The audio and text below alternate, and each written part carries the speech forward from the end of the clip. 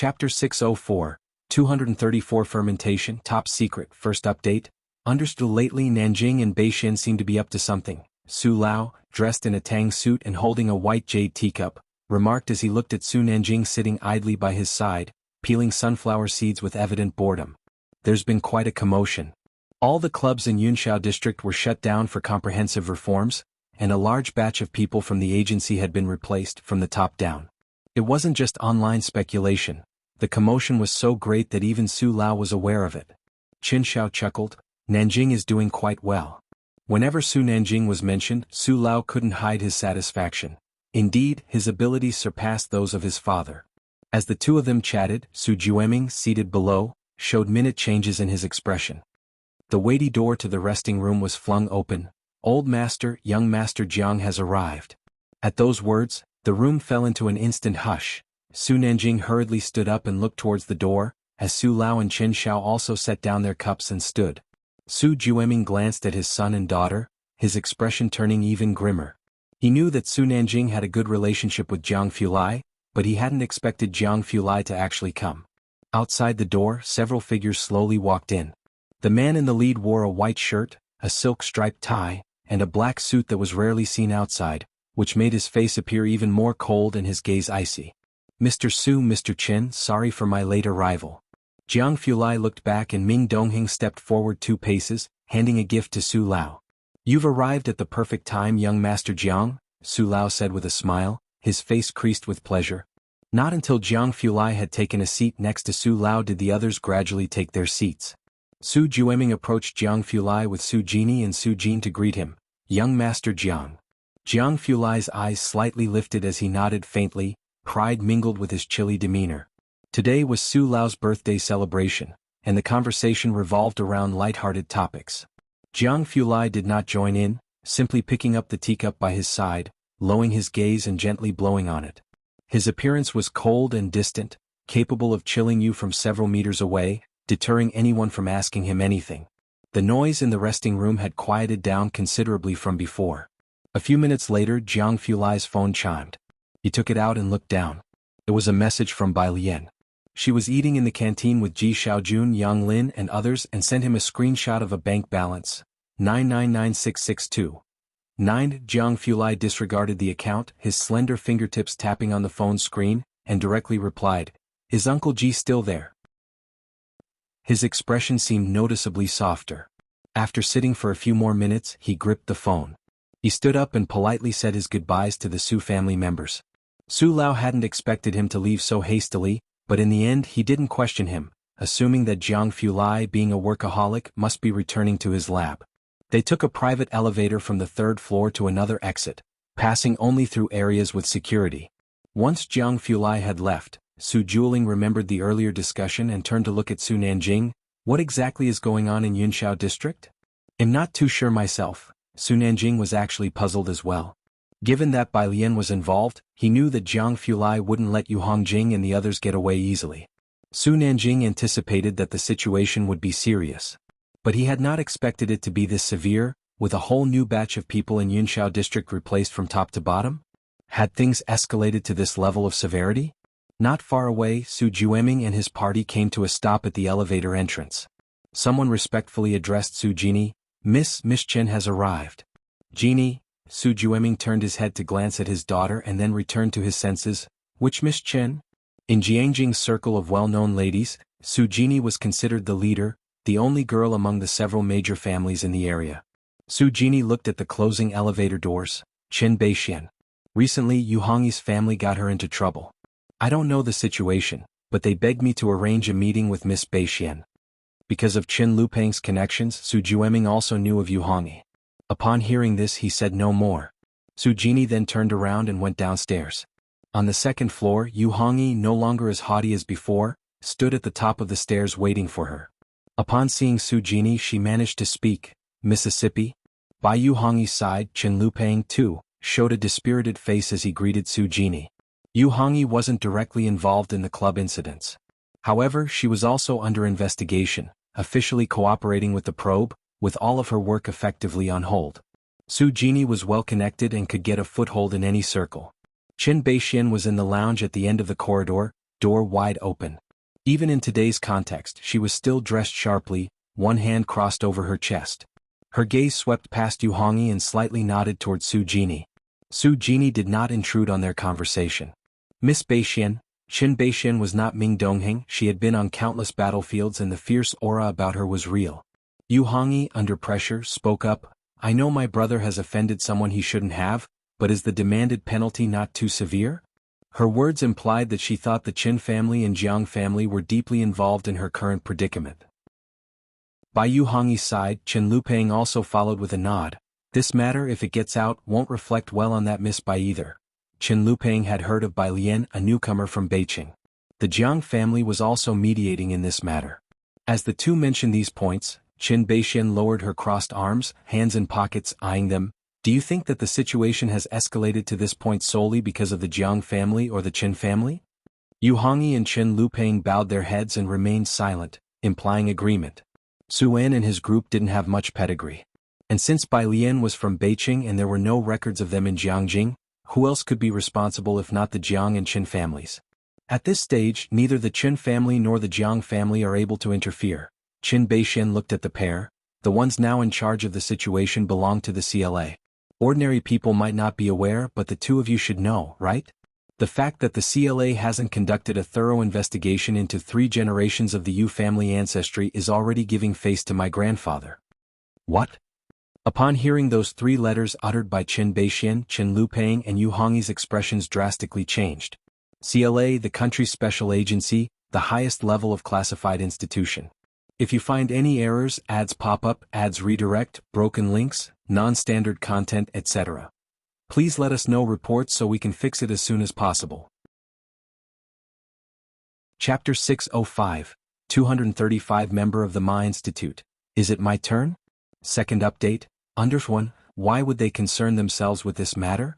Chen Lupeng's hands were already trembling as he looked at Qin Beixian. It wasn't Jiang Fulai who had an issue, was it? Let alone them. Qin Beixian herself was startled when she found out who took over the case after learning about the incident. She looked at the two of them and said, both students are from Jiang University, and you know how protective Jiang University is of its own, right? One of them is this year's top Gaokao scorer from Jiang University, and the other girl who has already had some drinks, ranks just behind Liang Wuyu as a student. Especially by Lian, she is personally protected by the president of Jiang University this year, basically pre-selected for the Tongfeng class. You've heard about the incident in the snowy mountains more than a decade ago, haven't you?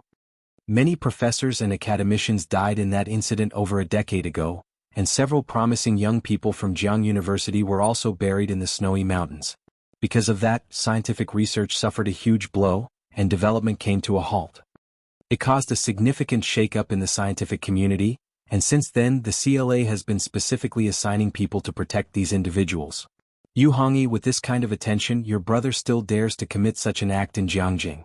He's essentially challenging the foundation of Jiang University. Now tell me, why wouldn't they deal with this matter? After saying this, Qin Beixian left and exited the lounge. When Yu Hongyi heard Qin Beixian mention that Bai Lian was this year's top Gaokao scorer, her expression became blank. She had originally thought that the Qin family made such a fuss only because of the suspension incident and Jiang Fulai's involvement. Little did she know there was this underlying reason. Yu Hongyi, I've really been ruined by you this time, Chen Lupeng said, with cold sweat running down his back. Both of them had not come this far easily. Especially Yu Hongyi, who originally moved out from Mingfeng district. Like a fish leaping over the Dragon Gate. But now, being targeted by the CLA, the Qin family will no longer be able to use them.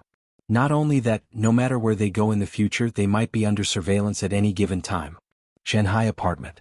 When Jiang Fulai returned, Ji Xiaojun was inspecting the environment in apartment 303. Pu Xiaohan was showing Ji Xiaojun Bai Lian's study. Bai Lian was on the balcony taking a call from Tang Ming. She leaned against the balcony railing, fiddling with a pot of cabbage seeds that had sprouted, now about 5 centimeters tall. Alien, Tang Ming has just gotten off the plane, making his way to the baggage claim area. Uncle Zhang is also coming with us. Uncle Zhang? Bai Lian paused her fiddling with the cabbage, her pale fingertips gently touching the tender green leaves, squinting her eyes. Is he coming to Jiangjing on a business trip? Everyone in Class 15 knows that Zhang Shi's father is often away on business trips. Once he goes, it is usually for more than half a month. Yeah, we just happened to run into him. It seems he's heading to Xinjiang district. It was noisy on Tang Ming's end as he hurried along. Alien, Ning Xiao and I are going to pick up our luggage first. In the living room. Jiang Fulai saw her on the phone and did not disturb her on the balcony. Xiaojiang, you're staying next door? After learning that Jiang Fulai was next door, Ji Xiaojun had him show apartment 302. The door was open and Jiang Fulai led him straight to 302. The floors of 302 were carpeted for convenience. As Jiang he could assemble Legos anywhere, anytime. Jiang he was sitting on the carpet assembling Legos by himself. When someone came in he even tried to hide the Legos behind him in a futile attempt at concealment. Seeing that it was Ji Xiaojun and Jiang Fulai he blinked dumbly. He then slowly took out the Legos from behind him again. He had been insistent on staying at Bai Lian's house for the past few days and now remembered that the gift he was making for Bai Lian was not yet completed, so he was working overtime to finish it. For Alien? Ji Xiaojun looked at the stuff on the floor and couldn't help but squat down, rubbing Jiang He's head. Jiang He nodded. Ji Xiaojun talked with Jiang He for a bit, looked around apartment 302, and before leaving he noticed the piano room in the middle and paused in his steps. In the center of the piano room were two gushings, with several simplified music scores scattered on the table behind them. After being educated by Bai Lian, Ji Xiaojun could recognize the notations used by Bai Lian to transcribe music scores, their neat and well-behaved handwriting. That apartment 302 had a piano room was unexpected for Ji Xiaojun. He and Ji Heng had considered finding a teacher for Bai Lian and knew she could play the guzheng but hadn't thought about a piano room. He took a photo and sent it to Ji Heng. After visiting Bai Lian, Ming Dongheng drove Ji Xiaojun back.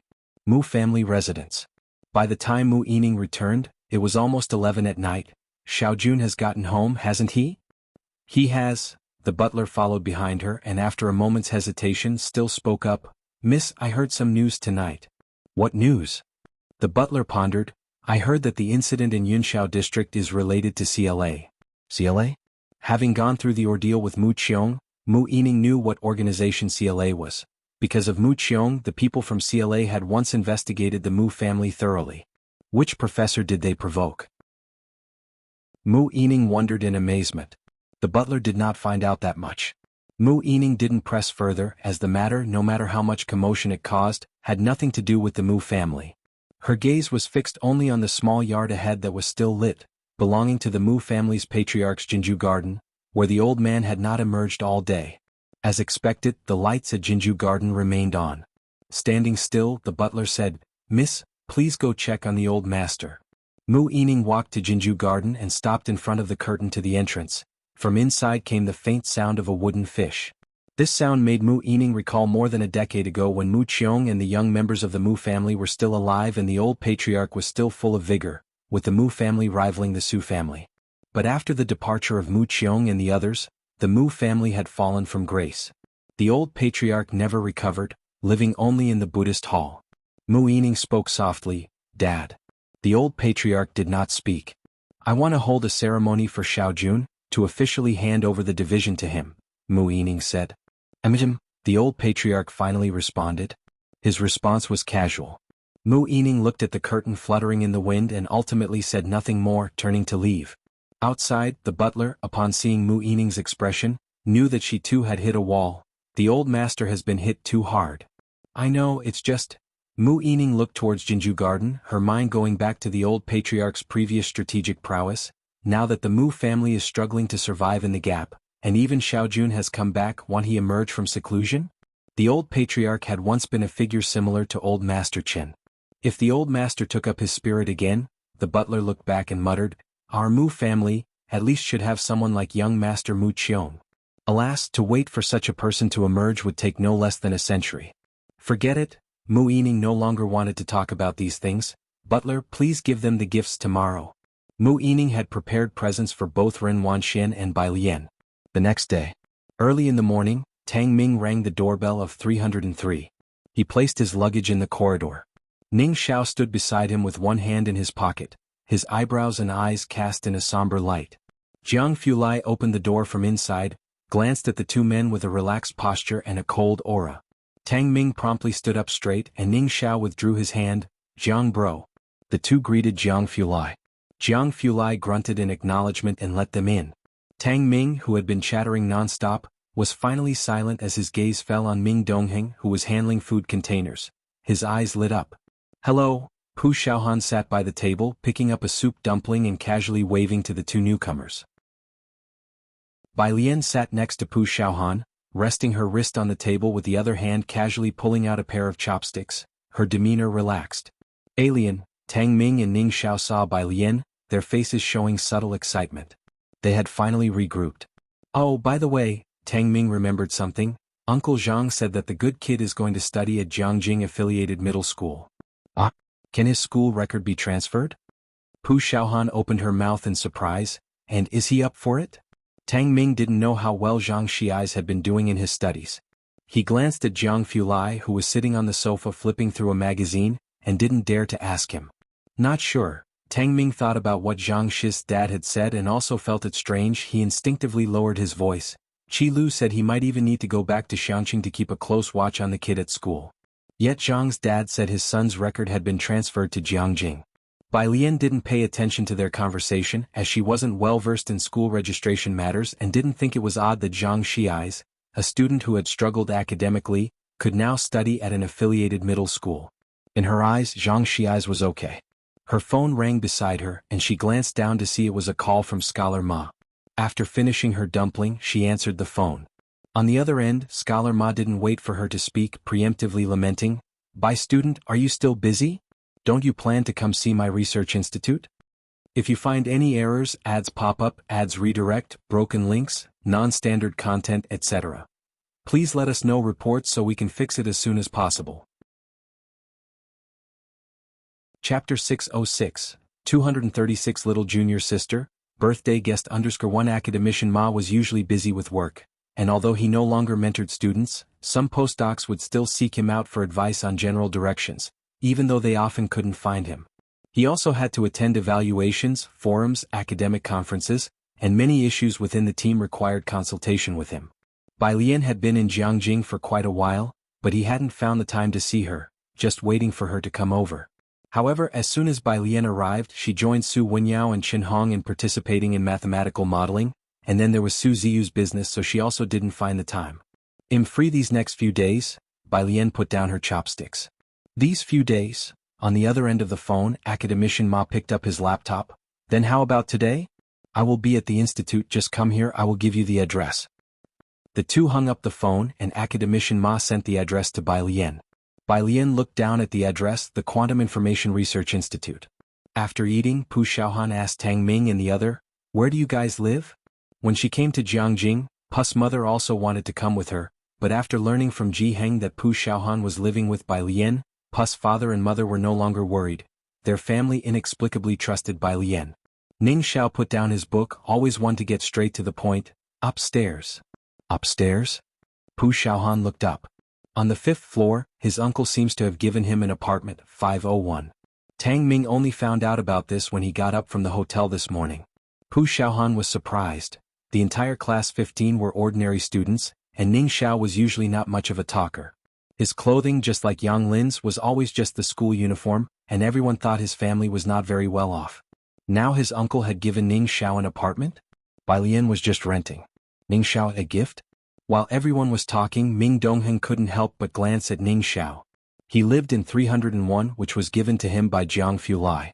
Shanghai apartment wasn't a high-end complex, but it was still a school district house, and the price was not low.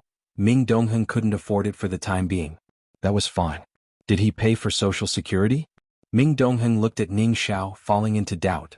The Quantum Information Research Institute was close to the Science Museum. It was a bit far from Jiang University. In the 11th floor conference room, Academician Ma, who was sitting in the front listening to a report, glanced at his phone. It was almost time. He stood up, pressing down on the table. "That will be all for today's morning meeting." He was wearing a checked t-shirt, his hair not neatly combed, and a pair of large glasses sat on his nose. He stood up, holding the report. The young teachers in the team gathered their belongings. Noticing that Academician Ma had left early, some hurriedly followed. Researchers and professors met along the way were particularly excited to greet Academician Ma. Academician Ma mostly conducted research with his own team and now didn't mentor students. He had almost vanished from sight, mostly seen in news ceremonies for some awards. "Academician Ma, the assistant caught up with him. Director Huang asked me to inquire if you would be taking the undergraduate course this year. The assistant professor wondered internally as he spoke. Academician Ma rarely taught undergraduate courses, only when he was covering for other professors. What was Professor Huang thinking? No. Academician Ma stretched out his hand to open the door to his office, stopped mid-sentence and suddenly remembered something, the large class in Tongfeng topological quantum computing. The assistant followed behind Academician Ma. You're taking topological quantum computing? It's not certain yet. Academician Ma stood at the door, not going in but tilted his head slightly. Go to the entrance and fetch someone for me, a girl, her name is Bai Lian. As he spoke, Academician Ma gave out a number. The assistant took note and, seeing there were no further instructions from Academician Ma, went down to meet the person. As soon as he reached the ground floor, he dialed Bai Lian's number. The number displayed was not from Jiangjing but from Xiangqing. Hello Miss Bai, where have you reached? Academician Ma asked me to wait for you at the entrance. The assistant spoke while looking toward the door. From the phone, a girl's voice responded, I'll be there in a minute. A lazy and clear voice. She sounded young, perhaps around the age of a first-year university student. The assistant initially thought the person Academician Ma asked him to meet would be a professor around his age. He did not expect her voice to sound so young. All right, I'm in a black tracksuit waiting for you at the entrance. The assistant hung up and started to ponder the identity of this young woman. Before the minute was up, he saw a girl in a tie-dyed off-white linen dress, loose and lazy, with a belt in the same color casually tied around her waist. If you find any errors, ads pop up, ads redirect, broken links, non-standard content, etc. Please let us know reports so we can fix it as soon as possible. Chapter 607, 236 Little Junior Sister, Birthday Guest. Undershirt atop her head was a simple and old-fashioned wooden hairpin. Her fair skin was bathed in sunlight, creating a distinctly luminous effect. Both her temperament and appearance stood out notably. Just when the assistant was wondering if she might be a celebrity, the girl stopped in front of him. With her long eyelashes casting a shadow, she politely asked, Are you the assistant to Academician Ma? Ah, yes I am. The sunlight was blinding and the assistant, overwhelmed by her stunning face, came back to his senses and turned to lead Bai Lian upstairs. Academician Ma is waiting for you on the 11th floor. The 11th floor. Academician Ma poured Bai Lian a cup of water using a disposable cup. His computer was on, and Bai Lian, sitting in front of his computer, was opening a file. This is the team's new research proposal, adjusting the global entanglement gate. Bai Lian's interest peaked instantly, and she raised her languid brows slightly. Quantum benchmark testing? She understood immediately. No one dislikes a clever student. Academician Ma stood beside her, took a sip of water and said, Right, the team's work. The paper will be published next week, they'll send it to you then. Are you going to test for the Tongfeng class? He suddenly remembered something. Yes. Bai Lian nodded as she looked at the file. After placing down his disposable cup, Academician Ma felt considerably cheered and told the assistant to take over the class for him. Then he spoke in a gentle tone, Take your time, there's no rush. I will take you down to the lab this afternoon to have a look. If there's anything you don't understand, just ask. The assistant, who had been listening to their conversation, finally let out a breath and cast a deep glance at Bai Lian. Lunchtime. In the institute's cafeteria, someone holding chopsticks asked Academician Ma's assistant, Teacher Yun, why did Academician Ma suddenly come to the institute today? The current quantum trio was the center of attention, with many people keeping tabs on their movements. Assistant Yun, holding his own meal plate, thought to himself, What's this? He's going to the Tongfeng class to teach undergraduate new students about topological physics later? That news is even more explosive. There are only so many on Academician Ma's team, and he only mentors a few students, each a titan in their field. The last person he mentored was Director Huang. Assistant Yun knew that the scientific community in China didn't lack talent, it lacked first-rate top-notch talent. Academician Ma had always preferred to lack for quality rather than compromise for quantity. He hadn't taken on any students in recent years, leading most to assume he wouldn't take on any more disciples. If he really were to take on another student at this time, that would mean a little junior sister to a group of titans. He could already feel the immense pressure in advance. August 7th, Jiangjing Mingfeng Airport. The flight from Beijing landed and Director Qin along with Ji Heng got off the plane. He took Ji Heng to the baggage claim area and while waiting for Ji Heng's luggage asked, Uncle Ji, are you going fishing tomorrow? I haven't seen Brother Ji in a long time, and I wonder if he's been busy lately. Director Chin had been busy with the handover in Xiangqing and preparing election materials in Jiangjing. He hardly had any spare time. Thus his fishing outings with Ji Hung were scarce. Now that he had just returned to Jiangjing and was not busy, he planned to invite Ji Xiaojun and Ji Hung to go fishing. Ji Hung still had his tobacco pipe in hand. He had a strong addiction to smoking but refrained from lighting up in the airport, as he didn't have a lighter on him. His gaze was fixed on the luggage carousel. I can't tomorrow, it's Alien's birthday. Let's go in a couple of days. Ji Hung had timed his visit to arrive in Jiangjing the day before Bai Lian's birthday. Bai Miss has a birthday tomorrow? Director Chin just learned about this. He pondered what gift to prepare for Bai Lian considering the tight schedule. Ji Hung hadn't told Bai Lian about his trip to Jiangjing. In the parking lot, Ji Xiaojun and Xin Qing came to pick up Ji Hung. In the car, Ji Xiaojun discussed with Ji Hung about Bai Lian's birthday. Xiaohan is also in Jiangjing now, I'll be lively with classmates around. This was also the first time for Ji Xiaojun and the others to celebrate Bai Lian's birthday. Ji Xian's apartment complex. The building's butler came looking for Ji Xiaojun and Xin Qing but came up empty-handed. Inside the house, Ren Wanxian received the gift. What Mu Yining had given her was a bag, and even without unwrapping it, she knew it was a limited edition that couldn't be ordered without being a premium member. Ren Wanxian hugged the gift box and honestly said, Auntie and the others went to book a hotel. Hotel? The butler looked over with interest. Ren Wanxian said, It's Bai Lian's birthday, isn't it? She barely spoke with Ji Xiaojun, and Ji Xiaojun rarely initiated conversations with her, so she didn't know much. Hearing this, the butler didn't ask further, just shook his head. When he comes back, tell him to hand over the documents to the young lady as soon as possible. He still needs to be serious during this time. Okay, Ren Wanxian saw the butler out. Ren Wanxian lived upstairs. Since coming to Jiangjing, she had made a wide circle of friends and was hardly ever seen.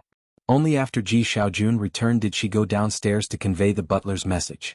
The moment she opened the door and saw Ji Hung sitting on the sofa, Ren Wanxian was stunned. She had no idea that Ji Hung was going to be there today. She lowered her eyes and approached. Grandpa. Ji Hung placed his tobacco pipe on the coffee table and grunted a response, not one for many words. Ren Wanxian saw Ji Xiaojun and Xin Qing cooking in the kitchen. Despite the range hood, the kitchen was filled with smoke, so she stood at the door. The butler said you should hand in the documents early. Okay, Ji Xiaojun replied in a deep voice, carrying out a plate of food. His demeanor was cool and stern. However, it was Xin Qing who sheepishly smiled at Ren Wanxian. Alien's birthday is tomorrow, are you coming, Wanxian? Bai Lian's birthday? Ren Wanxian held her phone, shaking her head unconsciously. I have plans with someone tomorrow, that night at Shanghai apartment. 302. When Jiang Fulai opened the door, he saw Jiang He sitting by the sofa with the small lamp on. Jiang He had finally finished his busy work and was sitting on the carpet drawing. Jiang Fulai put the keys aside, turned on the overhead light, and glanced up to see the door to the middle room also open. Bai Lian was lazily sitting beside the guzheng, one hand propping up her chin, the other holding a pen, her legs crossed, her eyes and brows exuding a casual air. Upon seeing Jiang Fulai return, she lazily lifted her head in a perfunctory greeting. Why so listless? Jiang Fulai turned on the lights in the music room as well and walked to the window to open the soundproof windows. A breeze came in, lifting the white papers beside her. Jiang Fulai lowered his gaze, his long lashes casting a shadow as he noticed the balled-up sheets of paper next to her. He bent down to pick them up, his well-defined fingers smoothing out the crumpled sheets. It was a simplified score. He gathered and flattened all the papers, then approached her, lowered his head to take the black pen from her hand, and guided her hand, his pale eyes intent. Let's go eat first.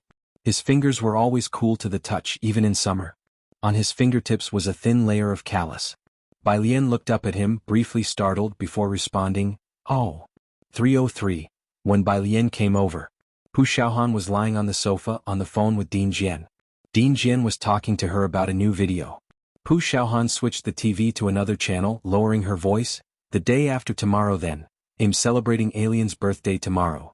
Jiang Fulai stood with one hand in his pocket, following behind Bai Lian, his figure tall and proud, his presence noble and aloof. He pondered for a moment, then took out his phone and sent a message to Academician Ma at a leisurely pace. If you find any errors, ads pop up, ads redirect, broken links, non-standard content, etc., please let us know reports so we can fix it as soon as possible. Chapter 608. 237 Sieging Club. What kind of people have come to Jiangjing? Second update. _1 Jiang Fulai sent the message, then put his phone back into his pocket. The phone vibrated several times, but he did not look at it immediately. When Ming Dongheng saw Bai Lian and Jiang Fulai come in, he took the dinner that was in the thermal box out again.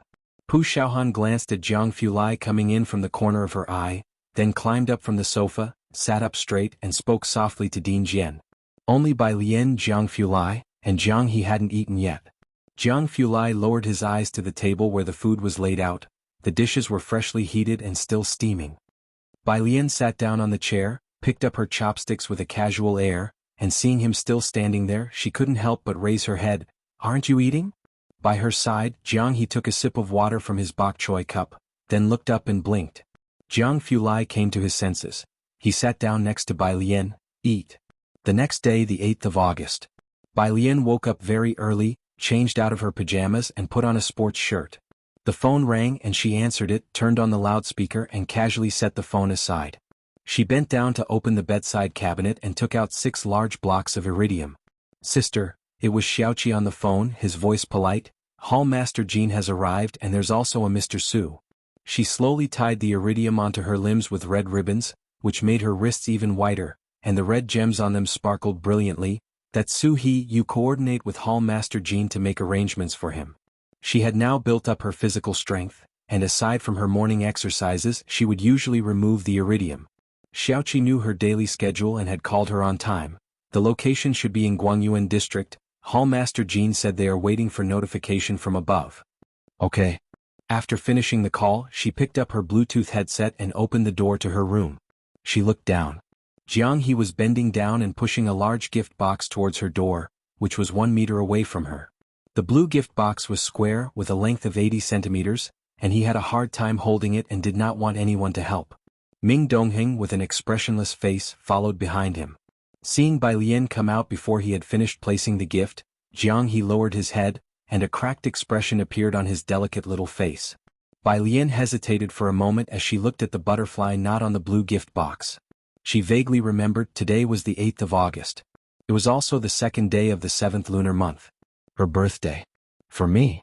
She crouched in front of Jiang he, looking up at him. Jiang he let go, his dark eyes met hers and he spoke sulkily, "Yeah." He had gotten up particularly early today, intending to place the gift at her door before she came out. His keen sense of numbers had allowed him to guess everything, but the only thing he hadn't anticipated was his own physique. It wasn't enough to lift the gift box. "Thank you." Bai Lian patted his head, crouched in front of him and opened the gift box. As she expected, inside was a piece of assembled Lego. It was the scene from the first time she met Jiang he, with a water wheel in the back, a bus stop in front and further ahead, a black car. A massive project. She easily picked up the Lego and placed it on the bookshelf in her study. Bai Lian lifted it as if it were weightless, as though she was handling a mere feather, and Jiang he looked up at her, opened his mouth, and had the expression of someone watching a horror movie. Behind him, Ming Dongheng folded his arms and looked down at Jiang he's expression, his lips twitching. At noon, in the study, Bai Lian propped her hand on the computer screen, her eyebrows and eyes drooping, while her other hand controlled the printing of documents on the screen. On her computer's WeChat page, messages from Hewen kept coming. "Hewen, a study of topology, one of light quantum." "Hewen, haven't you finished reading them yet?" "Hewen." Bai Lian extended 2 fingers, unhurriedly typing out one word. "No, blunt." Jiang he sat on a stool next to her, holding a game console, swinging his legs as he played. Pu Xiaohan and Tang Ming had left the apartment early in the morning. After the documents were printed, Bai Lian reached out to close Hewen's chat window, but at that moment her phone rang. It was Jiang Fulai, his voice lacking its usual coolness as it came across the electromagnetic waves. "He'll be back in half an hour." Bai Lian was looking for a stapler, methodically stapling the documents together. "Okay. What are you doing?" Jiang Fulai heard the sound of the printer through the phone. "Hewen has 2 documents." Bai Lian pressed down on the stapler with 2 fingers, her tone casual. "I just printed them out, look at them tomorrow." Jiang Fulai's voice became a few degrees colder. "2 documents? What's the problem?" Bai Lian raised her eyebrows. "Nothing." On the other end of the phone, Jiang Fulai tapped the wooden box in his hand with an air of nonchalance, his face cool and detached. He didn't continue to discuss the issue of the 2 documents with her. "I'll come over." He hung up the phone, his gaze fixed on a small garden ahead. "Let's go." Behind him was a long corridor with carved railings. By his side, a middle-aged man was bowing his head respectfully. "Yes." Iwen, who was looking at data in the lab, suddenly sneezed. The person next to him glanced at the air conditioning temperature, and though he didn't think it was high, he still offered, "He'll have someone turn up the heat a bit." Yunshao district had been cracking down for over half a month. Most clubs and major bars hadn't recovered, the unaffected ones were only a few. Among them were Qinglong Bar and Xijing Club. There were many rumors about the backgrounds of these 2, and most people knew they were no simple matter. Xijing Club. Bai Lian and Jiang Fulai arrived with Jiang He. A manager was waiting at the entrance. Upon seeing the 2, he hurriedly stepped forward to greet them. "Young Master Jiang, Miss Bai, the 3rd master is already waiting for you at the top floor." He bent at a 90-degree angle, not daring to look directly at Bai Lian and Jiang Fulai. But as he bowed, he saw Jiang He being led by Bai Lian. The manager quickly flashed a friendly smile at Jiang He. Jiang He saw him bending his back 90 degrees. Xijing Club was only open for Bai Lian and her group today. The manager didn't recognize Bai Lian. But he knew exactly what kind of person this young Master Jiang was. He respectfully led them to the internal elevator and glanced at the girl by Jiang Fulai's side using his peripheral vision. Wanting to remember her face. Just catching a glimpse of her loosely tied-up dark hair and feeling the faint pressure emanating from the person next to her, the manager was alarmed, swiftly averted his gaze, and only after the oppressive sensation on his body had dissipated did he cautiously wipe the sweat from his own forehead. The rumors indeed had not deceived him. In the top-floor private room, Pu Xiaohan and Tang Ming had arrived early to decorate the room.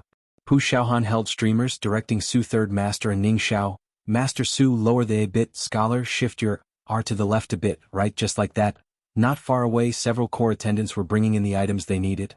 The core staff of Xijing Club were all too familiar with Su 3rd Master.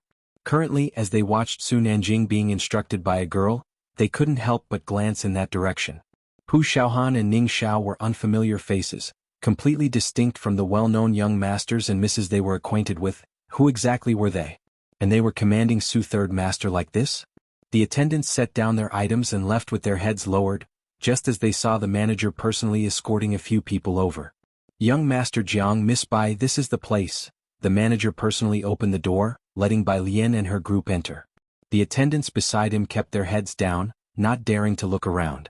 Before the door closed, they thought they heard the voice of Master Su. "Alien, my dear sister?" Once the door was shut, the attendants looked up at the manager. "Manager, who are they?" The manager himself couldn't fathom the identities of these people. He just instructed, "Attend to them carefully, remember their names and faces." He lowered his head to retrieve a pager, sending out a message. Then, turning back to look at the private room, the past 2 months had not been peaceful, with several crackdowns that left him quivering with fear. And now, what kind of people had come to Jiangjing? Inside the private room, Pu Xiaohan pulled Bai Lian to take photos, and seeing there was nothing left for him to do, Su Nanjing walked over to Jiang Fulai's side, poured himself a glass of wine, and lazily swirled his glass. "Alien, are there still a few guests coming?" He had prepared a gift for everyone who came today. Her uncle, aunt, and grandfather. Jiang Fulai stood aside, his gaze on Bai Lian's direction, his tone indifferent. "There should also be a teacher coming."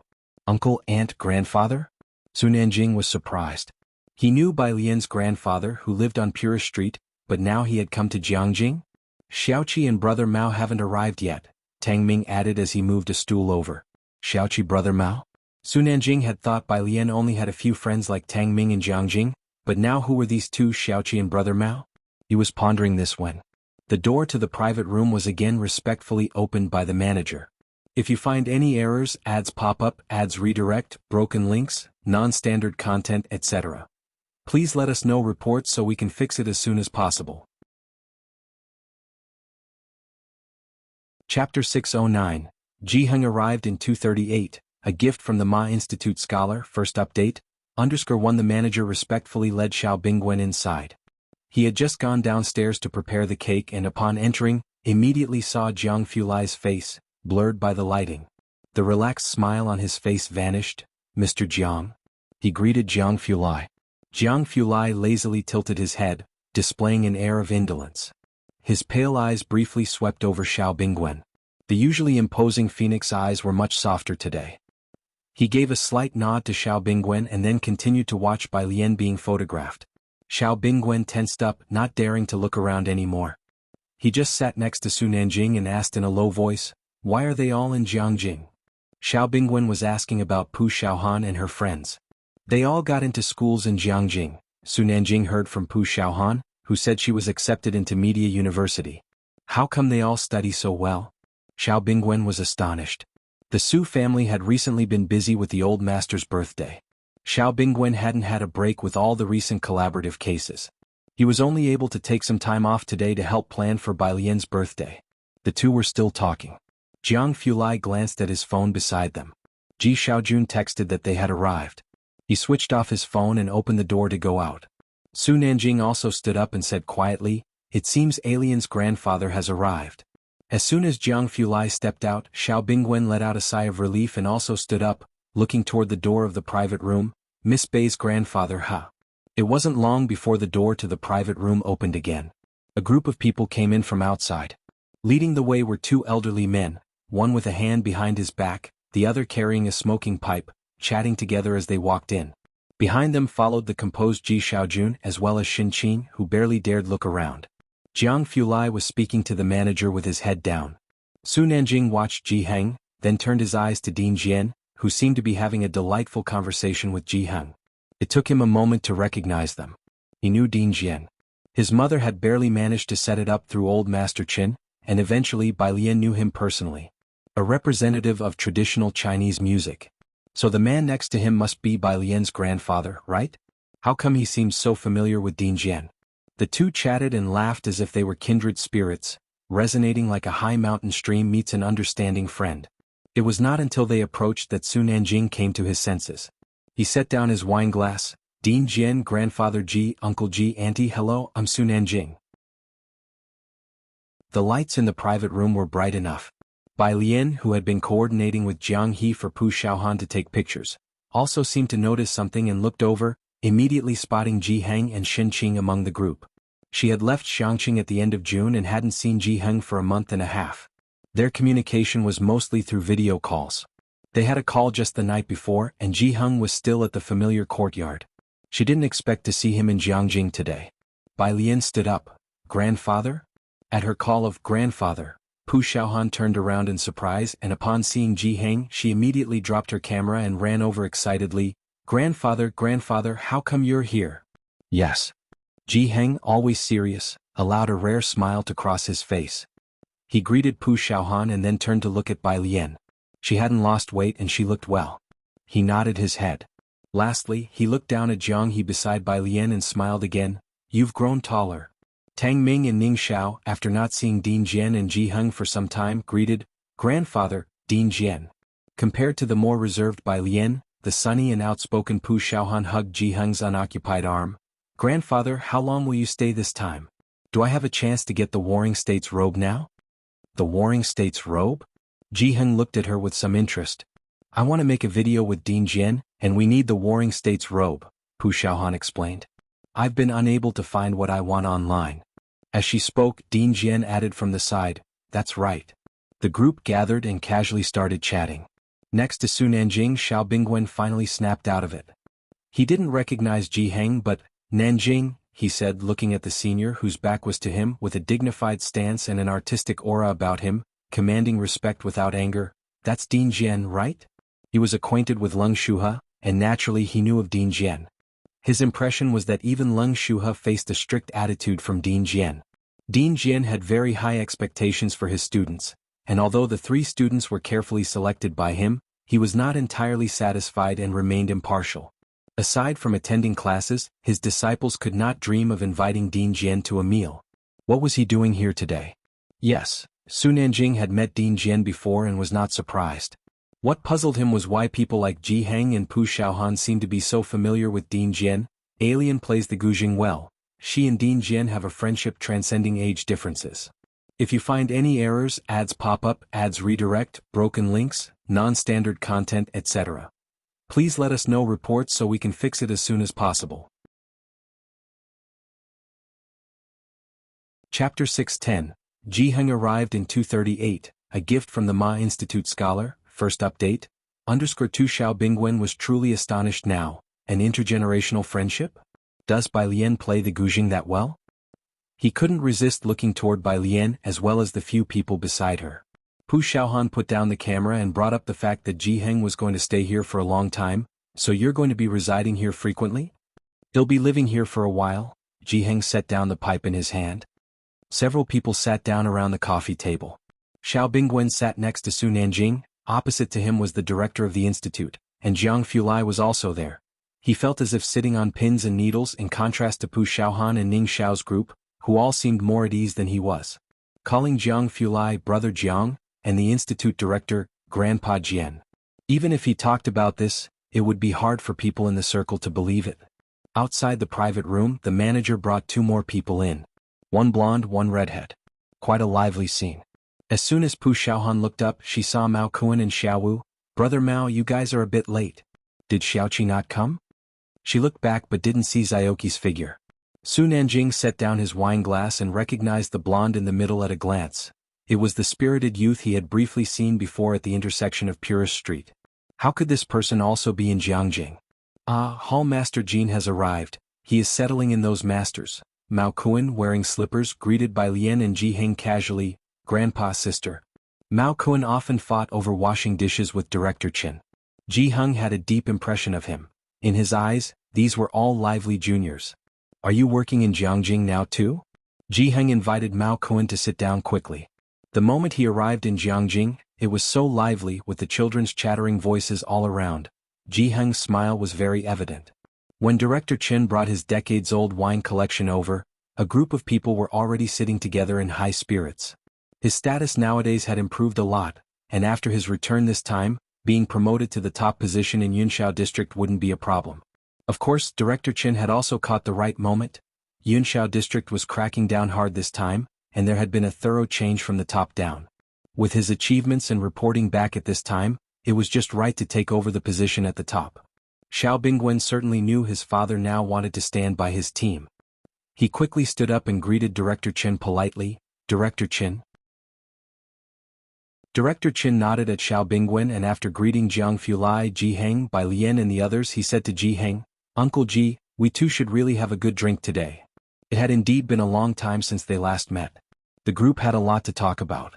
To Bai Lian's left was Jiang He, to her right was Jiang Fulai, and next to Jiang He was Xin Qing, who was peeling shrimp for Bai Lian and Jiang He. They want me in charge of the branch office. Ji Xiaojun sat next to Xin Qing, telling Ji Heng about the recent developments. Holding his wine glass, Ji Heng nodded upon hearing this. It should indeed be yours. Ji Xiaojun poured some wine. They want to hold an ancestry rite. After taking Ji Xiaojun out for a spin last time, most people in the circle were aware of Ji Xian's existence. What rite? Director Qin was always very keen on matters concerning Bai Lian's family. When he heard Ji Xiaojun speak, he looked up immediately. It's not certain. Ji Xiaojun looked at Director Qin. He'll let you know when it's confirmed. He spoke briefly and the conversation shifted back to fishing. The institute director, on the other hand, was discussing the guzheng with Bai Lian. I think you can play desert. Bai Lian held her chopsticks, her brows and eyes lazy. I can't practice it, I can't evoke that kind of feeling. She. Dean Jian didn't understand who Bai Lian was referring to with she, just offering a cliché. Look at how high you set the bar for yourself. You're really suited for our ancient zither faction. Don't you really plan to take over? Bai Lian remained silent. Across from Dean Jian, Xiao Bingwen simply couldn't hold back. Take over as the leader of the ancient zither community? How gifted must Bai Lian be? As they spoke, next to Ning Xiao, Jiang Fulai also put down his chopsticks, bowed his head and asked Ning Xiao and Tang Ming in a low voice, have you guys signed the contract? The tone always conveyed a casual sense of detachment. Signed with the physics department, Ning Xiao replied. Jiang Fulai nodded slightly, his wrist resting on the glass table, his pale fingertips tapping the table absent-mindedly. The sound wasn't loud, but it made Ning Xiao and Tang Ming feel tense. After a long while, Jiang Fulai spoke. You guys know about Jiang University's Tongfeng class, right? Tang Ming was not very clear, but Ning Xiao, having been in the provincial team, had heard of it. Smart as he was, as soon as Jiang Fulai mentioned it, he understood the young master's meaning. Jiang brother, are you saying, yes? Jiang Fulai stopped tapping, his voice as light as the breeze in the clouds. I collected last year's questions for you last night. You guys will work on them tomorrow. Although it was summer vacation, Tang Ming and Ning Xiao hadn't stopped doing practice problems. While Bai Lian was soaking up in the library in Jiangjing, the two had already climbed the overall ranking ladder in Xiangqing. For them, doing practice problems had become the norm. Xijing Club was a lively place, and Su Nanjing had wanted to invite more people to warm up the scene, but Jiang Fulai said the Ji family didn't like it too rowdy, so Su Nanjing didn't invite anyone, not even Gao Yan, only bringing her gift. During a lull in the excitement, Xiao Bingwen quietly left and, with the manager, rolled the cake inside. A 4-layer cake. It was adorned with delicate, lifelike thin rose petals as well. The lights were turned off, leaving only the candlelight from the cake shining. Bai Lian stood in front of the cake, the candlelight blurring her features as she looked at the cake, with the voices of Pu Xiaohan and Tang Ming among others in her ears. Jiang Fulai was opposite her, silently watching her through the flame. Since she came to Xiangqing, met Jiang He. Lived on Purish Street. Then changed her household registration, staying in class 15. After coming to Xiangqing, all these people were still around her, not one less except for Zhang Xiai's. Everything felt like glimpsing flowers on horseback. Meanwhile, downstairs, Assistant Yun parked the car, turning to look at Ma Institute in the back seat. Ma Institute, is this the place? As he asked, Assistant Yun looked at Xijing Club's level 9 staircase. Although he enjoyed accompanying Ma Institute in academic lectures for coffee breaks, he had never seen such a scene. Always in Chang'an District, but with the recent turmoil in Yunxiao District, Assistant Yun had also heard about it. Ma Institute had just finished being busy, used to leaving the Research Institute at 11 or 12 in the evening as a routine. He also left the Research Institute early today. This is the place. Ma Institute's gaze lingered on Xijing Club's building, then lowered to the address Jiang Fulai gave him, confirming it before telling Assistant Yun, "Wait for me here, I'll just deliver something and be right back." He picked up the slightly old-fashioned black notebook and a USB drive placed beside him and got out of the car. If you find any errors, ads pop up, ads redirect, broken links, non-standard content, etc., please let us know reports so we can fix it as soon as possible. Chapter 611, 239 Heritage, Gifts, National Top Scholars Grandeur, Part 2. _1 From the driver's seat, Assistant Yun watched as Academician Ma ascended the splendid golden steps. His gaze indeed fell on the notebook that Academician Ma carried in his hand. He had been following closely as an assistant professor alongside Academician Ma for quite some time. Academician Ma always carried that notebook with him, and although the assistant professor didn't know what the USB drive was, the notebook must represent the culmination of Academician Ma's work to date. Although the code numbers used were excessive, there was no doubt they were of a confidential level. At the entrance, the manager respectfully assisted the elderly man upstairs. As he turned, he seemed to catch a glimpse of infrared light on the steps. He paused momentarily, looked again, but it had disappeared. Today the Xijing Club was very quiet. The top floor. When Academician Ma arrived, Bai Lian had just blown out the candles, and Pu Xiaohan had turned on the main lights. Since Academician Ma couldn't stay long, he didn't go inside. He looked at the people in the room, his gaze sweeping past Jiang Fulai and Su Nanjing, waiting at the door for Bai Lian to come out. Xiao Bingwen was quietly discussing with Su Nanjing why Director Chen was so respectful towards that blonde. Before they could finish their discussion, the manager opened the door again. "Miss Bai, is there another guest yet to arrive?" Xiao Bingwen asked as he turned his head, only to see Academician Ma standing outside the door, his hair as unkempt as ever, holding a notebook in his hand. Academician Ma, an international authority on quantum physics. Laboratories abroad had violated countless regulations for him, yet they couldn't persuade him to join them. A living fossil of the physics department. Xiao Bingwen had only seen him at lectures or in university physics textbooks. Now here he was at Xijing. Xiao Bingwen blinked. By his side, Su Nanjing, who had met Shunyu, was more composed than Xiao Bingwen, though her inner questions were mounting, involving President Jian Zhongyou and Dean Xu. And now Academician Ma had shown up? Bai Lian was equally surprised. Academician Ma was typically unconcerned with worldly affairs. His circle was simple, consisting only of physics, with no regard for other social interactions. What was he doing here? She glanced at Jiang Fulai, who stood up first. Bai Lian then murmured to Ji Heng that she would go out with Jiang Fulai. Academician Ma. Bai Lian approached the entrance. "Why have you come?" Jiang Fulai lazily followed behind Bai Lian. Academician Ma hadn't intended to come, but Jiang Fulai had mentioned that this year was particularly significant for her. I heard it's your birthday, Academician Ma said, observing the quiet surroundings, free from any disturbance. This place is quite suitable for reading and research. Bai Lian looked around. Normally it wouldn't be so quiet here. Have you read through the algorithms? Academician Ma didn't dwell on the environment. He routinely asked Bai Lian a few questions, which she answered one by one, each with her own insights. It was evident that she had studied them seriously after returning. Such top-tier geniuses were too rare in the country. Academician Ma had finally found one, entirely to his liking, who had not yet plunged headlong into the abyss of dark matter like Jiang Fulai had. He looked at Bai Lian as if seeing the near future, his voice becoming gentler. These are some insights I've had since I started in this field, as well as the USB drive. It contains data I've stored.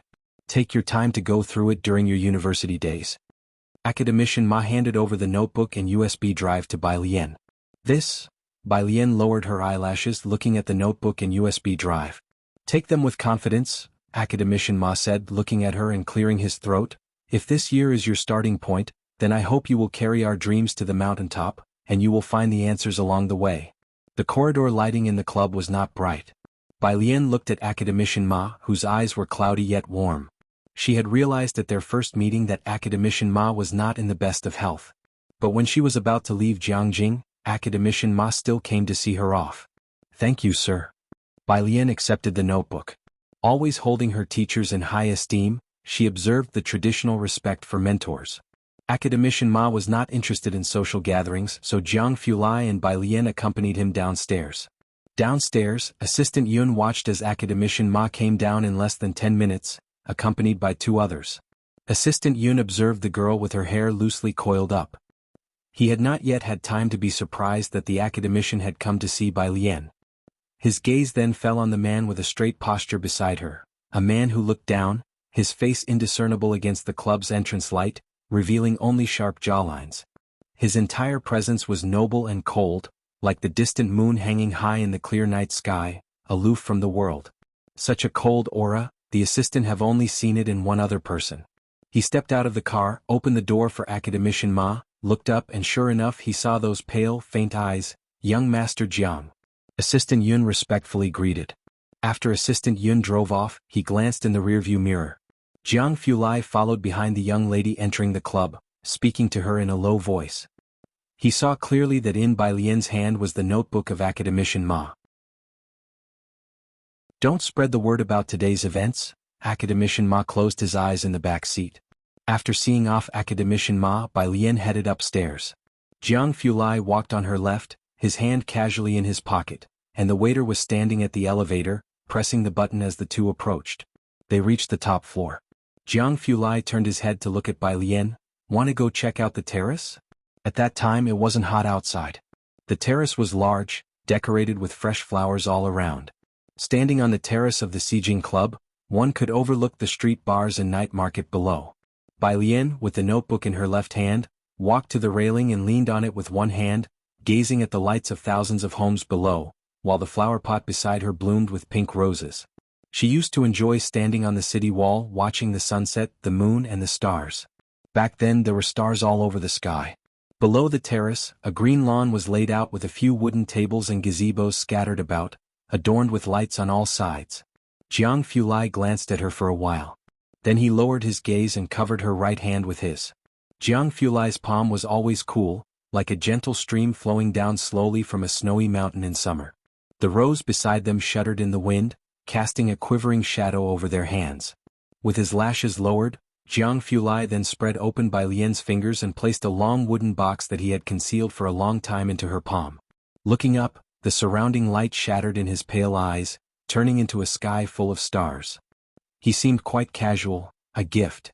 Bai Lian gazed into his eyes and gave a leisurely smile. What is it? Jiang Fulai let go of her hand, a fine laugh in his eyes. He rarely looked so gentle, and at this moment he appeared more strikingly graceful than even the vibrant roses around. Take a look. Inside the box was a white jade hairpin, its texture fine and translucent. Under the subtle lighting, it seemed to be enveloped in a fluorescent glow, with a poppy carved into the tail of the pin. Meanwhile, back in the private room. Why hasn't Sister Lian come back? Pu Xiaohan handed a piece of cake to Su Nanjing. Have some cake. Su Nanjing held the cake but didn't eat it, his gaze fixed on the door. Why did Academician Ma come looking for alien? Pu Xiaohan didn't recognize Academician Ma. But Ning Xiao and Tang Ming had already guessed something. Back at the Buyuan base, when Academician Ma suddenly attended a lecture and afterward Bai Lian took them to another seminar. Pu Xiaohan spoke, maybe he's asking her what she'll study in the future. I heard before that Dean Shu also wanted to ask Sister Lian if she'd like to go to the Chinese department. Pu Xiaohan then cut another piece of cake for Xiao Bingwen. Bai Lian's classmates all seemed casual about people coming to look for her and didn't seem to make much of it. Xiao Bingwen held his fork and didn't eat, but inquired subconsciously, that was Academician Ma. Do you guys know what he does? Ning Xiao looked at the problems on his phone without looking at Xiao Bingwen. Tang Ming patiently explained to Xiao Bingwen, I know Academician Ma. I attended his lecture last year and even bought his book on condensed matter, though I haven't really understood it yet. The use of professional terms made it clear they knew of Academician Ma's reputation. So why were they still so unperturbed? Su Nanjing, hearing that he had attended Academician Ma's lecture, suddenly looked up. Which university did you apply to? Jiang University. Tang Ming scratched his head, somewhat embarrassed. I didn't do as well as Sister Lian and Ning Xiao, only just meeting the physics department's requirements. Jiang University was known for its physics department, the pinnacle within the country, with the department ranking high amongst global institutions. The score required was outrageously high, with most students being admitted through competitions. Su Nanjing had only managed to get into Jiang University's economics department with the help of Jiang Fulai's tutoring. Seeing Tang Ming's bashful face, Xiao Bingwen thought they were all students from Xiangqing like Pu Xiaohan, who had only managed to get into universities in Jiangjing. How could they all be in Jiang University and moreover in the physics department? Since when had the Jiang University physics department become so commonplace? Xiao Bingwen glanced at Tang Ming's youthful face, suddenly realizing that Bai Lian, his classmate, also became unfathomable. Su Nanjing caught on to something. He was aware of Bai Lian's ranking on the Jiangjing app last time, which was basically the same as the National College Entrance Exam ranking. Add to that his involvement in auctions and mineral matters, which had him flying abroad for several months, only finishing in early July. He hadn't paid much attention to the college entrance exam results. Finally catching on, Su Nanjing put down the small cake. Wait, how much did Alien score in the college entrance exam? Her? Pu Xiaohan casually sat down at the table, picked up a video camera beside her and started reviewing footage. 750, a perfect score and the national top scorer. Go search the news in Beijing and Xiangqing. Back then, even the Beijing Education Bureau couldn't keep it under wraps. It was all over the place, such as the grandeur of a national top scorer, Diske. Having witnessed such a scene, Pu Xiaohan wasn't surprised by anyone who came looking for Bai Lian. If you find any errors, ads pop up, ads redirect, broken links, non-standard content, etc. Please let us know reports so we can fix it as soon as possible. Chapter 6:12. The 240 hardest circle to fit into. Back to school. First update. _1 this year. Even with the screening system in place, the topic of the top scorer in the college entrance exam still caused quite a stir. But Su Nanjing and his peers naturally wouldn't pay much attention. He only found out about Bai Lian's news through Pu Xiaohan's social media updates. As for the rest, he didn't know much and he hadn't participated in the college entrance exam betting pools either. The Su family focuses on nurturing well-rounded individuals. Su Nanjing had hated it since he was a child when the Su family compared his grades to Su Jinyi's or Su Jin's. When he grew up, he also refused to become that kind of detestable parent. It was only now that he'd heard about Bai Lian being the college entrance exam top scorer from Pu Xiaohan. Although there is a top scorer every year, there's only one, and they are all extremely talented individuals. As Su Nanjing had grown up, there had only been one top scorer around him, Jiang Fulai. That year Jiang Fulai took the college entrance exam directly in his first year of high school, and Jiang Shijue became second on the list. The Chen family should be more concerned about this year's college entrance exam because there was a Liang Wuyu whom even Su Nanjing had heard of. The Chen family had invested a lot of efforts in promoting him. Now, Alien, a perfect score college entrance exam top scorer? Su Nanjing's understanding of Bai Lian was still stuck at her being ranked 199th. Then everything made sense. That's why when he went to the police station to find Bai Lian that night, Principal Shi rushed over in such a hurry. That's why even Elder Su said the commotion was big. Su Nanjing only thought back then that Jiang Fulai had gone too far, and since the Qin family was involved in politics, the Su family had collaborations with them. It wasn't until recently that he learned that almost everyone in Yunxiao district had been replaced. Although Jiang Fulai was the catalyst, he probably only wanted to clean up those bars and clubs. As for those who were purged, they must have been related to Bai Lian. The patio. Bai Lian sat in the pavilion, her hands crossed in front of her chest, in a leisurely posture. Her hair was loose behind her back, the strands lustrous and fine, having grown to her waist over the past year. A light breeze stirred her skirt and long hair. Jiang Fulai meticulously arranged her hair, the raven strands slipping through his long, pale fingers. "Can you actually manage?" Bai Lian asked languidly. The cool light around the patio danced across her face, creating a hazy interplay of shadow and light. "Stay still," Jiang Fulai calmly wound the hair he held around his finger. He was always serene, his voice even tempered as he spoke while coiling her hair. "Tomorrow I need to join the group, which might take most of the month." Such research had confidentiality agreements in place from the beginning. "Most of the month," Bai Lian spoke. "When you come back, I should have started school. Jiang University registration starts on the 29th of August. Bai Lian had a lot of hair, and Jiang Fulai wrapped it into a half updo, making the white jade hairpin in his hand appear even more pristine and immaculate, untouched by any speck of dust. His skill was not very polished, and he dabbed at some stray hairs on the side. This time the result was much better than before, not so untidy. Not particularly striking but very neat. At the end of the white jade hairpin, the craftsmanship of the peony was quite pronounced, yet it seemed just right amidst her locks. Jiang Fulai stepped back, thinking the improvement from last time was substantial. Slowly he responded to Bai Lian's remark, "There, most of the time signals are jammed.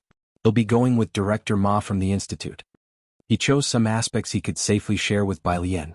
"Jiang Fulai recalled the incident at the bar last time. After a pause he advised, try to avoid fights if possible. If something happens, tell Su Nanjing right away. I've already discussed it with your grandfather. He lives on the first floor." Jiang Fulai had been renovating the first floor for quite a while. He preferred quiet and wasn't used to sharing elevators with others. Before coming here he bought all the units from the first to third floors of the apartment building.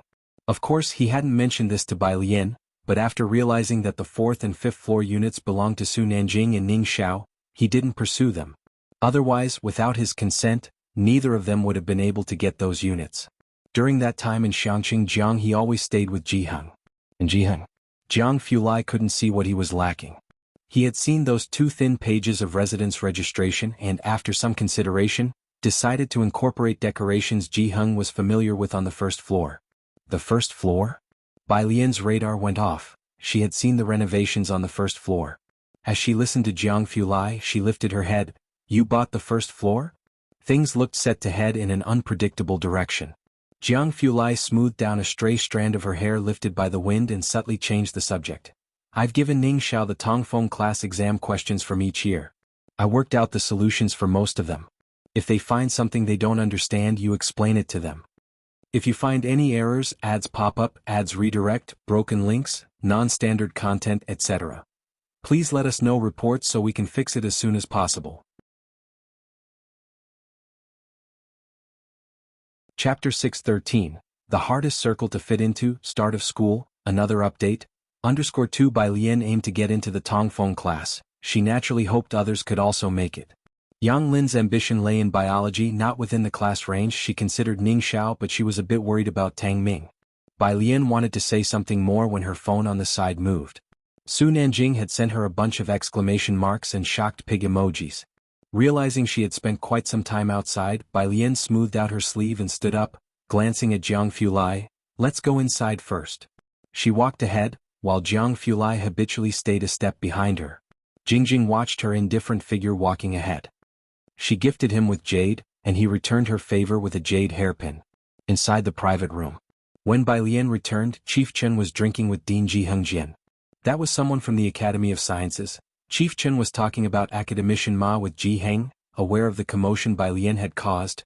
Is Miss Bai being booked by them? Chief Chen was also a native of Jiangjing, and although he had taken the military official path, he still understood a thing or two. Go to Ko, with her talent so high, she should be turned over to the country. Ji Heng held his glass, pouring himself another round and also filling up those for Dean Ji and Chief Chin. It's only right. When he said it was only right, there was always some sort of melancholy in his tone. Pride mixed with an inexplicable sense of solitude.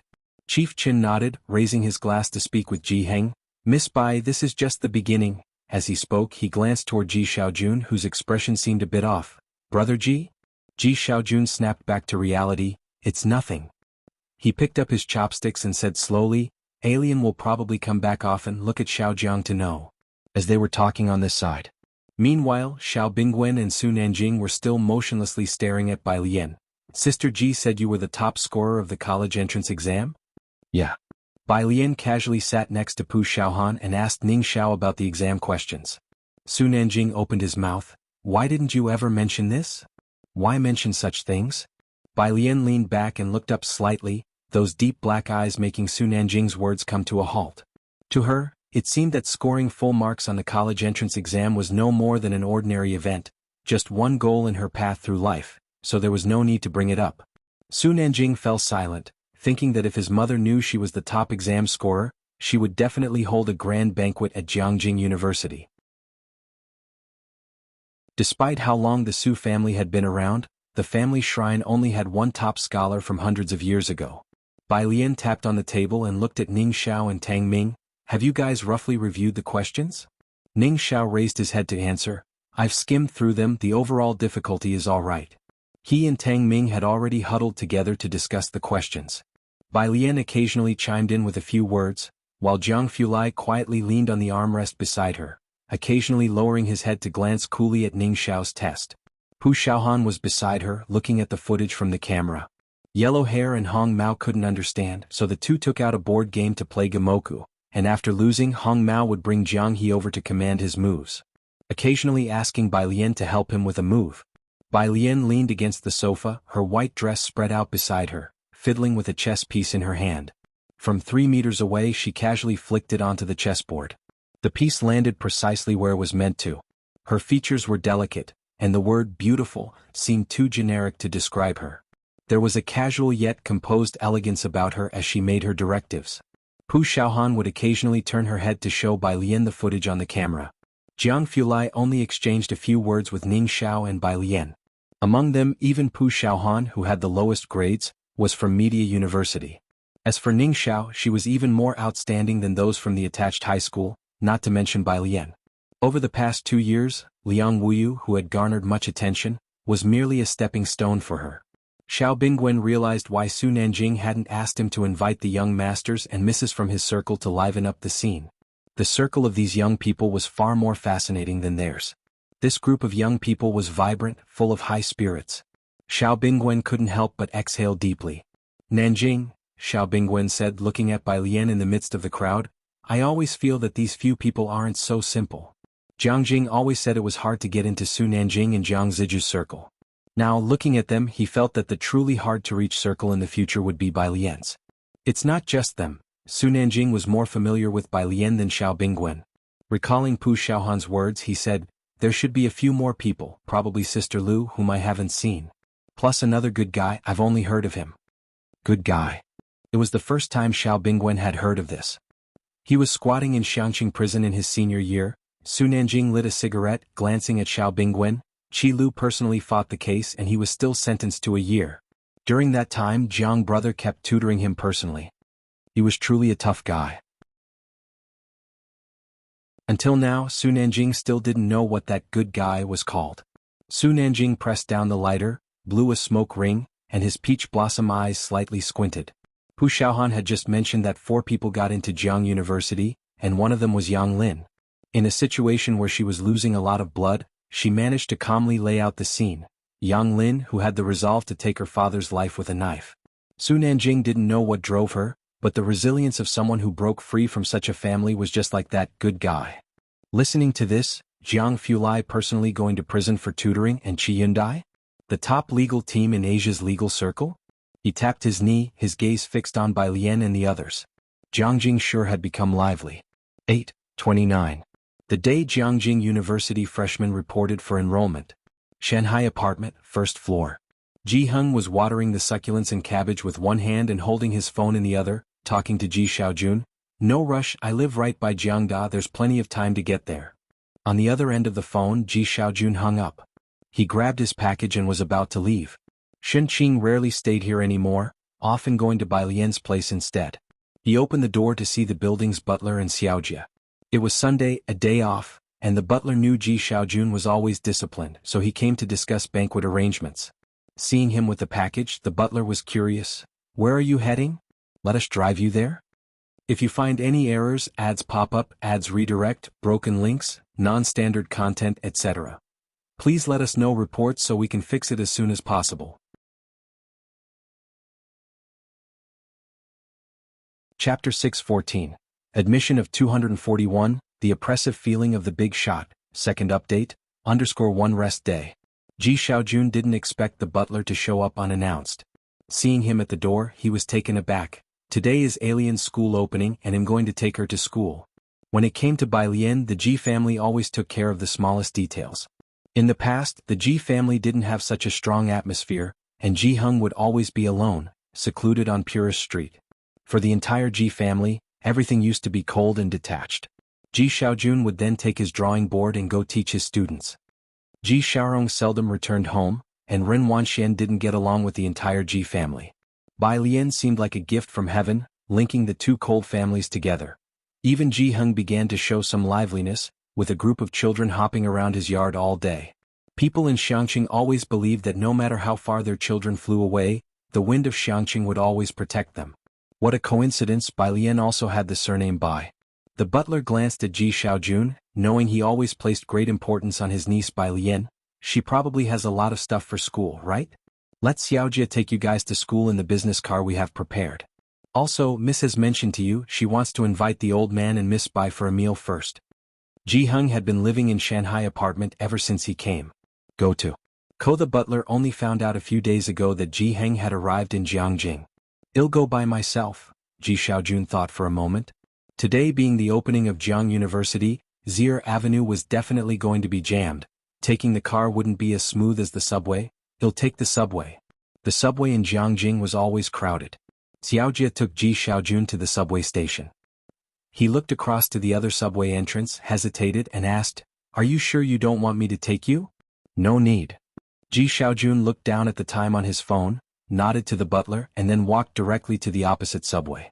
This place was still some distance from Jiang University.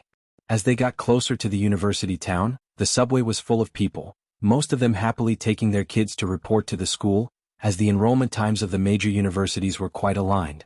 When Ji Xiaojun got off at the Jiang University station, there was even a reception set up by Jiang University in the subway station itself, guiding the new students to Jiang University. It was Ji Xian's first time feeling such a bustling atmosphere. He exited the subway station and saw Zier Avenue teeming with traffic. He then walked with a light step towards Shanghai apartment under the bright sunshine. Shanghai apartment. 303. In Bai Lian's room, Shenqing circled around her suitcase asking, "Is this all you're bringing? Are you taking your piano with you?" Even when in Xiangqing, Bai Lian didn't live on campus. Now, even though she had rented a house off campus, she still had to abide by the residential rules. Shenqing was helping her pack and always felt she wasn't bringing enough. Bai Lian leaned lazily against the windowsill with the curtains drawn back and the window cracked open to let in the strong light. "It's just registration, I won't bring the piano for now." The light exposed a clear path through the floating dust in the room. She squinted at Shenqing counting the items in her suitcase, everything appearing so tranquil. "Okay, then when is he coming back?" Shenqing paused her packing and looked up at Bai Lian. "Is Xiaojiang not coming back today either?" "I don't know." Bai Lian's gaze fell on the courtyard below. Ji Hung was not quite used to the climate of Jiangjing. His small yard had a wooden-colored umbrella erected, casting a cool shade all around. She watched the umbrella, her eyes not quite focusing on anything tangible. The problems Jiang Fulai and Ning Xiao left for her were not difficult. She had been pushing the two to solve them lately, while also busy with the songs required by the director of the institute, and reviewing the thesis notes left by my institute scholar. She was too busy to be bothered by anything else. However, ever since coming to Jiangjing, Jiang Fulai had been there for all of it. Even back in Xiangqing, he would most often accompany her for a walk through the alleys of Purist Street at night. Sometimes when studying until the wee hours, she would occasionally send him 1 or 2 questions, and he would always respond promptly. But for the past half a month, he and Hewen seemed to have disappeared into thin air, only showing up online at specific times to reply to messages. Long ago, she had weathered through the trials of Abi hell alone, braved countless troubles on her own. As she was pondering, Ji Xiaojun appeared in her field of vision, carrying a small bag. Bai Lian snapped back to reality, turned to Xinqing and smiled languidly, "Uncle is here." Xinqing went downstairs to call for Ji Xiaojun. Bai Lian picked up her phone on the side, unlocked it slowly and opened WeChat. In the WeChat group for Class 15 the chat was lively, with Lu Lingxi also talking with everyone in the group. Bai Lian tapped on the 2 conversation boxes at the top, opening one of them. Her last conversation with Jiang Fulai was on the 20th. If you find any errors, ads pop up, ads redirect, broken links, non-standard content, etc., please let us know reports so we can fix it as soon as possible. Chapter 6:15. Admission of 241. The oppressive feeling of the big shot. Second update. _2 She took a photo of the vegetables downstairs, which were growing splendidly in the pleasant sunshine, sent it over and slowly typed a few words. School's starting, at the end of summer, with clouds drifting and sunlight filtering through, the scene outside the window reflects the feelings in my heart, wondering if you are well? Room 303's hall. Ning Xiao had already packed his suitcase. Tang Ming's parents had arrived a couple of days ago, staying at a nearby guest house, and were taking Tang Ming to school today. Since nobody was sending Ning Xiao, he was going with Bai Lian. Pu Xiaohan's school would start in a couple of days, and her parents had already arrived, currently touring around Jiangjing. At the moment she was holding a camera, planning to walk into the school with Bai Lian and shoot along the way. Ning Xiao didn't bring much. He planned to get his bedding from the administrative office. He intended to buy the rest of his stuff at the school's convenience store. Xinqing had prepared a lot of things for Bai Lian, daily necessities that she had bought a few days prior, confident that with many people around, it wouldn't matter if the items were numerous and heavy. Today was the first day of registration, and many cars were already parked at the entrance of Jiang University. Go to. Fearing the crowd might grow even larger if they waited any longer, Xinqing and Jiheng took Bai Lian to register ahead of the rest. Although they lived right next to Jiang University, they insisted on sending her off to school with such fanfare. Bai Lian happily went along with Xinqing and Jiheng's mood. At the entrance of Jiang University, the Tang family had already arrived. Tang Ming, wearing a duckbill cap, excitedly waved from a distance upon seeing Bai Lian. "Lian Jie, scholar, this way." But before he could finish, he saw that behind Bai Lian, Ming Dongheng was coolly carrying her biggest black suitcase, which was heavy with some of Bai Lian's books inside. Bai Lian and her group with Xinqing seemed close, but Ming Dongheng, the tough and cold-looking guy, kept others at a distance. When Tang Ming saw Ming Dongheng, he dropped his hand and stopped waving. "What's gotten into you now?" Having greeted Tang Ming's family, Pu Xiaohan noticed Tang Ming's extremely solemn expression. After greeting Bai Lian and Pu Xiaohan, Tang Ming's mother pinched Pu Xiaohan's face, and upon hearing this she glanced at Tang Ming. "Xiaohan, don't bother with him, he's always so unnecessary." The group made a grand entrance into the campus. This immediately drew attention. The appearance and demeanor of this group were remarkable, especially Bai Lian, who was wearing a new biwei long dress made by Jiheng today. With 3/4 sleeves, her delicate wrists peeked out. The sunlight fell on her bright green dress, dazzlingly bright. Green was a color that didn't suit everyone, but it seemed exceptionally appropriate on her, enhancing her fair complexion, and her long lashes lazily drooped. This kind of flashy yet restrained beauty was a showstopper. Not only the reception desks of various departments but even the freshmen and their parents couldn't help but turn their gaze toward her. They quietly discussed among themselves, wondering if she was some celebrity, with a big guy in a black t-shirt standing behind her. Although he was wearing sunglasses, it was apparent he was scanning the people around him. He looked very much like the well-trained bodyguards often seen on television. For a moment nobody dared to approach. Bai Lian and the 3 were of the same major, and Tang Ming, looking at the bustling scene of new students that resembled a market, quickly found the physics department among a bunch of signs and hurried over there. A second before, the people at the physics department were wondering if this girl was a newly signed star, but the next they saw her heading their way. The crew-cut boy looked at Tang Ming, Ning Xiao and Bai Lian, mouth agape. "You, all of you are from the physics department?" "Yeah," Tang Ming replied with a smile. The crew-cut boy looked past Tang Ming to Bai Lian, who stood there nonchalantly, and the corners of his mouth instantly sprang up. Junior, Im Gu Xiaoga, sophomore in the physics department and also from the student union's organization department. Come on, it'll take you to our department to register. Do you have any luggage? Tang Ming, under the envious gaze of the other physics department members, Gu Xiaoga led Bai Lian's group to register with the physics department. Behind them, a group of upperclassmen waiting for other new students looked at the retreating figures of Bai Lian and her party, discussing among themselves. She seems prettier than Sister Ming, doesn't she? Get rid of seems. Wait a minute, do you guys think the freshman girl just now looks like that girl who was popular on our school's forum last year? Someone took out their phone immediately, glanced at it and said, it really is her. She actually got into Jiang University, and in the physics department? Physics department? Is she that freaky? Freaky? The top scholar in this year's college entrance exam is the real freak, man. Thankfully I took my exams last year, or else being in the same batch as these folks. The registration area was in the auditorium, which wasn't too crowded at this time, with only a few new students lining up in front of each college's table. Ji Heng and Tang Ming's parents were standing aside waiting, while Ji Xiaojun talked to Ji Heng about being invited by Mu Yining for dinner. Dinner, how?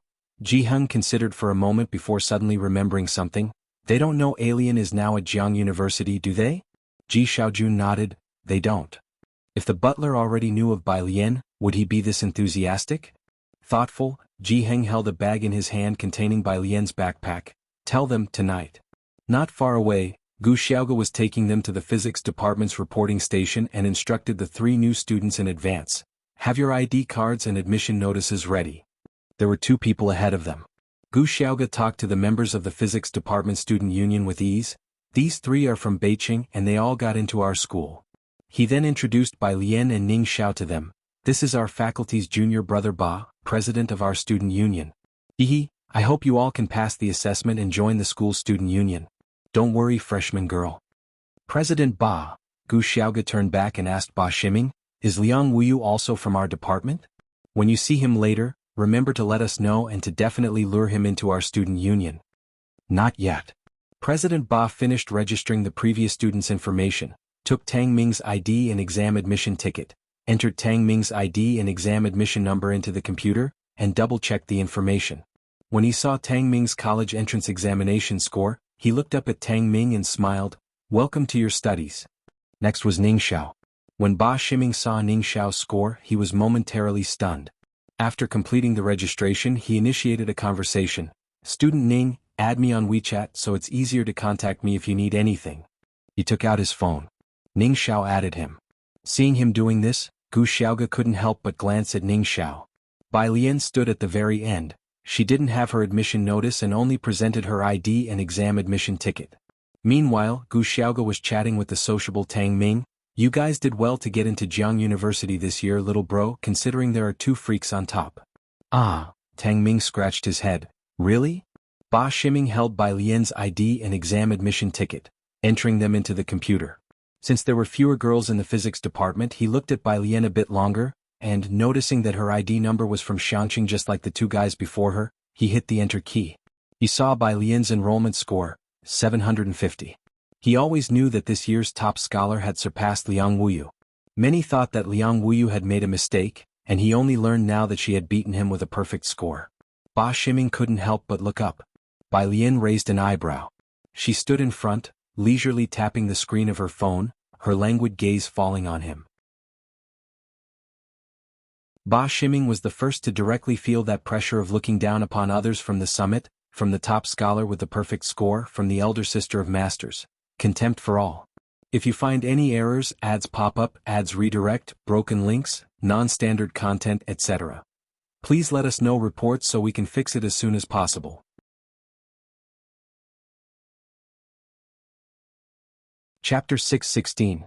242 Originally, she was at Jiang University. First update, _1 Ba Shiming remained silent. The senior sitting beside him, waiting for Bai Lian to fill out the form, started to urge, President, haven't you registered yet? Junior sister, come here and fill out the freshman report first. She had been watching Bai Lian's face, then passed the pen and paper to Bai Lian, with a voice gentle enough to melt water. Junior sister, Come on, fill out this form. Bai Lian expressed her thanks and took the paper and pen. She leaned forward slightly and left her basic information on it. Junior sister, let's add each other on WeChat first, then you can go to your dorm. Your dorm is in Nanmei District, building number 4, room 407. The senior took out her phone, successfully added Bai Lian on WeChat. I'm Yi Jingxian, a junior at the main campus. If you need anything you can come to me.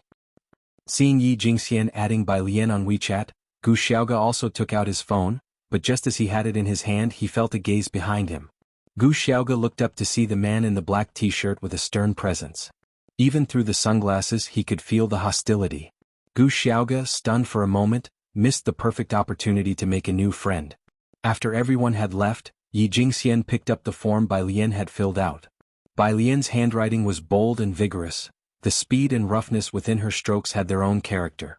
She could tell that Bai Lian had practiced regular script calligraphy, naturally seeing the power within the lines.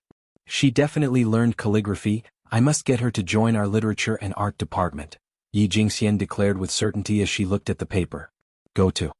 Beside her, Ba Ximing glanced at the computer screen and said softly, not necessarily. What do you mean? As the next student was about to line up, Ba Ximing pointed to the not yet refreshed computer screen for Yi Jingxian to see. Look who she is. Yi Jingxian leaned over for a look and saw those dazzling entrance exam scores. Damn, she's joined our college too? How come we haven't heard such big news? This year, all the freshman girls were housed in the Nanmei district, in dormitories uniformly designed for 4 occupants with bunk beds and desks underneath, separated by sky blue partitions. The entire dormitory was extremely spacious, with a private bathroom. The balcony was quite large too and had a table and 2 wooden chairs on it. Bai Lian was one of the earliest to arrive. The other people in the dorm had not come yet, so she chose the bed near the balcony on the left side. Shen Qing took a basin to the bathroom to fetch water and wiped down Bai Lian's desk and chair, as well as those belonging to the other residents of the dormitory. Bai Lian arranged the books from her suitcase neatly on her desk. Her belongings were simple, books and clothes. As she didn't plan to stay on campus during the registration period, Bai Lian had not brought her computer. After registration, Bai Lian took Shen Qing and Ji Heng around Jiang University's campus, and Shen Qing took many photos. Tang Ming and Ning Xiao also came out of the men's dormitory. More people were coming to register at this time, and the school was filled with students everywhere. The celebrity statue square was especially crowded, swarming with luggage. Bai Lian and Ning Xiao both liked quiet places like the library coffee shop. However, Shen Qing and Tang Ming's parents enjoyed the busy atmosphere. After lunch, having checked out the Jiang University statue square, the library, the science building and the teaching buildings, it was already past 4 in the afternoon. Tang Ming's parents had an 8 o'clock flight and left first. By this time, past the peak of new student arrivals, there were still quite a few people at the entrance of Jiang University. Bai Lian stood lazily by the roadside, watching Shen Qing take photos of Jiangjing University's main gate with her phone. Yang Lin's dorm is in building 5, Pu Xiaohan said, watching Tang Ming seeing his parents off, then turned back to speak to Bai Lian, but she went to the neighboring art college today. The art college? Bai Lian tilted her head slightly. She remembered the meticulous painting she had once seen in Yang Lin's biology notebook. Yeah, Pu Xiaohan said without thinking much further. Grandfather finished making the clothes.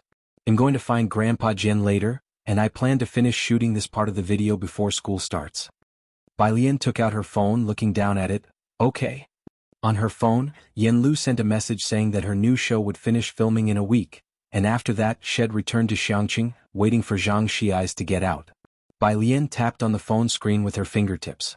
Next to her, Ji Heng lit a cigarette, smiled at Pu Xiaohan as he greeted her, then approached Bai Lian and after a moment of thought said, Alien, come have dinner with us tonight. It's the lady who gave you the bag last time she's treating.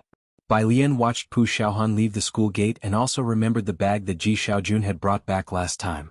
It was a unique design, but because it was leather she had studied it and figured that if she put slightly more books in it might deform, so she left it and used a Shanghai apartment. She generally preferred the canvas bag Ji Heng had made for her. More could fit in it and it was less likely to get damaged. The phone rang and Bai Lian looked down to see it was Director Huang's call. She answered, Director Huang? You came to register today? On the other side of the call, Dean Huang walked to the window looking down at the new students coming and going below. Today was the new student registration, and as the dean of the physics college, he was naturally in attendance. Upon arriving at the university, he overheard some professors discussing Liang Wuyu and Bai Lian.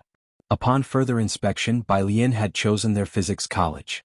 "That's right, the sooner the better," Bai Lian said to Xinqin, who was still taking photos as she casually leaned against the nearby railing, her green dress trailing on the ground. Ji Xiaojun also had the day off and just happened to have time, so Ji Heng decided to drop Bai Lian off for registration first. "How are you preparing for the Tongfeng class exams?" Dean Huang remembered to ask. Bai Lian's leg was casually propped up, and upon hearing this she laughed lazily. "It's going okay."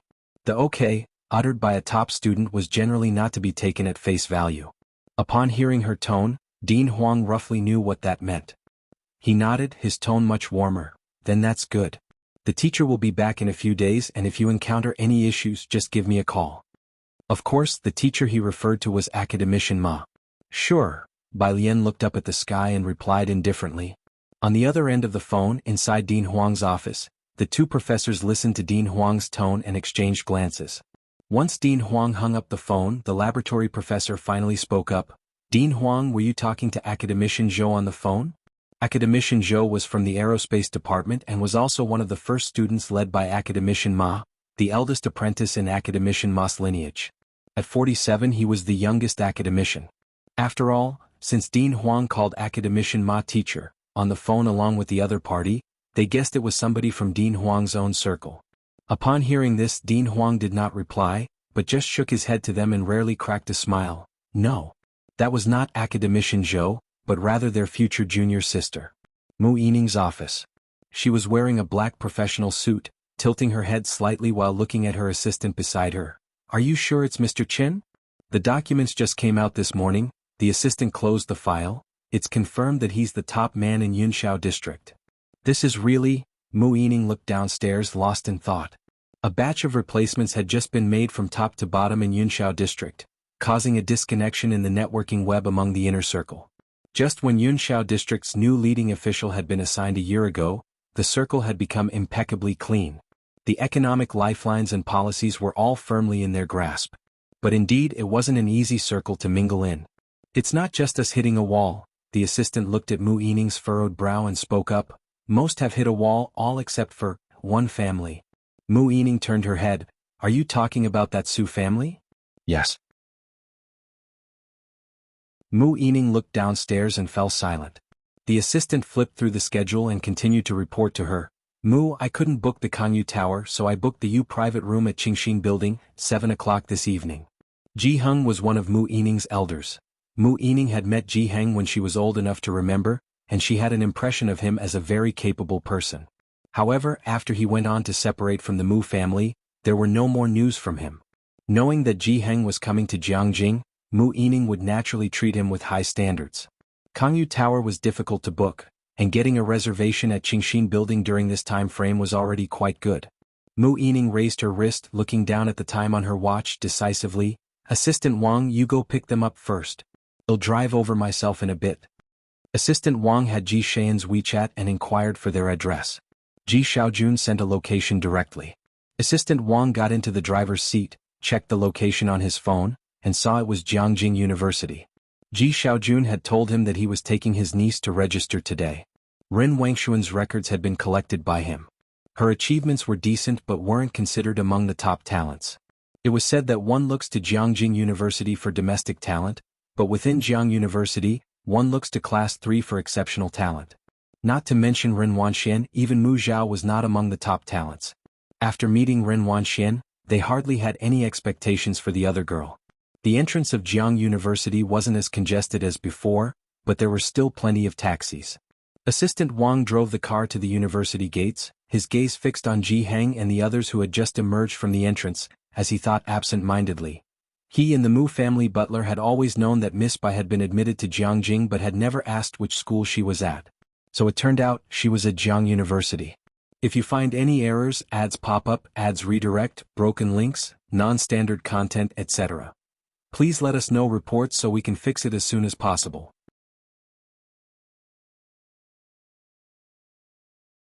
Chapter 617. 243 Jiang University Physics Department. Brother Jiang is back, second update. _1 Jiang University's entrance. Ji Xiaojun had ridden in Assistant Wang's car before, so he recognized the license plate and turned to Ming Dongheng. Xiaoming, someone has come to pick us up, you don't need to give a ride. Ming Dongheng nodded, standing aside without leaving, his gaze piercing through his sunglasses to look at Assistant Wang's license plate. Assistant Wang got out from the driver's seat. He walked over to the other side, his eyes watching Ji Xiaojun and his group. He had met both Ji Xiaojun and Xin Qing before, his eyes settling on the girl standing next to Xin Qing. The summer sun sets late, so at that time the light was not harsh, with the entire sun appearing as if veiled in a layer of soft mist, the cool golden rays slanting onto her, her emerald dress fluttering with the wind. Her brows and eyes were lazy yet unbridled. It was the pride of her blooming age, yet also a rare composure in pointing out the hills and rivers of this age. Such bearing of a great general. Assistant Wang stood still, his gaze upon Bai Lian, almost losing his voice as he watched her. Assistant Wang, Ji Xiaojun approached, introducing Ji Heng to him. This is my dad. Go to. Co-assistant Wang finally snapped back to reality, his gaze shifting from Bai Lian and greeting Ji Heng. Honored elder, hello, I am Assistant Manager Mu's assistant. You can just call me Xiao Wang. His gaze landed on Ji Heng and to his surprise, he found this Mr. Ji also had an extraordinary bearing. Assistant Wang opened the car door and ushered the large Ji family inside. He took his seat at the wheel and drove onto the main road. Since it wasn't a workday, traffic wasn't as heavy, and he looked in the rearview mirror. Bai Lian sat close to the door and after getting in the car, put on her Bluetooth earpiece.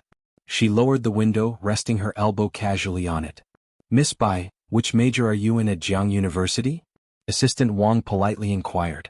Xin Qing, looking down at the photos they had taken throughout the day, heard and answered for Bai Lian. Alien has enrolled in the Department of Physics. Jiang University's Department of Physics, one of the 3 premier majors. The car quickly arrived at the Qingxin building. Mu Yining had arrived a few minutes early and was waiting for Ji Heng downstairs. Assistant Wang parked the car at the entrance of Qingxin building. Seeing Ji Heng in the passenger seat, she promptly opened the door for him. Uncle, I am Yining. Ji Heng got out of the car, his brows and eyes filled with admiration. You've grown up so much. Mu Yining pursed her lips and smiled, glancing to the side and pausing when she saw Bai Lian and Xin Qing getting out of the car.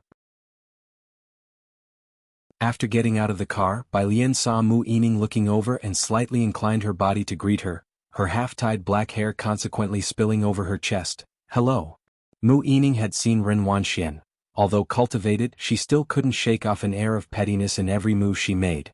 In fact, aside from Xin Qing, everyone from the Ji family possessed an extraordinary demeanor.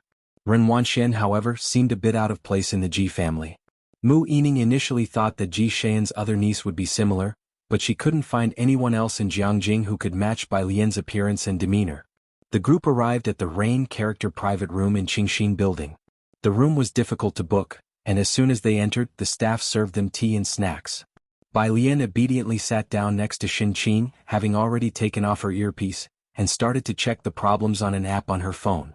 Mu Yining sat next to Ji Heng, pouring him a cup of tea, reminiscing about some childhood anecdotes, her eyes occasionally drifting towards Bai Lian sitting opposite to her, slightly lost in thought. The knock on the door rang again. Assistant Wang went to open the door and was somewhat surprised. Manager Pang?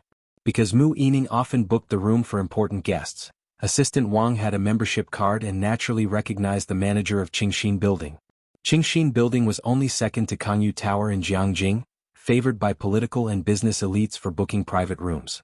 However, Assistant Wang wasn't familiar with the staff at Qingxin building, and neither he nor Mu Yining were at the level to warrant personal reception by the manager, so he was naturally surprised.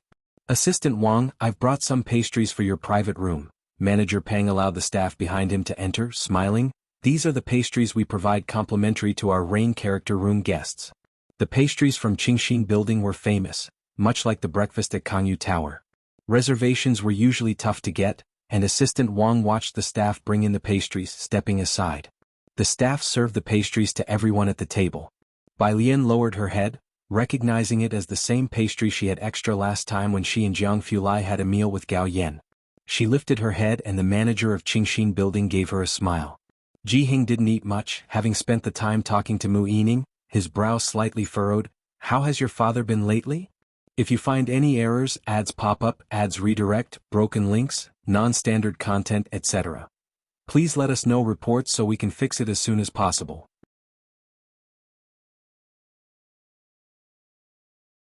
Chapter 6:18. 243 Jiang University Physics Department. Brother Jiang is back. Second update. _2 The people of great families have always been very united since ancient times. Back then, there was even the concept of collective punishment, where if one person committed a crime punishable by death, it would implicate 9 generations of the family. Shared glory and shared loss, this notion has been passed down to the present.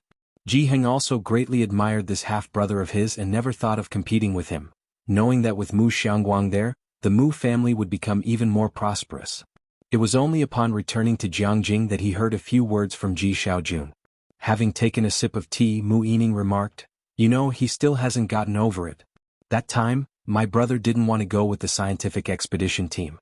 He felt he wasn't experienced enough, but our father pulled some strings and forcefully got them in." Due to his interference, Mu Qiong, whom Mu Xiangguang had been grooming with devotion, died, and since then he has almost never left the Buddhist temple. Ji Heng was clearly hearing this for the first time as he set down his smoking pipe. Compared to Mu Qiong's death, he himself was the final executioner, and this was the real reason Mu Xiangguang could not forgive himself. The atmosphere grew heavy upon mentioning this. After finishing the meal, Mu Yining escorted Ji Heng and the others downstairs and had her driver take them back to Shanghai apartment. "Be careful on the road." Ji Xiaojun and Xin Qing were returning to their place and didn't go back with Ji Heng. Mu Yining called a Qingxin building car to take Ji Xiaojun back, and only after everyone had left did she return to her car. Pressing her temples, she asked, "Did Mu Zhao go to school today?" "Go to." Co-assistant Wang was driving and he replied respectfully, "The young master said he'd go on the last day." Mu Zhao was also applying to Jiangjing University, but he was in the economics department. Upon the mention of Jiang University, Assistant Wang drove to the intersection and slowly said, "Mr. Mu, Miss Bai is also at Jiangjing University." "What? She's at Jiang University?" Mu Yining rolled down the window feeling a bit more alert. She had been observing Bai Lian for a long time that day. Assistant Wang answered, "Yes, Jiang University Physics Department." As a member of the Mu family, who didn't know about the physics department at Jiang University. Mu Qiong used to be in the physics department at Jiang University, participated in a direct Ph.D. program, and joined the scientific expedition team. Listening to the familiar major, Mu Yining stared blankly out the window. She actually got into Jiang University on her own, and it's the physics department of Jiang University. As far as she knew, Bai Lian was also from Xiangqing. Mu Qiong had been receiving the finest education since he was young, but Mu Yining could guess the conditions Bai Lian faced in Xiangqing without having to think about it. "Do you think?" At the red light, Assistant Wang stopped the car. "If the master knows she's in the physics department, will he come out?" Mu Yining pulled herself back from her thoughts. "I don't know, the problem is not just my dad. Look, she has never visited the Mu family either." Mu Yining leaned back in her seat, suddenly looking up. "Does the butler know about this?" She was inquiring whether the butler was aware of this situation. Mu Yining's focus had already shifted towards economics, and she didn't understand the matters of the scientific community. The leading figures of the major research institutions were probably known only to Mu Xiangguang. But without Mu Xiangguang coming out, there was nothing Mu Yining could do. "He probably doesn't know," whispered Assistant Wang. The registration period for Jiang University lasted 3 days, from the 29th to the 31st. On the 31st in the evening, Bai Lian returned to room 407 with her black computer and a small pot of succulents. The door was ajar, and as she entered, 2 of her roommates were by the desk on the left side of the door, yelling frantically at the computer, "It's not loading. Come on, come on. You're Jiang University's network, how can you be this bad? You're a huge letdown, Jiang University network. I will never choose Jiang University again." The voice was hysterical. The girl wearing a white t-shirt and a ponytail had just finished shouting when she saw a beautiful girl standing at the door, clad in white and black, with pretty yet languid eyes and eyebrows. "Friday, friend, who are you looking for?" Bai Lian, holding her computer, nodded politely. "Hello, I'm Bai Lian, I arrived on the first day of school." The girl with the ponytail realized this was her roommate. "Ah, hello, my name is Kong Wei," and pointing to the round-faced girl sitting in front of the computer, "Her name is Yu Simin, both of us are from Xiqing." Yu Simin also turned her head and greeted warmly, "So you are our last mysterious roommate. Add me on WeChat and he'll pull you into our dorm group." The three of them introduced themselves and Kong Wei touched her nose trying to save face. Sorry about earlier, I was competing with Yu Simin for our Idols album. Did we scare you? And not usually like this. Bai Lian glanced and saw that Yu Simin's computer was on the page for the Gambling with Liquor album release. Xinjia had included all of Yen Lu's songs in the Gambling with Liquor album, contending for the Chinese Music Awards, so she also released a collector's edition for the fans. It wasn't expensive, it was just hard to get.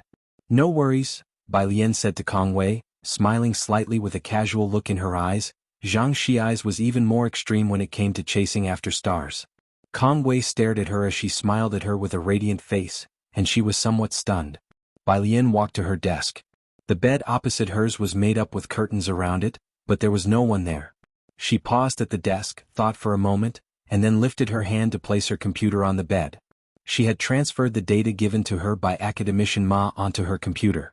Although Jiang Fulai had told her that her computer security was high and there was no need to worry about data leakage, she was still very cautious.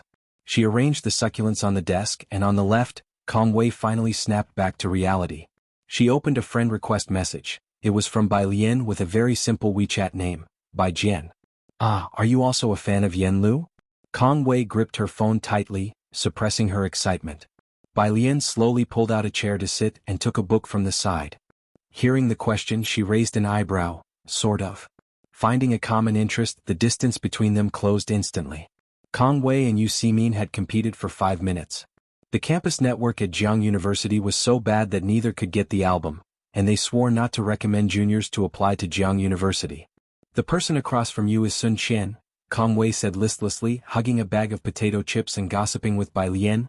She came yesterday with a butler and bodyguards. She has a butler at her home. The Sun family? Yu Simin pushed her glasses, clearly knowing some people in Jiangjing, and analyzed seriously. It must be that Sun family. Which one? Gossip was Kong Wei's nature. Yu Simin glanced at Bai Lian's book, which was in a foreign language that she did not understand, and continued to reason while touching her chin. There are only so many families in Jiangjing. My maternal grandfather warned me about causing trouble in Jiangjing and mentioned a few things. Generally, families with marital connections to the Su family have royal lineage. By extension, our dorm could also be considered royalty, right? Bai Lian looked down, slowly flipping through the book. She wasn't listening carefully, but when Yu Simin mentioned the Su family, she couldn't help but think of Su Nanjing and his entourage. Outside Jiang University's gates, a car with no logo slowly drove in. The gatekeeper, seeing the license plate, was startled and quickly let it through from afar, wondering to himself why the car was at Jiangjing today. With many people taking walks around Jiang University at that time, and more cars entering and exiting the university during those days, most did not recognize the internal car plates and did not pay much attention. Still, a few were pondering why the character in front of the plate was not Jiang, but Yen. The car avoided the crowd and slowly drove from the west gate toward Nanmei district.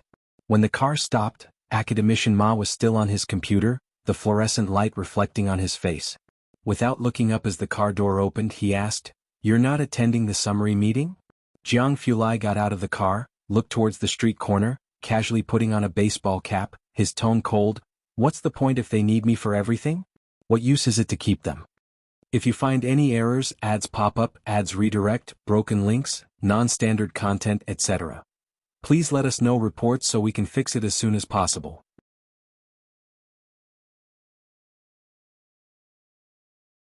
Chapter 619, Meet at 244, incident occurred at _1 Academician Ma tapped on the keyboard, typing out a line of text, and upon hearing the monitor's words, he slowly pushed up his glasses with a hand. "Okay, you are the boss, Jiang, what you say goes." The door behind slowly closed. In the front, the driver looked toward the co-pilot, where Yun assistant was seated. Afraid of disturbing Academician Ma, he lowered his voice. "Professor Yun, do we still wait for young Master Jiang?" "No need." Yun assistant gazed at Jiang Fulai's retreating back, a figure as solitary and indifferent as ever. He withdrew his gaze, head straight to the headquarters. Some problems arose with a few people in the project team, leading to a delay. In recent times, the chill emanating from Jiang's body was heavier than that of a ghost, leaving no blade of grass growing wherever he passed. After the car drove away, Yun assistant checked his mobile phone and suddenly remembered something. He glanced at the rearview mirror, Not everyone knew that Academician Ma was going to teach the Tongfeng class this year, but those with information channels had known about it early on. There shouldn't be many applying for the Buyuan class this year, but the number of students applying for the Tongfeng class is expected to grow exponentially. Upstairs, the few in room 407 were still chatting. Go to. Ko, I heard our new freshmen have 2 big shots in the physics department this year, and neither went abroad. Kong Wei, who had just arrived at this legendary top educational institution, couldn't settle down. All 3 of them were not locals, 2 from Xiqing and 1 from Beijing, and they all shared a passion for physics. They felt an immediate closeness, especially with Kong Wei being an active person. As Bai Lian listened to their conversation, she read her book, lazily turning the pages and occasionally responding with a word or two when Kong Wei asked her something. Until her mobile phone lit up briefly, she glanced at it. It was a message from Su En. We are leaving now. Today he and Ji Mulan had accompanied Su Jiue to the school. Upon arrival he wanted to meet Bai Lian, but she chose not to see them. Su En didn't insist. He only had Su assistant pass the gift they had brought for Bai Lian to her. Bai Lian. Okay. On the other side of the phone, Su En picked up the car keys, looking at Ji Mulan beside him, whose belly was now quite large. Alien didn't say she wanted to see us. Ji Mulan fell silent for a moment. She reached out to touch her belly and shook her head. Let's go back. She had anticipated it all. If Su En had been alone, Bai Lian would certainly have met with him. Ji Mulan found it harder and harder to read Bai Lian now. After replying with a single word, Bai Lian just put down her phone when another call came through. She glanced at it indifferently. There was no contact name, just a Jiangjing local number. Her fingers, which were about to flip the page, paused on the paper, cold white fingertips resting on the sky-blue tabletop. She hesitated for a few seconds before lifting her head and picking up the phone to answer on the balcony. On the other end of the phone, the voice was as calm as ever, speaking unhurriedly. Have you returned to the dormitory? When Jiang Fulai was busy with engineering work with Academician Ma and others, he couldn't make calls, and even for external contact he needed to use the special mobile phone from that place. You could tell from his voice that he was a bit worn out. Bai Lian leaned casually on the balcony railing, looking down at the flower bed below. Just got back to the dorm. I'm reading about quantum many-body theory. It was related to quantum field theory and condensed matter physics of high-energy particles. Jiang Fulai quietly listened to her speak. School had just started, and many older students were selling second-hand books and trinkets downstairs by the female dormitory, creating a bustling scene at this moment. Through the phone some noise could be heard. Where are you? Bai Lian heard some raucous noise. He seldom made phone calls from the lab, and even when he sent voice messages, the background was always extremely quiet. Holding the phone, Jiang Fulai's gaze rested on the entrance to the female dormitory, and he inadvertently said, Bai Lian, I'm outside the female dormitory building. Outside the entrance to the female dormitory was a main road flanked by sweetgum trees that formed a dense canopy, with the nearby solar lamps providing dim illumination. Near the entrance, there was a convenience store to the left and an eyeglass shop that was still open. At the moment, down the stairs to the supermarket, many senior students had set up stalls selling second-hand items to junior students. As Bai Lian emerged from the dormitory entrance, she immediately saw a towering figure standing under a sweetgum tree to the right, dressed in black including a newsboy cap which did little to hide his haughty demeanor. The figure was faintly enshrouded in the cool light from the back, not looking up, yet radiating an intense presence. Students delivering food on campus instinctively stayed away from this direction. He was looking down at his phone, its screen still brightly lit. Seeming to sense someone coming out, he looked up, his gaze precisely finding the person who had just emerged cutting through the crowd. Dressed in an ivory-colored garment with a slanting collar, the material was soft, only the cuffs and the hem were embroidered with large patches of green tendrils, making the girl's face look as luminous as jade. If you find any errors, ads pop up, ads redirect, broken links, non-standard content, etc. Please let us know reports so we can fix it as soon as possible.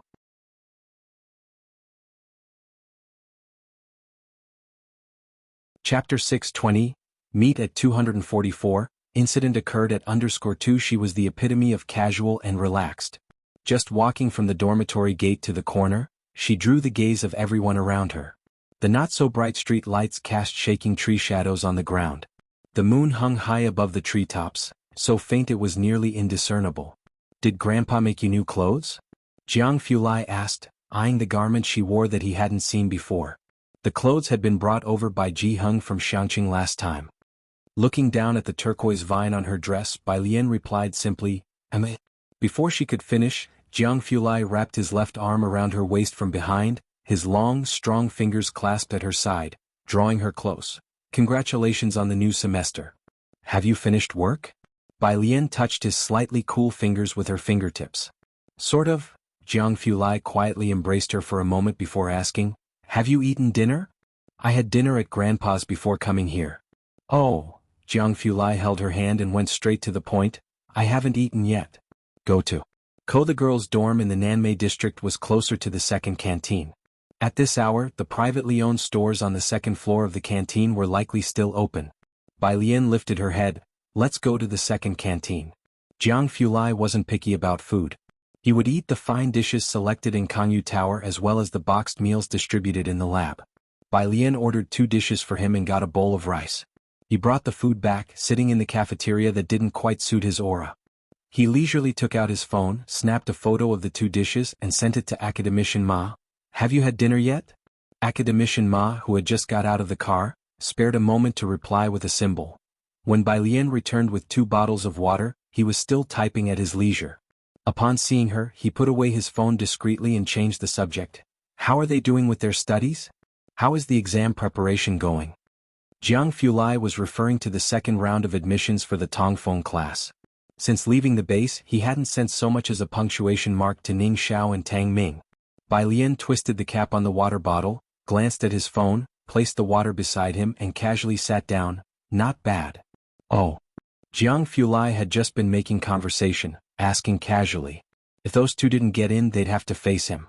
Kong Wei was too lazy to go downstairs and asked Bai Lian to bring back a pack of trash bags from the supermarket on the ground floor when she returned.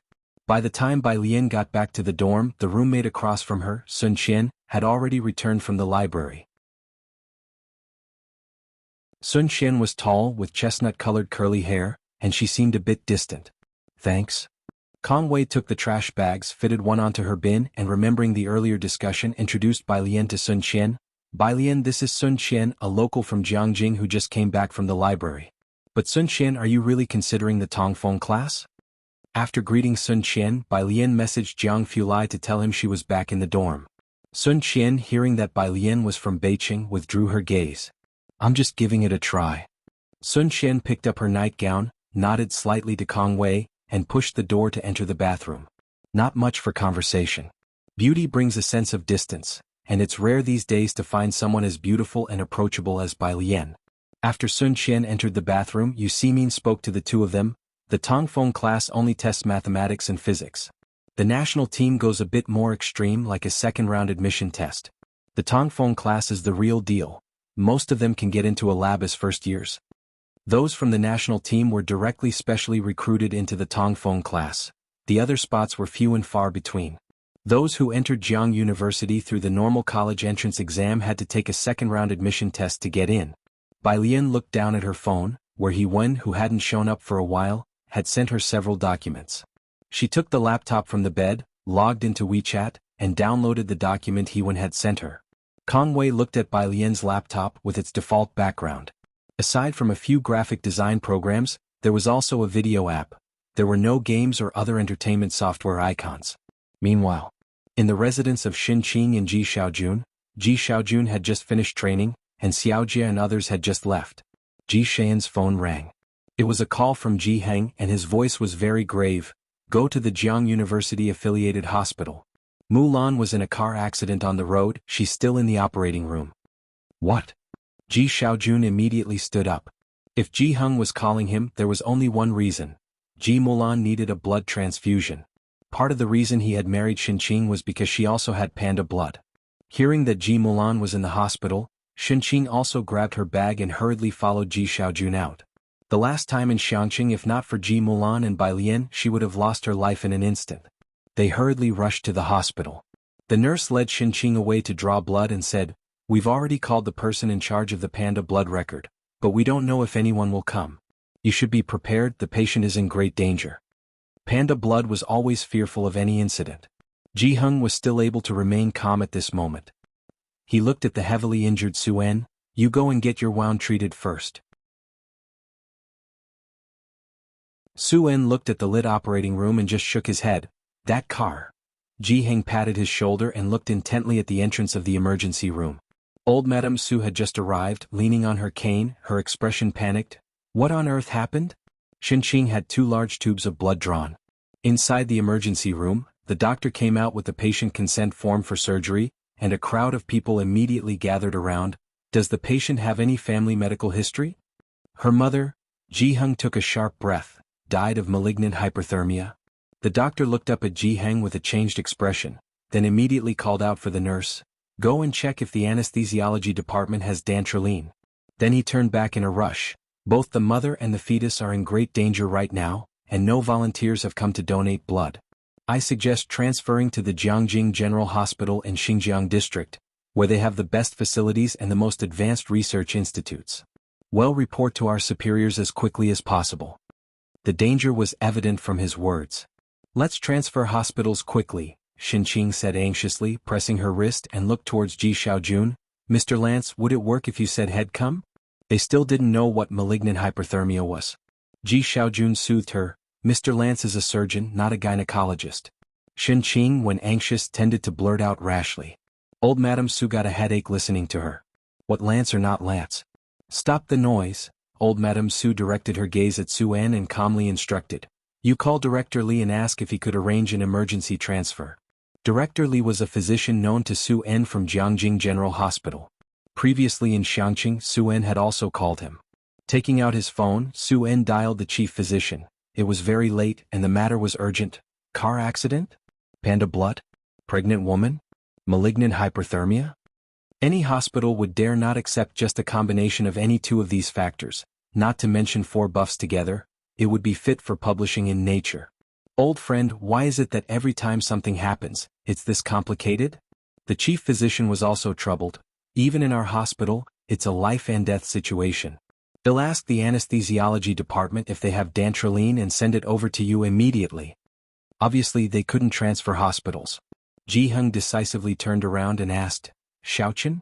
The butler supported the old lady and addressed Ji Heng very respectfully. Eldest Master Ji, the General Hospital is not managed by the Chen family. It's part of Xinjiang General Hospital. The hospital also has its own protocols.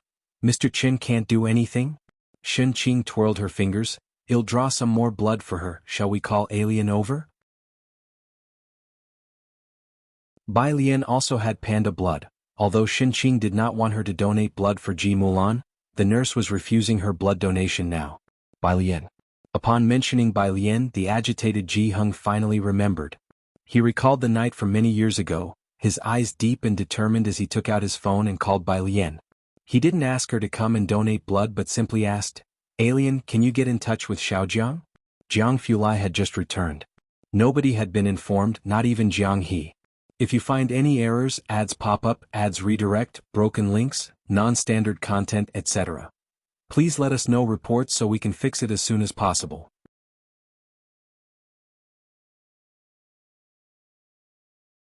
Chapter 621. 245 finally has a chance to perform. _1 Dormitory 407. Bai Lian leaned against the balcony, her hair all hanging behind her head. She casually thrust one hand into her pocket while stray strands of hair fell across her forehead. In her other hand she held a cell phone, her pale fingers tapping on the screen. A truck? Her eyes narrowed slightly. With many newcomers at Jiang University these days, there were more vehicles, and all were driving slowly, careful not to accidentally collide with a new student. How could there be a car accident at this critical time? She walked into the dormitory, picked up the jade hairpin on the table, and began to slowly twist her hair up. Her dark, abyss-like eyes seemed unfathomably deep. Bai Lian had planned to wait for Sun Qian to come out before taking a shower. Just as she removed the hairpin from her head, Ji Heng's call came through. Yu Simin had just taken her pajamas out and climbed down from the bed when she saw Bai Lian putting her hair back up, puzzled. Are you going out? Yes. Bai Lian secured her hair. No need to leave the door unlocked for me tonight. She reached out, took her laptop and cell phone and left. After she'd gone, Kong Wei looked at her retreating figure and clicked her tongue. Why do I feel like Bai Lian has an even stronger presence than Sun Qian? After speaking, another thought struck her. If we don't leave the door for her, where is she going to stay? After all, Bai Lian was not from Jiangjing. Source, web novel. Com updated on. Speaking of which, it seemed that Bai Lian was the first to arrive in their dormitory. Downstairs, Bai Lian headed straight for the west gate. She was messaging Lance as she walked. She wasn't very familiar with modern hospitals, but Lance was, so she called him. Malignant hyperthermia? It's no problem if you have dantrolene. Lance immediately knew what was happening based on the description. But you said the patient has panda blood. Bai Lian's tone was unhurried, a pregnant woman plus a car accident. The one in trouble was Ji Mulan, but Bai Lian was not worried. That is indeed dangerous, but if she's saved, that's an SCI paper right there. Lance communicated fluently with Bai Lian in English. Such a case is rare, a beautiful emergency, a 1 in a million chance of survival. Who's the patient? She's essentially this Boda's biological mother, Bai Lian replied. Despite the awkwardness, Lance, who understood, was speechless. Messages can be revoked, but spoken words cannot. He opened his mouth and began to search for some adjectives. It's not necessarily too late if your doctors are well trained and manage to physically bring down the fever until dantrolene arrives, there's a good chance. Alright, there is a doctor in my lab who was involved in a malignant hyperthermia case. I'll contact him for you, he could give you some constructive advice during the surgery. Ji Mulan's condition was nowhere near as complicated as Xin Qing's. With a bit of luck, she could be saved. The key was the medication and the presence of someone with experience in treating malignant hyperthermia. Compared to Xin Qing, she had more buffs to her advantage. After all, there weren't many doctors in Jiangjing who had experience with malignant hyperthermia. Bai Lian, not far away, Dean Huang was talking to a professor from the physics department with his hands behind his back, but when he saw Bai Lian he stopped.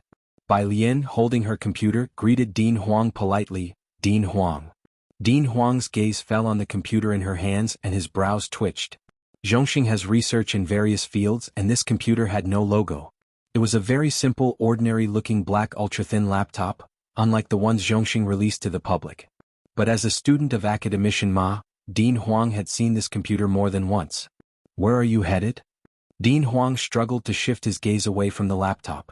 I'm leaving the campus. Even when facing the dean of her college, Bai Lian was straightforward. I have something to attend to. Be safe, Dean Huang said warmly, unsure whether Bai Lian was going to meet academician Ma. How is your exam preparation going? Not bad. Bai Lian spotted the car turning from the left and bid farewell to Dean Huang. Dean Huang, my ride's here, I must go. She got into the car. Dean Huang stood in place, watching the black car Bai Lian boarded with a very distinctive license plate. He had a hunch. The professor standing next to Dean Huang had remained silent up until now, and only after the black car had driven away did he speak. Bai Lian. Is she this year's high school valedictorian? Upon hearing this, Dean Huang smiled. The professor walked behind Dean Huang and couldn't help but glance back in the direction the black car had taken. The driver was Ming Dongheng. He had just driven Jiang Fulai away from Jiang University when Bai Lian's call came in. In the back seat, Jiang Fulai didn't open the window but was talking calmly on the phone. Butler Jiang, I won't be coming back for the time being. I will go straight to Shanghai apartment later. Ming Dongheng drove the car steadily. Bai Lian sat next to Jiang Fulai, opened her laptop, and leisurely flipped through the research papers she had saved. Why did you bring the computer out? Jiang Fulai asked as he hung up the phone, seeing Bai Lian looking at her computer, her profile illuminated by the soft glow of the screen. I'm used to it. The laptop contained a hard drive's worth of data left to her by an academician from Ma Institute, which she didn't feel comfortable leaving in her dorm. Jiang Fulai rested his wrist on his knee, turning to look at the research papers on her laptop. Very familiar. He narrowed his eyes. Only Ming Dongheng in the driver's seat found it odd. Wasn't Ji Mulan supposed to be critically ill? Yet Miss Bai and Jiang Fulai didn't seem very anxious. There wasn't much traffic at this time, and the Jiang University-affiliated hospital was nearby. They quickly arrived at the hospital. At the emergency room entrance, the police were still negotiating with Su-en. Su-en's grandmother stood by the emergency room door, turning her Buddha beads and praying for Ji Mulan and the child in her womb to be safe. Ever since she learned that Bai Lian had topped the college entrance exam, she had taken a keen interest in the fetus carried by Ji Mulan. After all, having given birth to someone as intelligent as Bai Lian, Ji Mulan's genes must be very good. Su Shujia and Su Wenyao had already arrived. She held a folder and whispered to Zu's assistant, What's the situation? How could there be a car out of control near Jiang University? Don't know. Zu's assistant hadn't accompanied Su En today and had only arrived shortly before. The current issue is, which hospital has dancuxarin? Malignant hyperthermia was a rare condition. Dancuxarin had a short shelf life, and the drug itself was expensive, so few hospitals kept it in stock. Su En had already sought the chief physician of the main hospital. The doctor came out of the emergency room, glancing back at the clock outside the operating room. The patient urgently needs a blood transfusion and dancuxarin. The main hospital just used their last vial last month. We're still contacting other hospitals. If you have any connections, ask the research institutes if they have any in stock. Oddly enough, the main hospital would usually have a stock, but it just happened to have used one last month. Su En's grandmother turned to Su Wenyao, anxious. Wenyao, don't you know some lab people? Ask them if they know anything. Su Wenyao bowed his head, pressing on WeChat. I'm already asking. They're also trying to find a way. Given the urgency of the situation, Shen Qing went to draw another tube of blood, pressing her arm as she approached. Ji Heng simply kept his gaze fixed on the interior of the emergency room, maintaining this posture since the beginning. What does the building butler say? Ji Xiaojun hung up the phone and shook his head. He says he's making contacts. The two conversed while, beside them for the first time, Su En's grandmother and Su Shujie heard of the matter. Who was the building butler? Just then, the elevator doors beside them opened, and a girl in white clothes walked out with her eyes downcast. Jiang Fulai walked on her left, with Ming Dongheng following behind, carrying car keys. After such a long time, seeing Jiang Fulai's exceptionally handsome and cold face again, both Su Shujie and Su En's grandmother couldn't help but stop and take a step back. The noisy exterior of the emergency room was, at this moment, so quiet you could hear a pin drop. Bai Lian stopped beside Ji Heng, standing there indolently. As long as Ji Heng and Ji Xiaojun were all right, Bai Lian was easy to deal with. She even politely greeted Su En and Su Wenyao. How's it going? Su Wenyao glanced at the messages on his phone and shook his head, his face showing difficulty. The situation isn't good, there's a shortage of the drug. Chen Hong said his cousin hasn't found the lab's medicine. Ah. Su En's grandmother got a bit panicked as Su Wenyao was the only one who had connections in the labs. Is this medicine really so scarce? Tell them that our Su family has money, we must find a way to get it. Grandma, if we could get it, we would definitely use it to save her, a nurse explained to the elderly lady, but the drug is rare to begin with.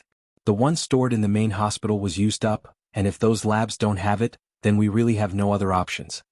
Jiang Fulai followed Bai Lian at an unhurried pace. He lowered his baseball cap and didn't look at the others, speaking on the phone. However, Shen Qing looked at Bai Lian. Alien, your mother? She still needs blood.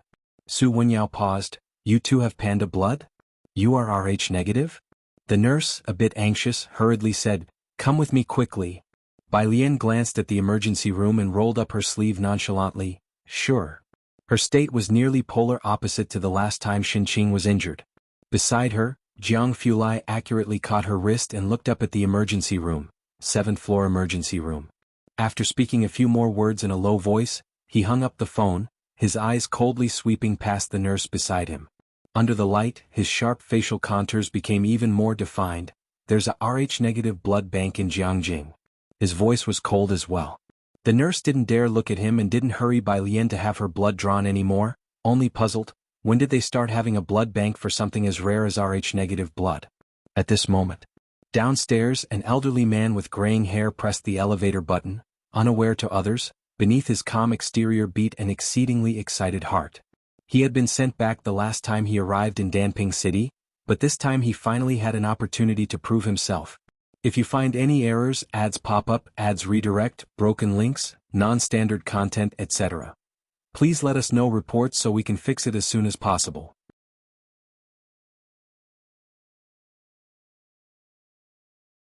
Chapter 622. Which ginger is it?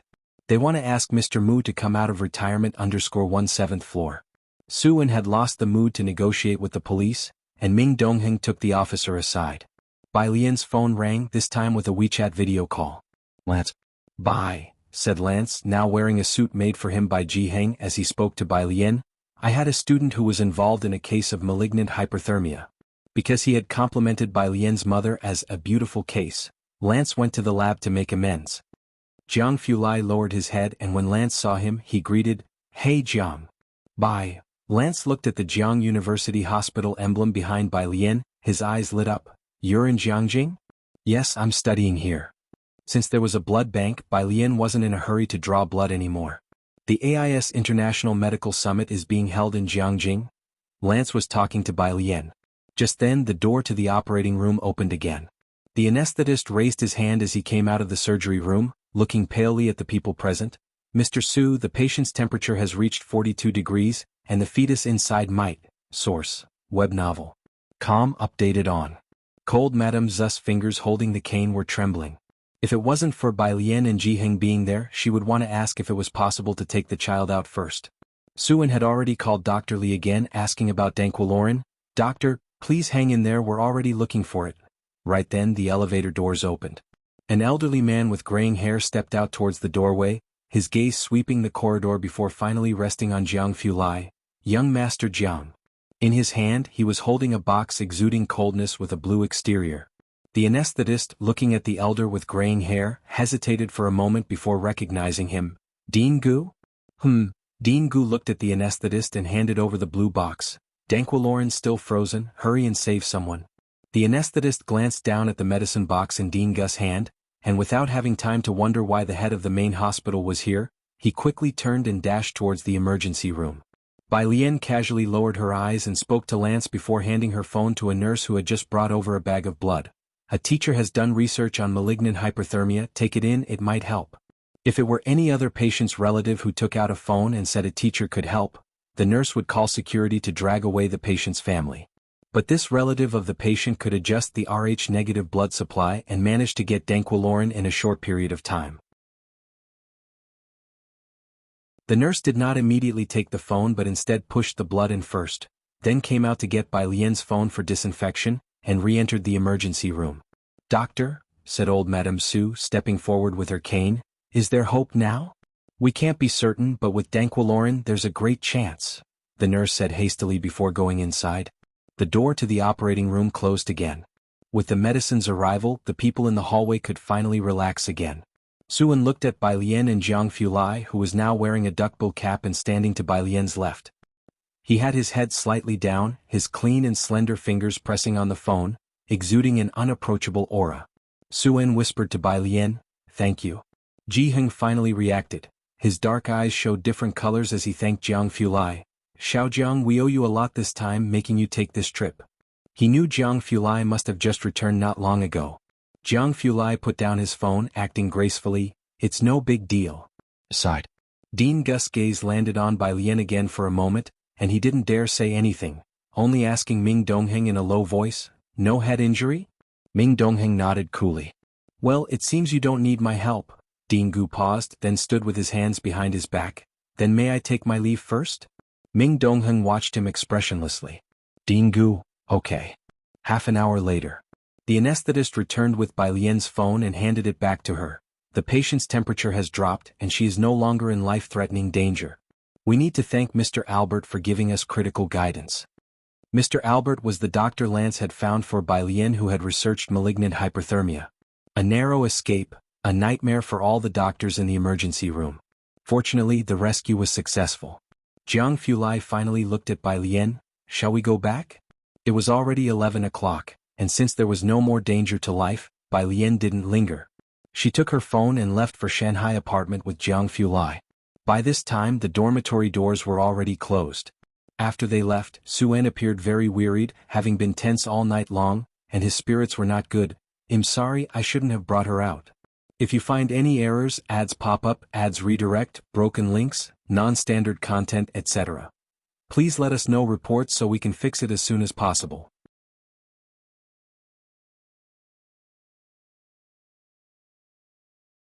Chapter 623. Which ginger is it? They want to ask Mr. Mu to come out of retirement under? It has nothing to do with you. Ji Heng simply looked intently at the emergency room, uttering only this phrase, his thoughts unknown. Su Shujie and Su Wenyao, seeing that Ji Mulan's life was not in danger, also relaxed. Su Shujie turned to the Su assistant. "Do you know the Dr. Bai Lian mentioned?" The Su assistant remembered Lance, relieved. "It must be one of Dr. Lance's people." "Lance? Who was that?"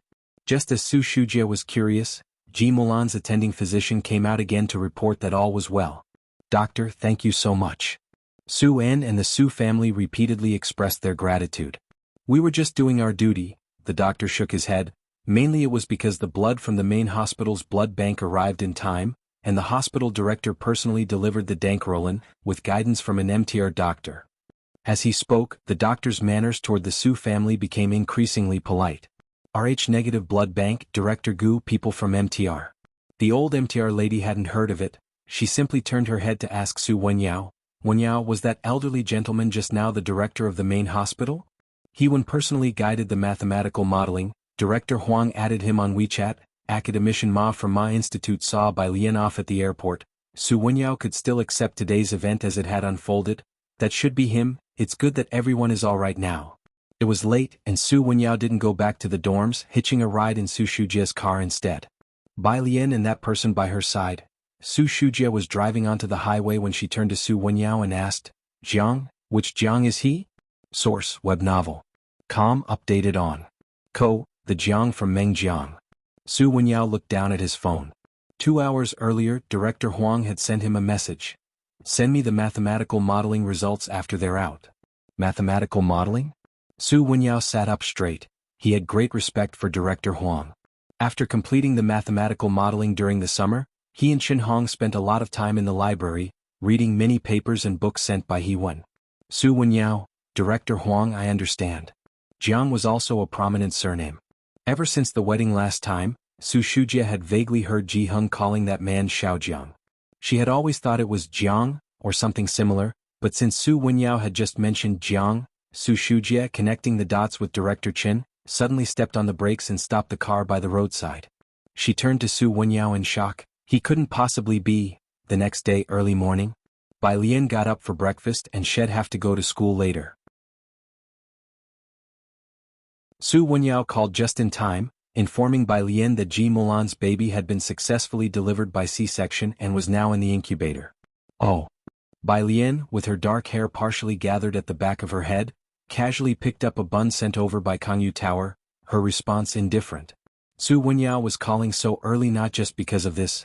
"Do you know the results of the mathematical modeling competition will be out this morning?" This Bai Lian really didn't know. Upon hearing no response from Bai Lian, Su Wenyao knew she wasn't concerned with these matters, and probably wouldn't bother to check the results. "The winners need to do a defense presentation. Qin Hong is already preparing his defense PPT. He'll send you the results as soon as they come out." Su Wenyao mainly wanted to talk to Bai Lian about the mathematical modeling. He was confident about winning an award, he just wasn't sure if it could be a first prize. Jiang Fulai stood on Bai Lian's balcony, dressed in a white shirt today with the cufflinks removed and the sleeves rolled up several times. His delicate brows and eyes were lowered, his voice low and pressured as he spoke with someone on the other end of the phone. "Don't want to go to school? Wait for me to come back." Bai Lian hung up the phone to hear his voice. Knowing he was talking about Jiang he's just in first grade, isn't it too hard on him? He also needs to integrate into society. Jiang Fulai hung up the phone, returned to the living room and sat down beside Bai Lian, slowly picking up some chopsticks. Bai Lian paused, lazily tilting her head. What if he ends up thinking, "What on earth am I doing in a classroom with these things?"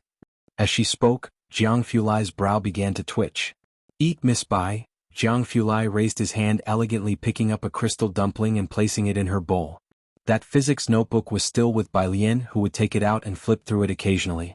How could Jiang Fulai not know Miss Bai's remarkable memory? He guessed she had memorized every single one of his scribbled complaints in there. After breakfast, Bai Lian printed out the papers He Wen had given her in the study room. Jiang Fulai stood by, unhurriedly using the stapler to bind her papers together, his gaze coolly skimming over the documents. Dormitory. When Bai Lian returned, Kong Wei was talking to someone at the staircase entrance. Seeing Bai Lian, she waved excitedly. "Bai Lian, come over, this student is from your hometown." "From my hometown?" Bai Lian replied to Tang Ming in the group chat, saying she would grab a book and then join them. Ning Xiao and Tang Ming had already secured a spot in the library. If you find any errors, ads pop up, ads redirect, broken links, non-standard content, etc., please let us know reports so we can fix it as soon as possible.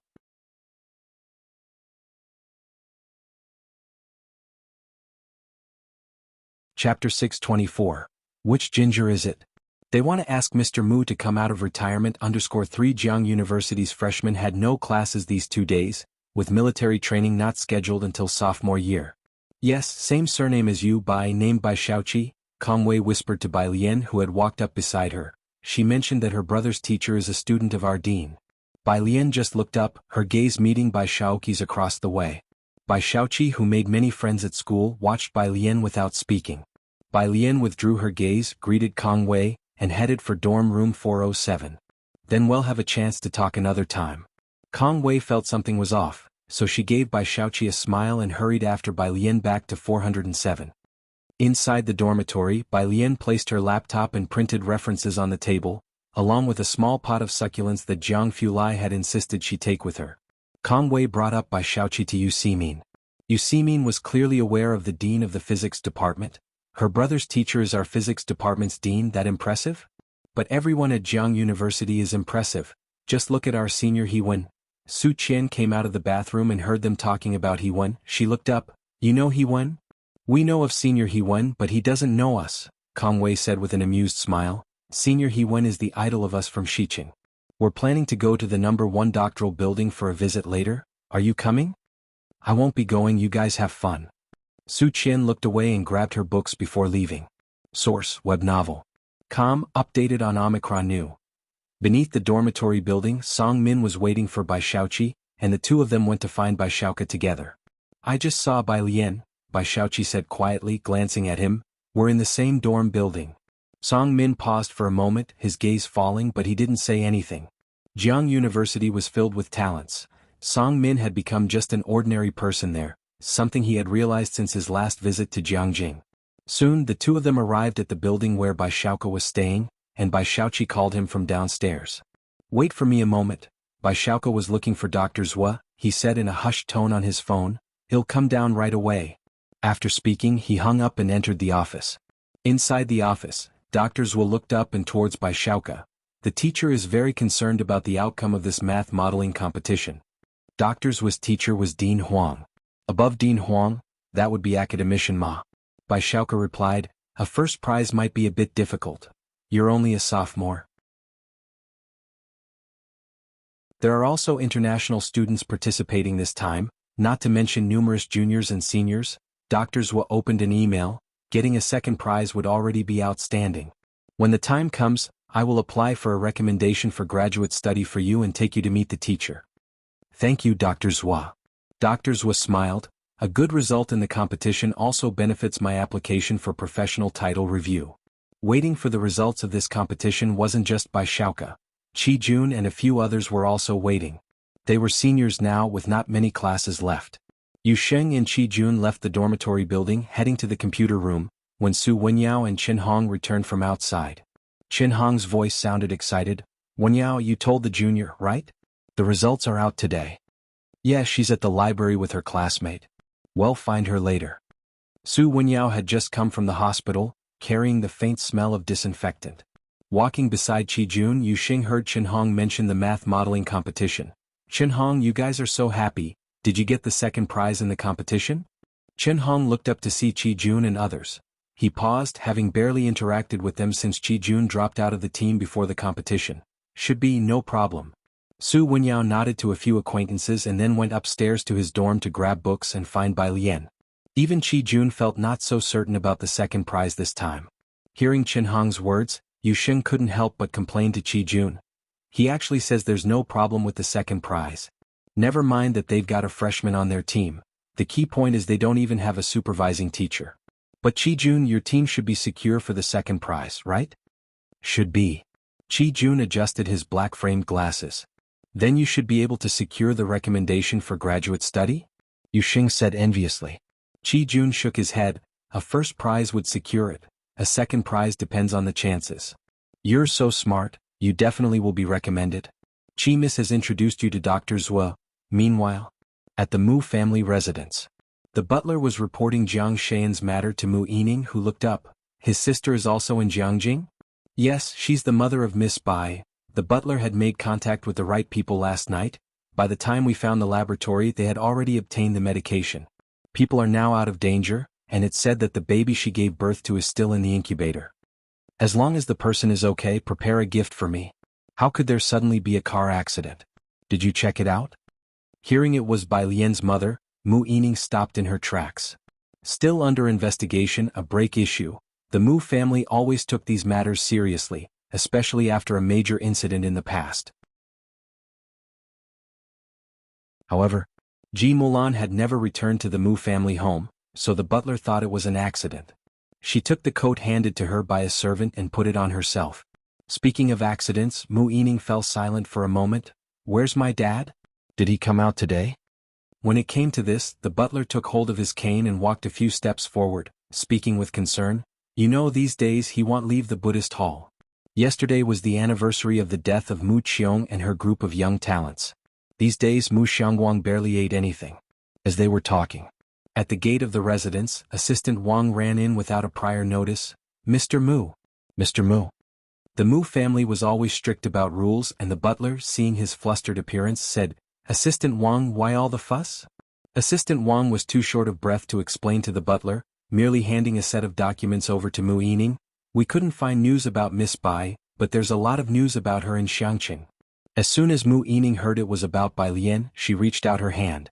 The butler was still unaware that Mu Yining had dined with Bai Lian, looking at Mu Yining in surprise. Miss, you met with Miss Bai? Mu Yining didn't respond. She opened the envelope and inside were several photographs and news clippings. The first picture was a screenshot of a news broadcast from Xiangqing No. 1 High School, with the background of the school gates adorned with several banners, the first one in red with white characters strikingly noticeable.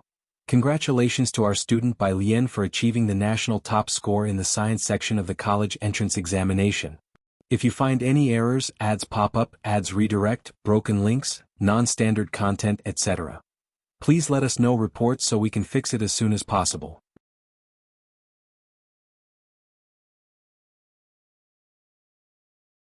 Chapter 625, 247 First Prizes. You'll get used to it. _1 The Mu family, Mu Xiangguang's courtyard. At 8 in the morning, wafts of sandalwood scent drifted through the bead curtain.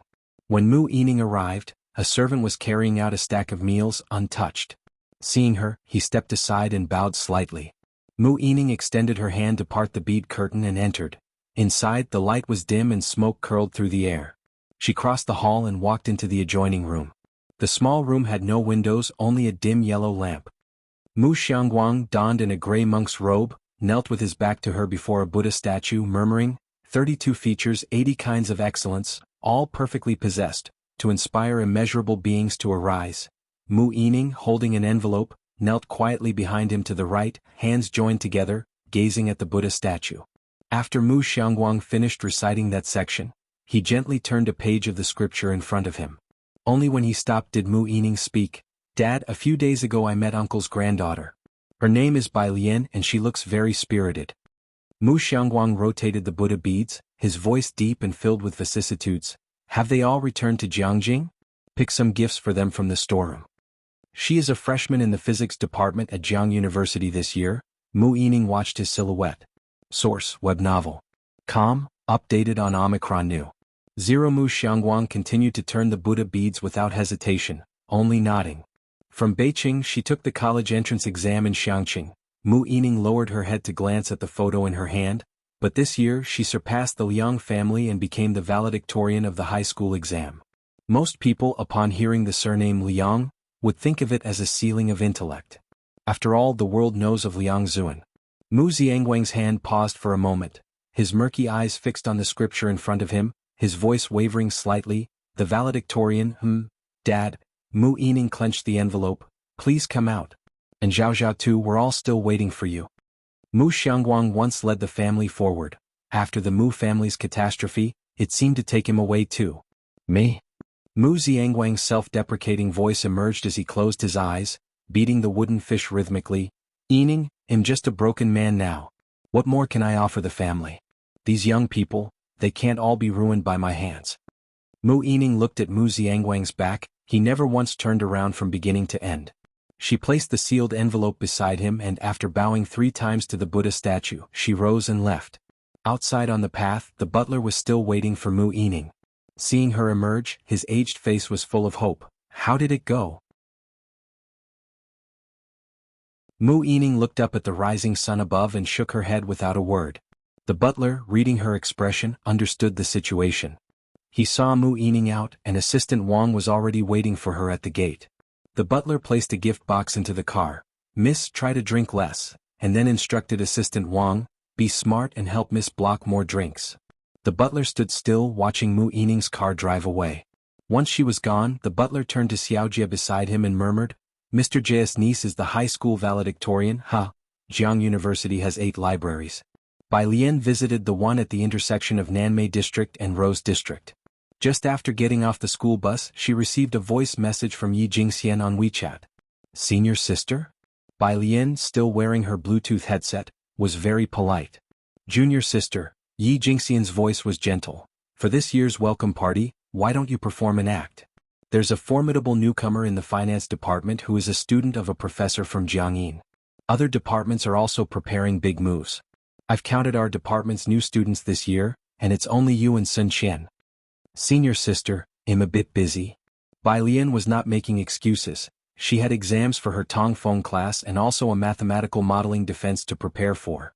"Junior sister," Yi Jingxian pleaded over the phone, "could you just sing a simple song? Our department has always had more boys. It's been years since we had someone impressive like you. You're also our representative new student this year. Never mind, are you in your dorm? I'll come to find you and we can talk in detail." Bai Lian stood under a camphor tree at the library entrance, looking at the address Tang Ming had sent, located in a small study room on the 4th floor. "Senior sister, I'm at the library and I have things to do this afternoon as well." "The library?" Yi Jingxian hadn't expected her to hit the library on the first day of school. Obviously a top student. "Well, junior sister, I will come to visit you tonight to discuss this in detail. Please help, junior sister." "Okay." Bai Lian hung up the WeChat call, slowly removed a leaf that had fallen on her arm, and waited outside the library for a while. "If you find any errors, ads pop up, ads redirect, broken links, non-standard content, etc., please let us know reports so we can fix it as soon as possible."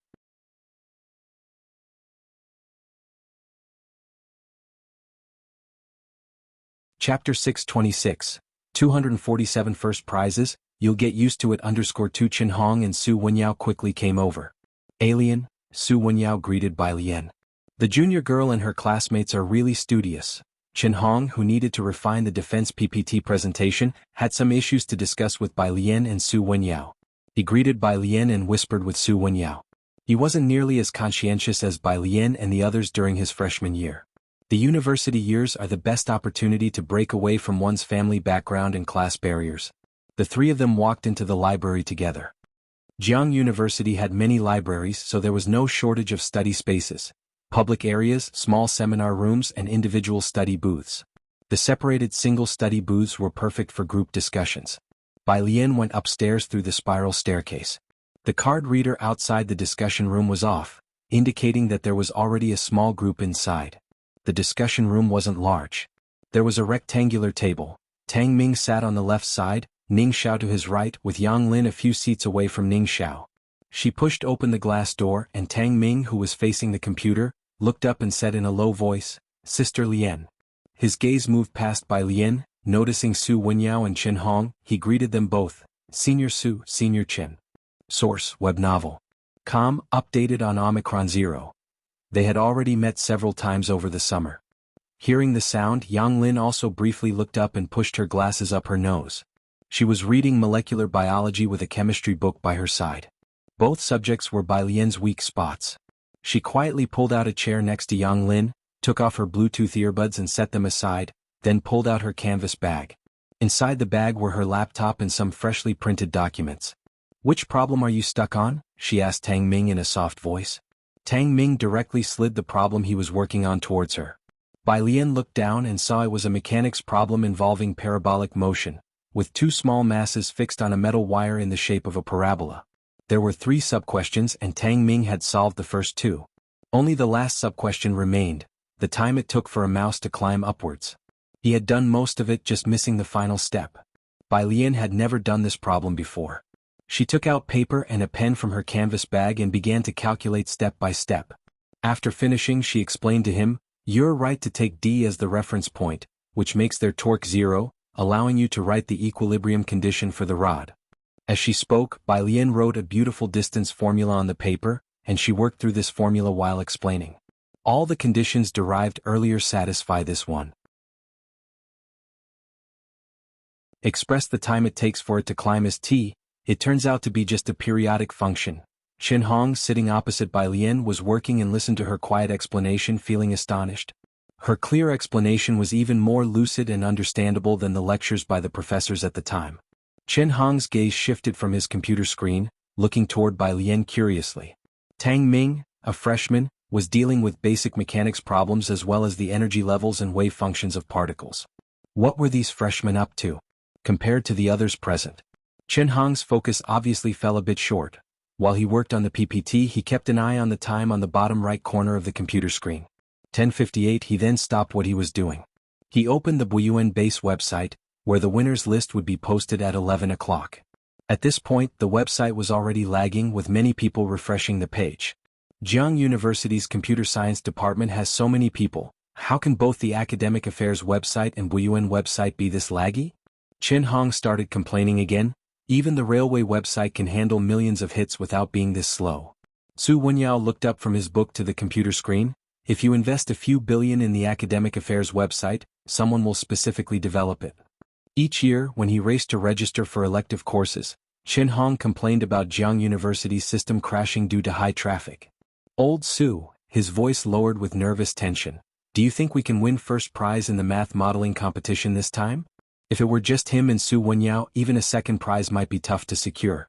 It was mainly because he was dragging them down. Though Bai Lian was a freshman, her fundamentals were still decent. This year's problem A is tough. Su Wenyao pondered over the difficulty of this math modeling competition's problem A, noting that not many people would probably choose it. We could have an advantage. As they were talking, Chen Hong refreshed the page again. The system was a bit slow but finally refreshed to reveal a banner. Buyuan Base International Summer Camp Mathematical Modeling Application List. Chen Hong clicked directly into it. The first line listed the participating schools, competitors, advisors, and the awards applied for. Chen Hong saw his own group's name in the fourth line. Participating school, Jiangjing University competitors. Su Wenyao, Chen Hong, Bai Lian advisory teacher. He won applied award. First prize, the Buyuan Base's math modeling was highly valued, with even international students participating, aiming to better their chances of applying for postgraduate studies at Jiangjing University. Chen Hong did think that they were certain to win at least a second prize. But a first prize was a different story altogether. A first prize in Buyuan's math modeling could add points to their postgraduate entrance exam. Old Su, Chen Hong tilted his head. I think trying out for the postgraduate entrance exam doesn't seem too bad for me. Looking at the first prize, Su Wenyao also fell silent for a moment, then took out his phone to take a photo, and sent it to Bai Lian across from him as well as to Dean Huang. Chen Hong continued to scroll down, looking for the names of Qi Jun and a few others. All the first prizes were on the first page. Right after that were the second and third prizes. He found Qi Jun's name on the third page. Second prize isn't bad either, hee, but it's not as good as ours. Chen Hong was grinning. If it weren't for the fact that Ning Xiao, Yang Lin, and the others were seriously working on the problems, Chen Hong would have wanted to shout out loud. By 11:30, Chen Hong started packing up, ready to treat the juniors to a meal outside. He and Su Wenyao were happy, and Bai Lian didn't dampen their spirits. She took her phone, put on her Bluetooth earbuds and followed behind, texting Jiang Fulai, who asked where she was going for lunch. In the afternoon, Bai Lian was going to help Pu Xiaohan shoot a video. Pu Xiaohan had only signed up yesterday, and since she would soon have military training in her freshman year, she wanted to film the video before that started. Jiang Fulai was going with her. While listening to English, Bai Lian replied leisurely, Chen Hong is treating, I don't know where, Jiang teacher. Send me your location. Bai Lian wasn't very familiar with the stores around the school. Chen Hong and Tang Ming walked at the front, Chen Hong draping his arm around Tang Ming's shoulders. You are not in the same major as the freshmen, right? How is it, how many girls do you have in your class? 3. Tang Ming spotted his class group talking about this. We really don't have many women in engineering. Right, but this year our department has a new girl, definitely a standout, Chen Hong said. He then went on to talk to Tang Ming about treating them to a meal for the math modeling, mentioning how exceptional Bai Lian was this time. She's just a freshman, and on the A problem this time about astronomical telescopes, I didn't even understand the question at first glance. You're her classmate. Do you know how she grew up to be such a freak? Tang Ming wasn't surprised though. Hey, you'll get used to it at Jiang University too. Tang Ming clicked his tongue. You're not from Xiangqing, so you wouldn't know. A year ago, Sister Lian was a liberal arts student before she transferred to our school to study the sciences. Do you understand the significance of switching from liberal arts to sciences, scoring 0 in biology and chemistry, then becoming the first in our school, first in Beijing, and finally scoring first in the country for the National College Entrance Exam? During the senior year, the teachers from the liberal arts classes didn't know how many times they had switched over to their class 15. If you find any errors, ads pop up, ads redirect, broken links, non-standard content, etc., please let us know reports so we can fix it as soon as possible.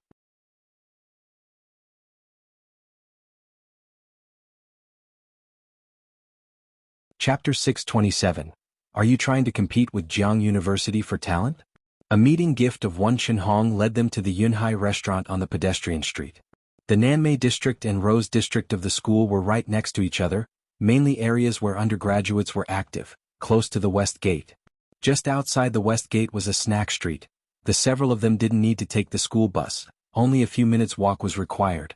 The snack street was crowded with vendors, and at this time the road was filled with a mix of new and returning students.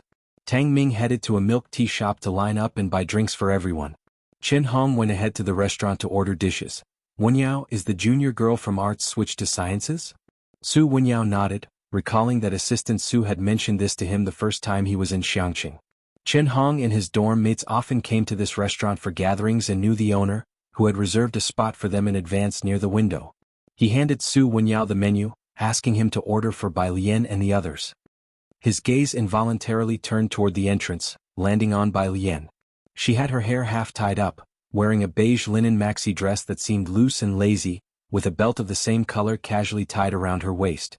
She was slightly tilting her head and speaking softly with Yang Lin, their composed demeanor, understated and modest, yet the straightness of her back revealed an innate pride. The turnback rate was 200%. She was different from those famous geniuses within their faculty. She seemed much more approachable. In the past few days, Bai Lian had been seldom seen around the school. Chen Hong figured that it wouldn't take long for that sunk thread on the Jiang University forum to resurface.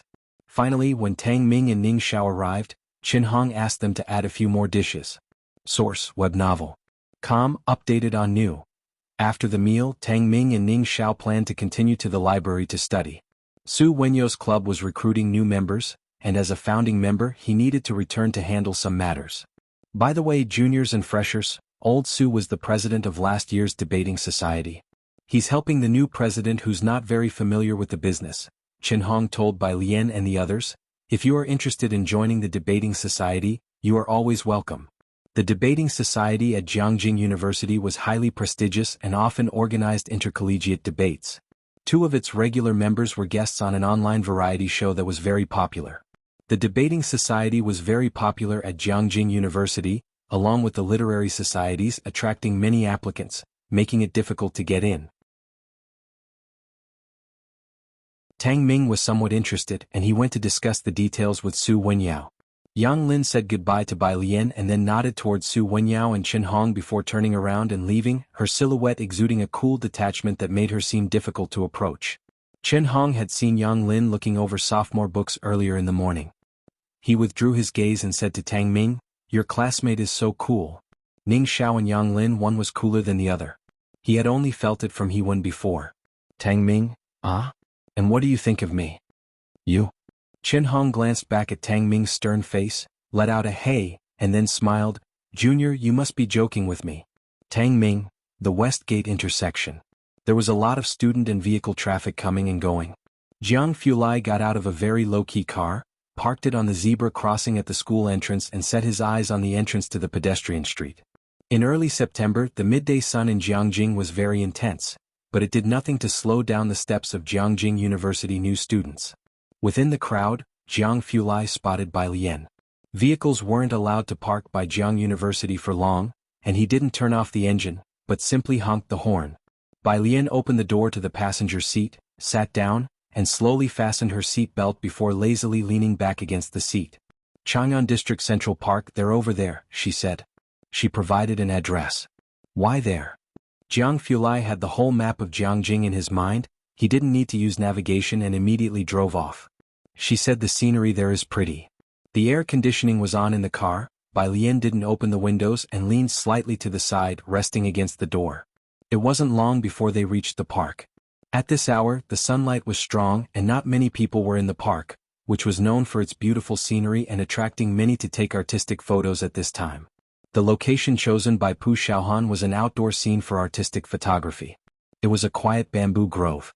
A stone path led through the grove to an old-fashioned little hut used for artistic photography. When Bai Lian and Jiang Fulai arrived, Pu Xiaohan was standing outside the hut discussing with a camera and the dean with his assistant, Old Hu, by his side. The two stood in front of a stone table with a guzheng placed on it. Upon seeing Bai Lian and Jiang Fulai, she quickly raised her hand. Bai Lian, over here. Today Jiang Fulai was wearing the silver antique-style shirt made by Ji Heng, which augmented his cool detachment. Pu Xiaohan's voice lowered involuntarily as she handed Bai Lian a package. Bai Lian, this dress is tailor-made for you by my grandfather. Go change in the dressing room inside first and he'll do a simple makeup for you. If you find any errors, ads pop up, ads redirect, broken links, non-standard content, etc., please let us know reports so we can fix it as soon as possible.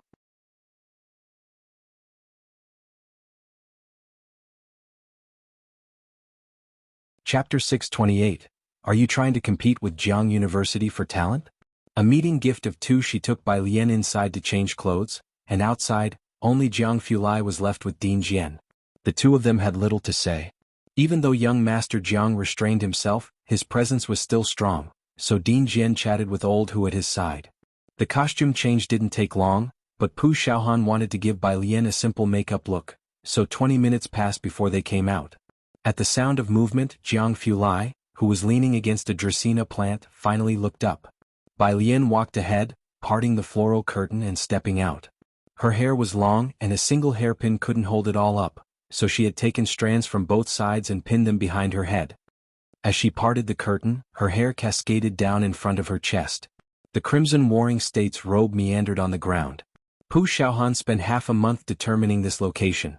The lighting was truly a killer feature, without overly harsh rays or deliberate additional lighting, and natural and simple. Jiang Fulai stood silently at the entrance, watching. Even Dean Jian and Old Hu by his side momentarily forgot what they were discussing as they looked at Bai Lian. She seemed like a noble woman from 1,000 years ago, casually stepping out from the house, as light pierced through gaps in the bamboo grove, filtering through dust all the way down. Source: Web Novel. Com. Updated on N0 New Omicron. The light speckled her face, her complexion pale and clear, long lashes slightly lowered, her eyes and eyebrows more beautiful than any painting, with the sound of insects and the whisper of the wind by her ears, occasionally punctuated by the laughter of passers-by outside the bamboo grove. Everything was harmonious and quiet. Dressed in a tracksuit, Pu Xiaohan followed closely behind Bai Lian, pulling everyone back from the painting into reality. Sister Lian, Pu Xiaohan, who had already stayed inside once, still stared at Bai Lian's face. You should sit in front of this stone table. Be careful, your dress is a bit long. Pu Xiaohan watched Bai Lian descend the steps, reminding her. The Warring States robe was very long, trailing the ground. Modern people wearing it could easily step on the hem. She had just been speaking when she saw Bai Lian step down the stairs, walking as if on flat ground, her skirt without a wrinkle. Pu Xiaohan had always heard netizens complain that none of this year's period dramas, except for Great Yong, featured truly graceful deportment. Now, seeing Bai Lian, she finally understood what deportment meant. She swallowed the words on her lips and used the camera to capture Bai Lian playing the guzheng. Bai Lian sat at the stone table, idly strumming the strings of the instrument, appearing quite natural. She was the only one in Pu Xiaohan's lens who didn't need deliberate directing. One Big Bowl aimed to collaborate with the Jiangjing Music Academy to produce a video feature on traditional musical instruments. This wasn't Pu Xiaohan's first time collaborating with officials. She was creating an ancient modern vibe that would include instruments like the pipa and bamboo flute, in addition to the guzheng. Bai Lian occupied very little screen time. It was recorded quickly.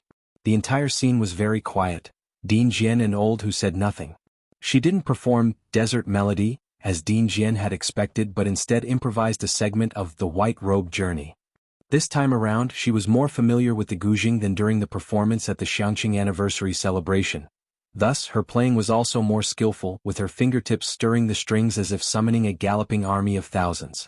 After playing a short segment, Pu Xiaohan played back the video she had recorded for Bai Lian. It was then that Old Hu finally snapped back to reality. This was his first time hearing Bai Lian play.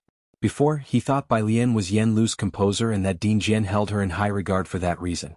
It was only after he heard Bai Lian play that he understood what Ding Jian meant by his comment. Old Hu, following Ding Jian, naturally had an understanding of music too. This presence, even Ding Jian's 3 disciples couldn't match it. After changing clothes, Bai Lian didn't leave. Jiang Fulai saw sugar-coated haws being sold at the park entrance and led her over there. Old Hu watched their retreating figures and finally turned to Ding Jian. Ding Jian, do you know who Miss Bei's teacher is? In the world of traditional musical instruments, there are only a few key figures. There may be debate over who is the foremost in other factions, but when it comes to the guzheng faction, it could only be Jian Zhongyou.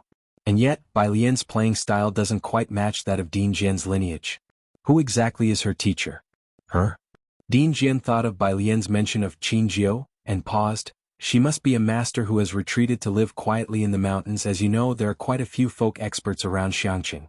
Ding Jian was somewhat eager to hear Bai Lian play The White Robe Journey in full. But seeing Bai Lian, she didn't seem very willing. So he asked Pu Xiaohan to send him the footage shot that day. Jiangyin. When Ding Jian returned, the president of Jiang University was writing a speech for the opening ceremony. Ding Jian transferred all the footage taken by Pu Xiaohan to the president. That's about it. I'll also send you her video project plan. It'll all be edited in the next couple of days, then she can forward the finished version to you. If you find any errors, ads pop up, ads redirect, broken links, non-standard content, etc., please let us know reports so we can fix it as soon as possible.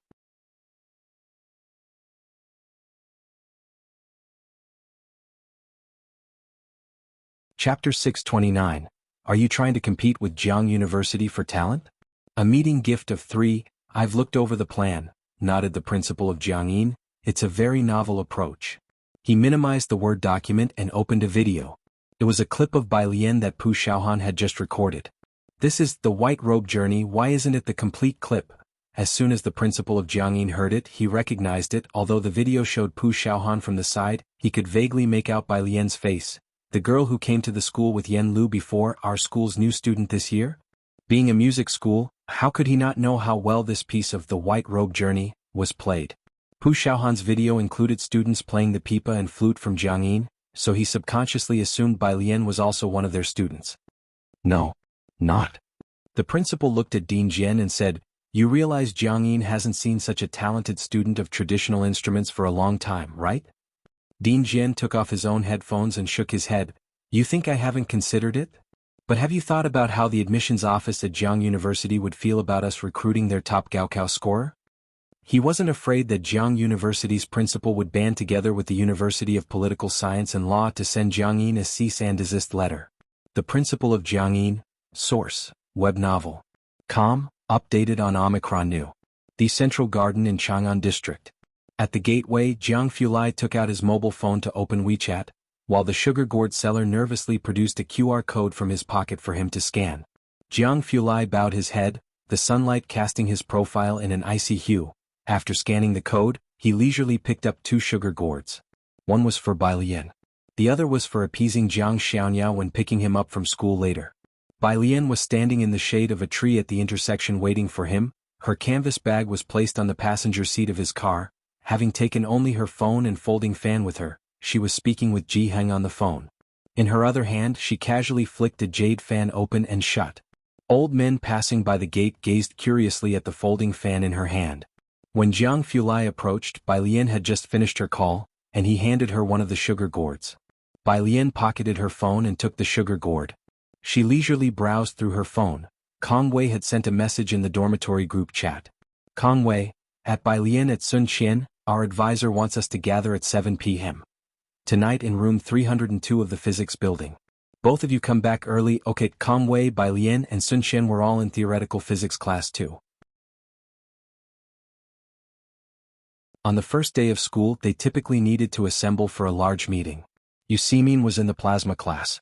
By Jian, 1, Sun Qian. Thanks, let's go, said Jiang Fulai after she finished replying, looking briefly at the time. Jiang Xiaonya will be getting out of school. Jiang he didn't go to school in the morning until Bai Lian sent him a message that she would pick him up in the evening. Only then did he head to school. A private elementary school in Xinjiang district. 4:30 p.m. The road outside the elementary school was lined with a multitude of nanny cars and luxury vehicles. Jiang Fulai's black car seemed out of place among them.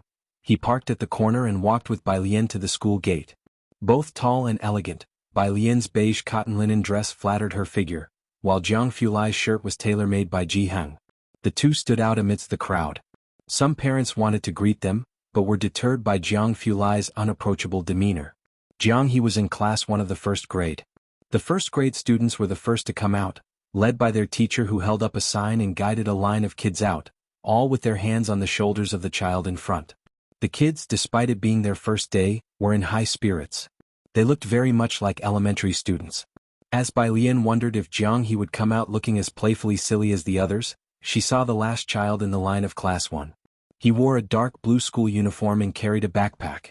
Hands in his pockets and chin up, his eyes like dark glass marbles coldly regarded the students in front, with a touch of, "Why am I in this stupid line?" in his demeanor. Bai Lian couldn't help but laugh when she imagined a certain notebook. Hearing the barely audible laughter, Jiang Fulai's lips tightened slightly, and he collected Jiang he from the teacher, his stern jaw relaxing a bit. Upon seeing Bai Lian, Jiang he automatically moved to her side, took hold of her dress and initiated auto-follow. Jiang Fulai disdainfully held the sugar gourd destined for Jiang he between 2 fingers. On seeing Jiang he passed the sugar gourd over. Jiang Fulai drove back to Shanghai apartment. Now that he was back, Jiang he didn't have to return to the Jiang family house.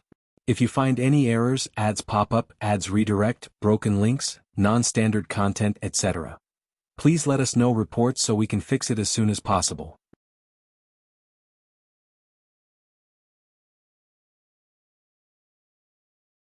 Chapter 630. Are you trying to compete with Jiang University for talent? A meeting gift of 4. Both of them loved living in the mountains and by the sea. The car had just parked downstairs. Bai Lian had just seen a white Volkswagen with local license plates stopping in front of the building. She opened the passenger side door and thought that the figure of the person in the driver's seat looked familiar. The man in the driver's seat of the Volkswagen had just gotten out of the car, opened the trunk to get his luggage, and on seeing Bai Lian he wasn't at all surprised and greeted her, "Classmate Bai." Bai Lian closed the passenger door and looked up, very surprised. "Uncle Zhang?" She had heard from Tang Ming that Zhang Shi's father was in Jiangjing, but it had never occurred to her that he would appear here. Jiang he jumped down and went to hold Bai Lian's dress. He was biting on the last candied hawthorn, looking up. "Hey he," Uncle Zhang greeted Jiang he and then turned to Bai Lian. "Classmate Bai, I've rented a place here on the 6th floor. Xiaoza is getting out of prison tomorrow. I will head back to Xiangqing later, just moving the luggage over today." "Isn't it mid-month?" What else had Zhang Shi's done to get released early? Bai Lian and Jiang Fulai returned to room 303. In 303, Su Nanjing was sitting on the couch watching TV and greeted them as they returned. Alien. Source, web novel. Com, updated on Omicron New 0.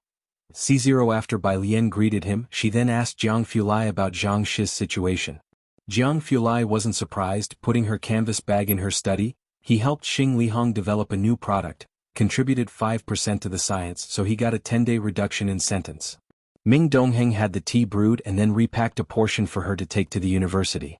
He also packed up 3 gift boxes for Bai Lian to give to her roommates as meeting presents.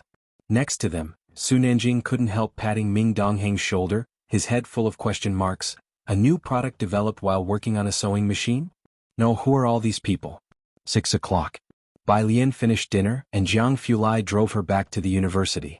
She had a new student assembly in the physics building at 7. She couldn't be late. When she returned to the dorm, the other 3 were already back. As soon as she arrived, she heard Yu Simin's voice. "I saw President Bo today. He really is handsome. I heard that President Bo welcomes new students on the first day of reporting. If I had known, I would have come on the first day." Sun Qian was sitting in her spot reading a book. "If you want to see him, you could apply to join the student union." "I was thinking about that, but a lot of people from our department have applied," Yu Simin pondered. "I also want to join the literature club, but the assessment is so tough. Anyone willing to accompany me? New students always come to the university full of energy and spirit. A science student applying for the literature club? You'd be better off applying for the debate club. I'm not going, no way. Kang Wei quickly waved her hand, but upon seeing Bai Lian return, she pointed to the milk tea on her desk. Bai Lian, you see, Min and I brought you and Sun Chen milk tea when we came back. Thank you. Bai Lian placed her canvas bag and a box of tea in pottery jars on the table and took out 3 gift boxes from the white paper bag, handing them to the other people in the room. I might come back late sometimes and the lights on my desk might be on late too. If I ever disturb you, please let me know. The gift boxes were ordinary with a blue floral pattern wrapped with a blue ribbon, and the ribbon wasn't tied very smoothly. No brand markings. Kang Wei and Yu Simin thought they were from a boutique and accepted them. The desk light isn't bright, no problem, I often watch TV or play games until 2 in the morning. In the dorm room, only Yu Simin and Sun Qian came from well-off households. Bai Lian's luggage was simple, and her computer wasn't the popular pair brand, so they didn't decline Bai Lian's small welcome gifts, simply considering them ordinary tokens of friendship. Sun Qian also thanked Bai Lian with reserve. As Bai Lian took out things from her canvas bag, Sun Qian and Yu Simin saw that it was a computer, along with several A4 papers with Zheng Si written on them, not knowing what it meant. Someone knocked on the door outside the dorm room. If you find any errors, ads pop up, ads redirect, broken links, non-standard content, etc., please let us know reports so we can fix it as soon as possible.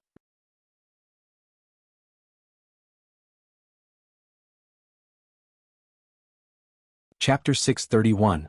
249 Jiangjing's Ceiling, A Chance Encounter. _1 Kang Wei was unwrapping a gift on her seat. Yu Simin, who was behind her, opened the door to the dormitory and immediately saw the girl standing at the door. Senior Yi? This year there were only a handful of female students in the physics department, and Yi Jingxian could remember those few. She smiled as she walked into 407. I'm here to look for Sun Qian and Bai Lian.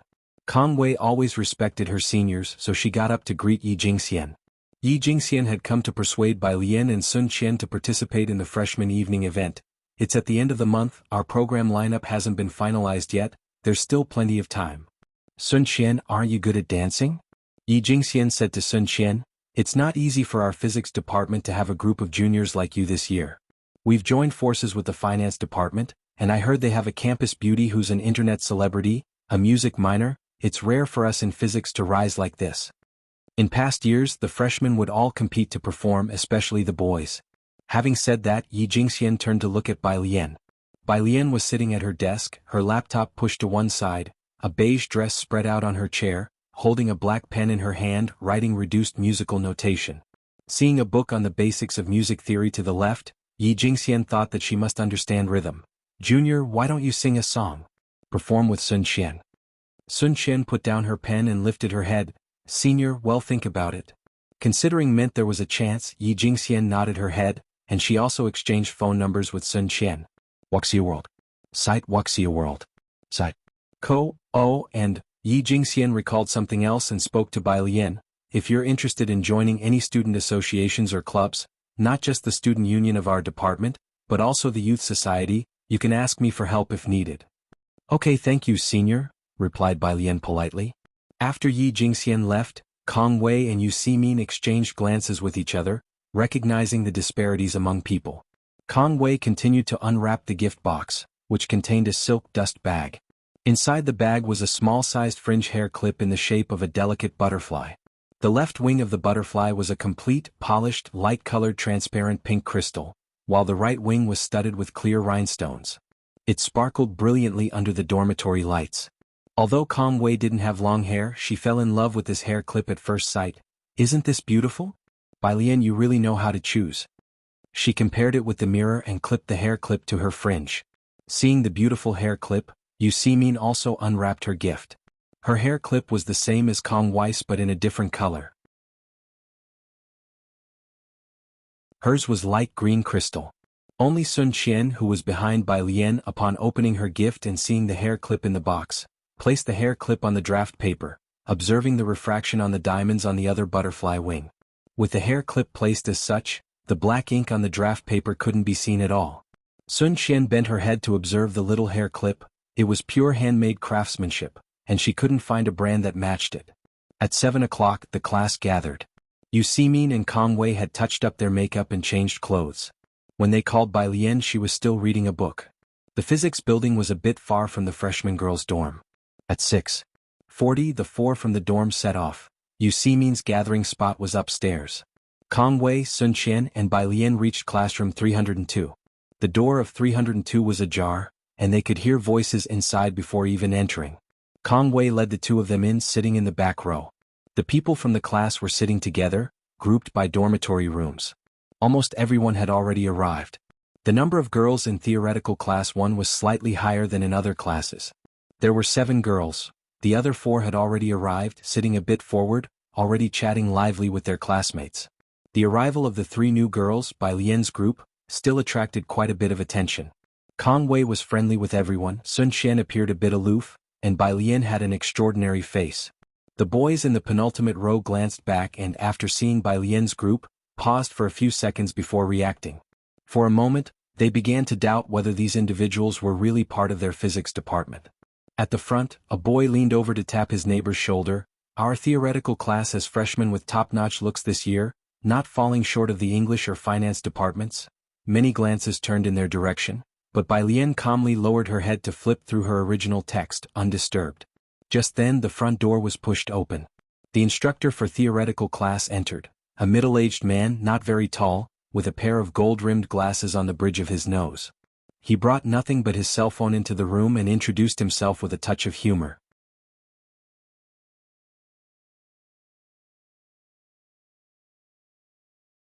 Chapter 632, 249 Jiangjing's Ceiling, A Chance Encounter. _2 Then he surveyed the entire class and spoke directly. Bai Lian, would you come up and introduce yourself?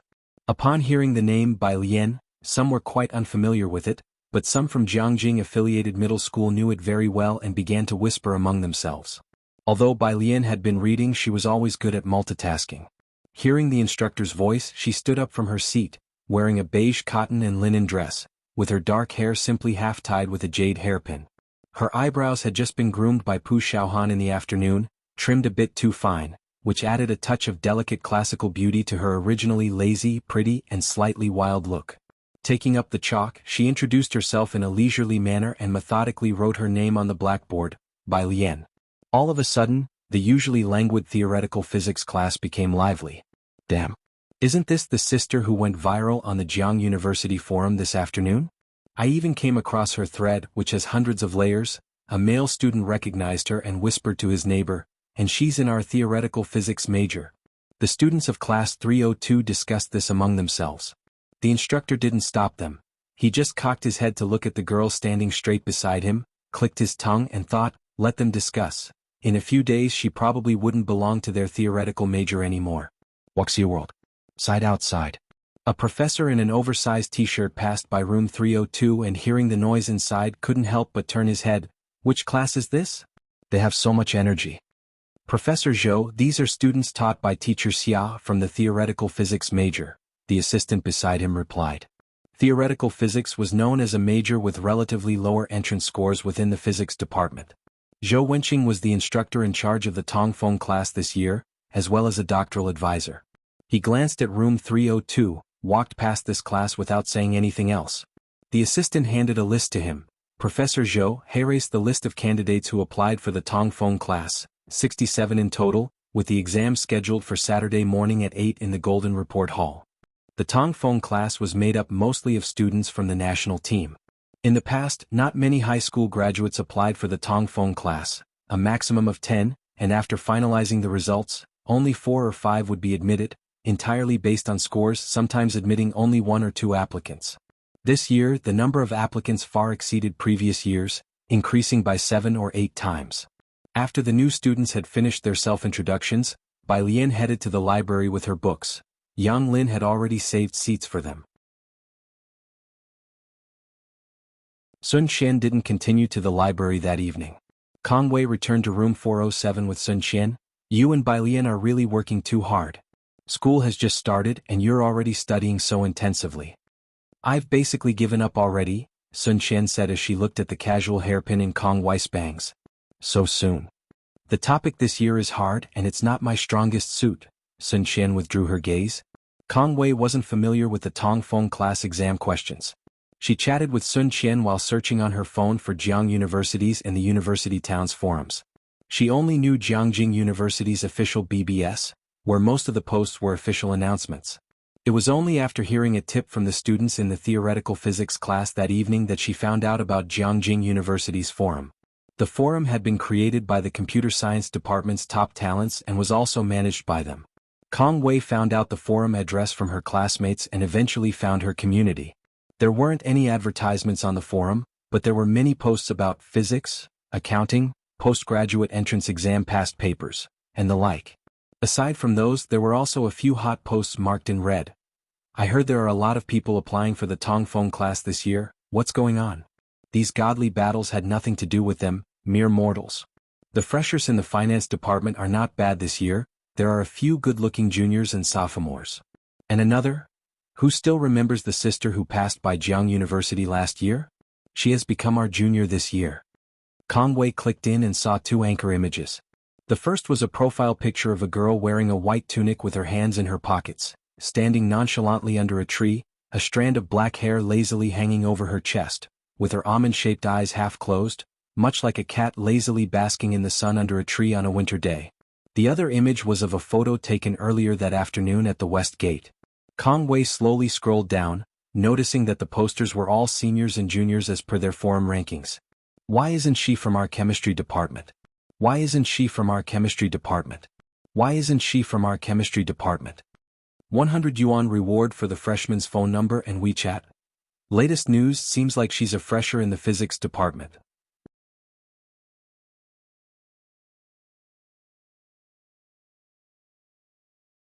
Chapter 633, 249 Jiangjing Ceiling, A Chance Encounter. _3, ID say she's the beauty standard for this year's freshman, and nobody would argue, right? The gossiping ability of the students at the school should not be underestimated. They quickly dug up Bai Lian's name. Kang Wei even saw a picture of Bai Lian's back as she wrote her name. It must have been sent out by someone in her class. Kang Wei browsed the posts, and she wasn't the only new student who had learned the address of the unofficial forum. Under this hot post, gradually, additional content began to appear. Still a newbie, Wang Su.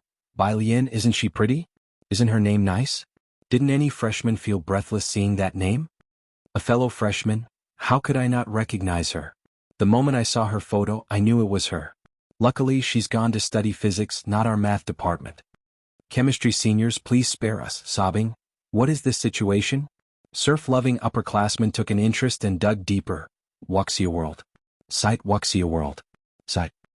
Bai Lian, she exceeded Liang Wuyu with a perfect score on this year's national exam, becoming the top scorer.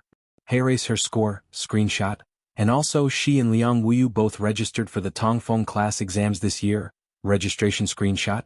Because of this last reply, the post completely blew up. Bai Lian wasn't aware of any of this.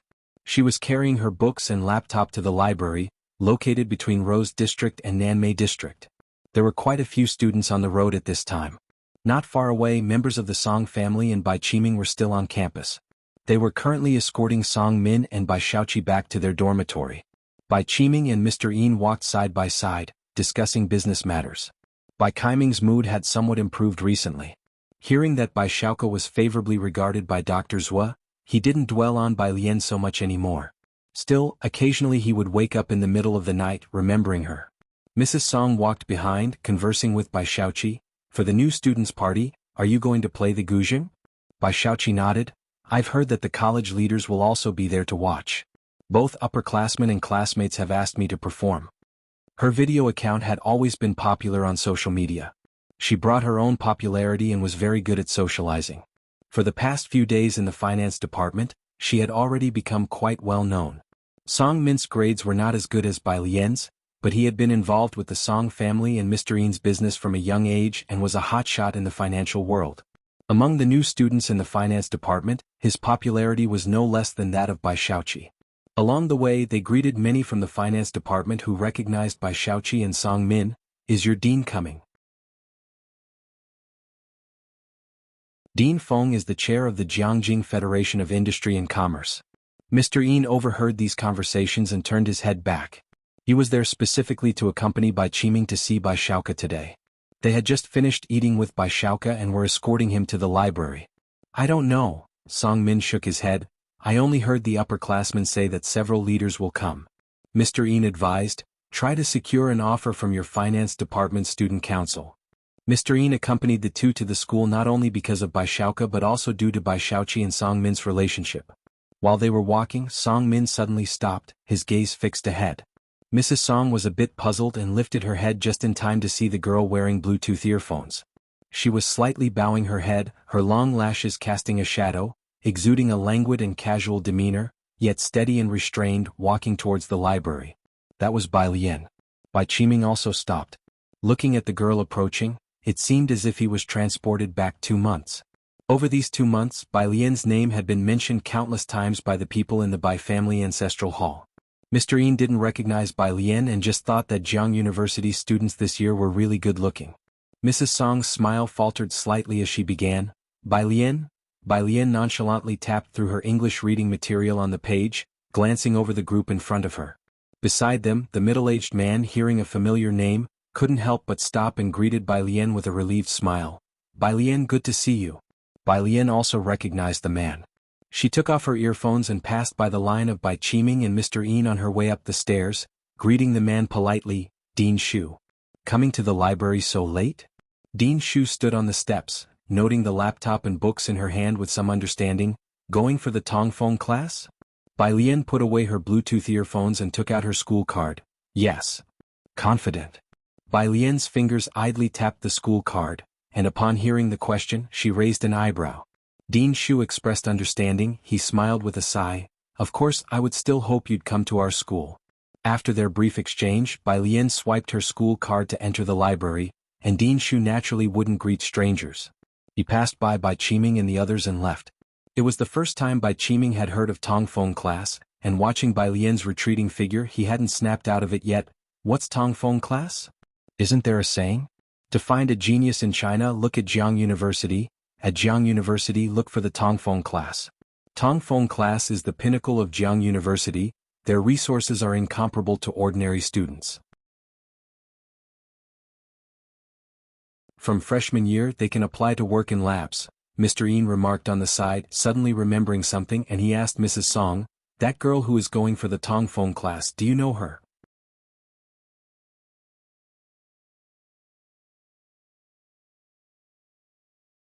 Chapter 634.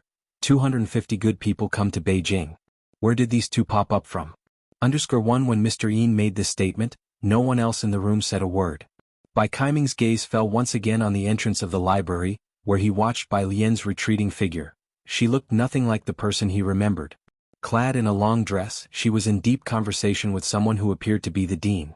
Under the library's outdoor lights, she exuded confidence and composure, warmth without lacking strength, and an indomitable spirit seemed to permeate her every word and gesture.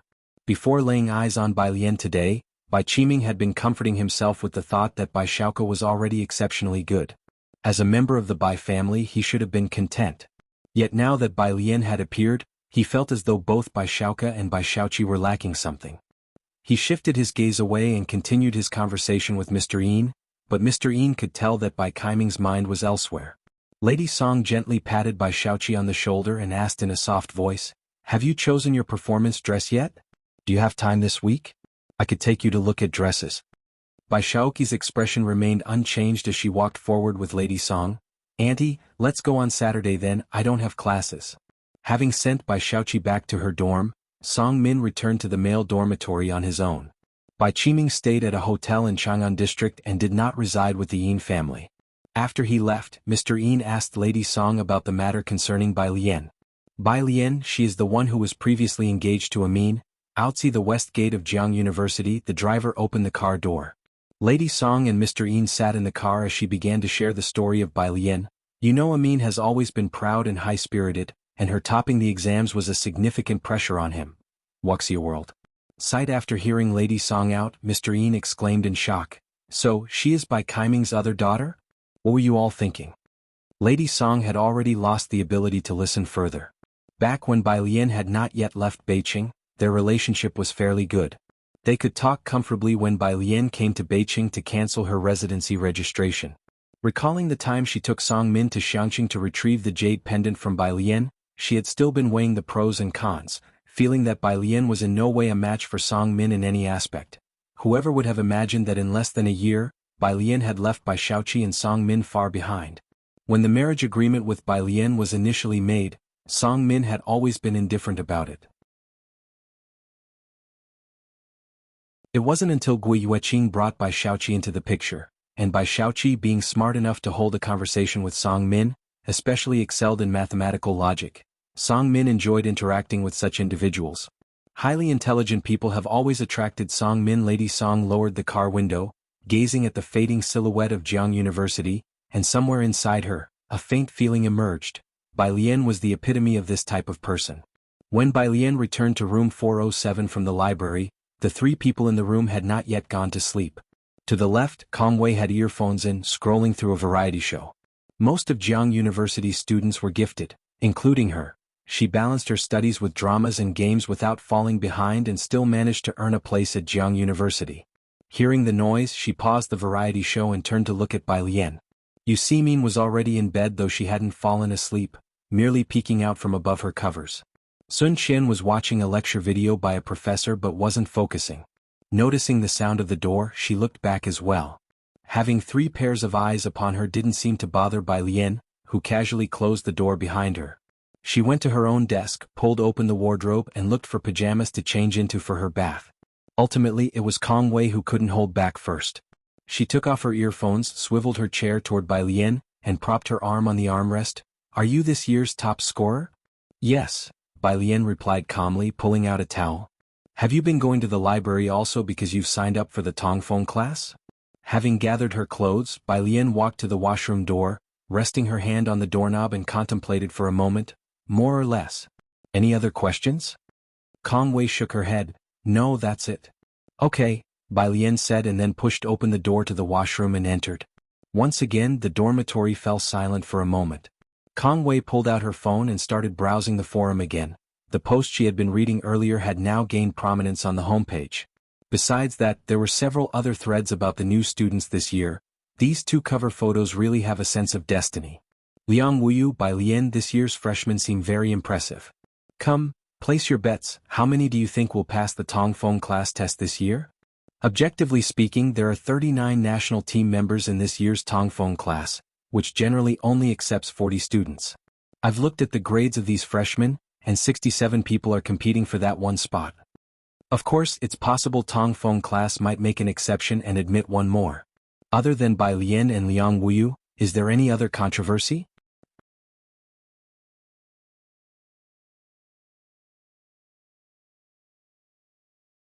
Chapter 635. 250 good people come to Beijing. Where did these two pop up from? _2.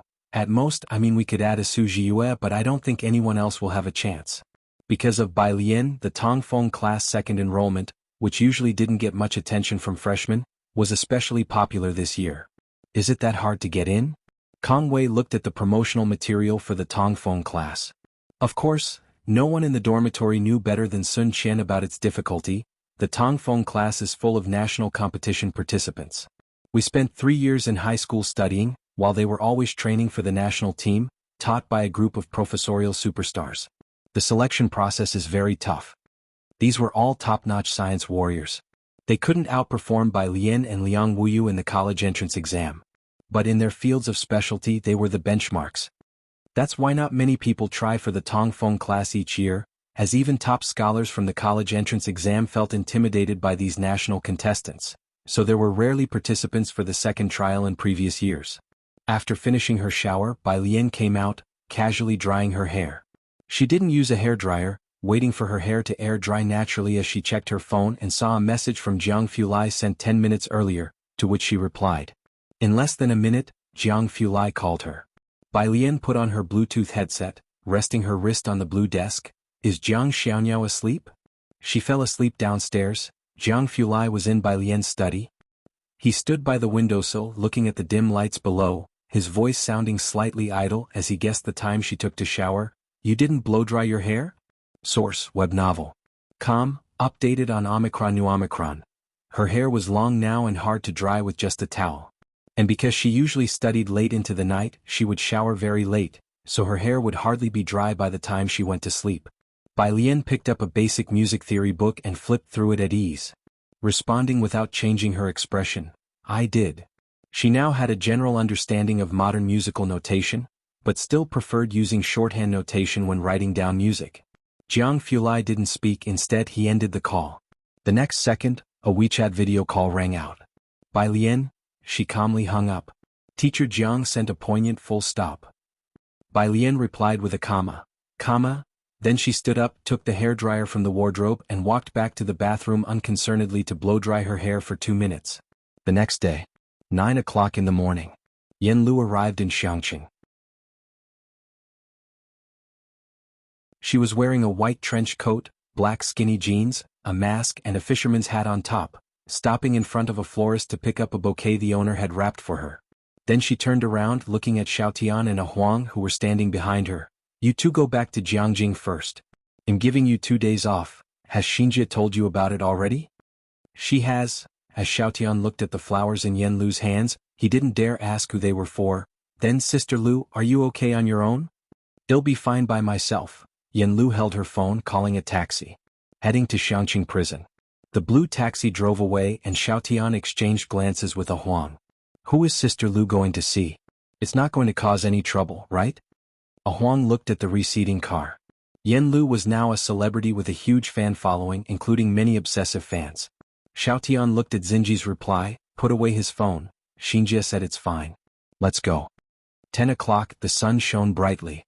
Inside the prison, a guard handed a package to Zhang Xiai's, patting him on the shoulder with a force.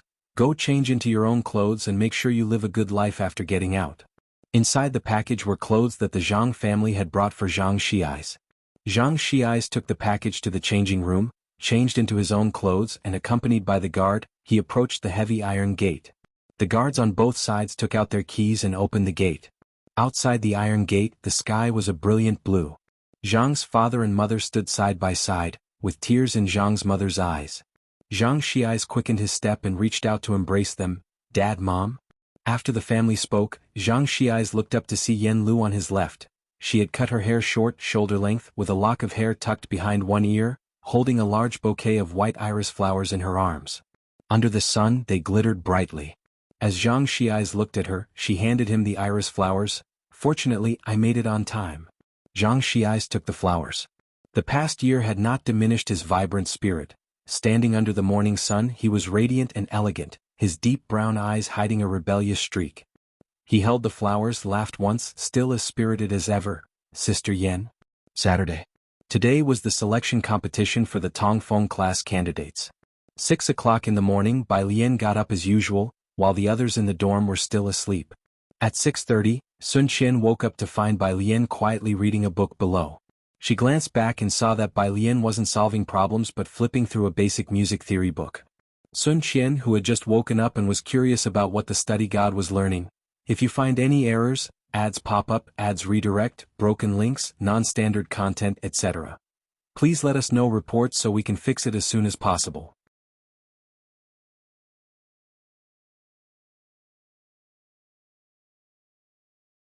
Chapter 636.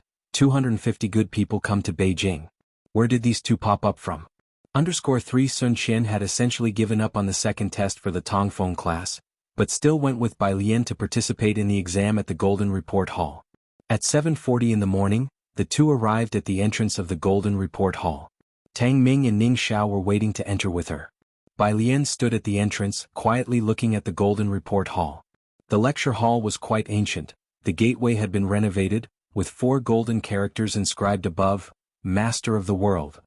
Those 4 very familiar characters had endured for 1,000 years, and having been renovated countless times, one could faintly see an old man with a book rolled up and strapped to his back, stroking his beard with one hand as he slowly walked up to her. That kind of sensation of meeting and parting. Tang Ming saw her from a distance. Lianjie, the Golden Report Hall, was previously where Liang Zuan lectured, said to be opened only for the seminars of academicians. He also wanted to discuss Zhang Xiai's, who had arrived in Jiangjing this morning. Seeing that Bai Lian seemed a bit silent, he immediately shut up and greeted Sun Qian, who was by Bai Lian's side. Hi, I'm Tang Ming, Lianjie's high school classmate. This is Ning Shui.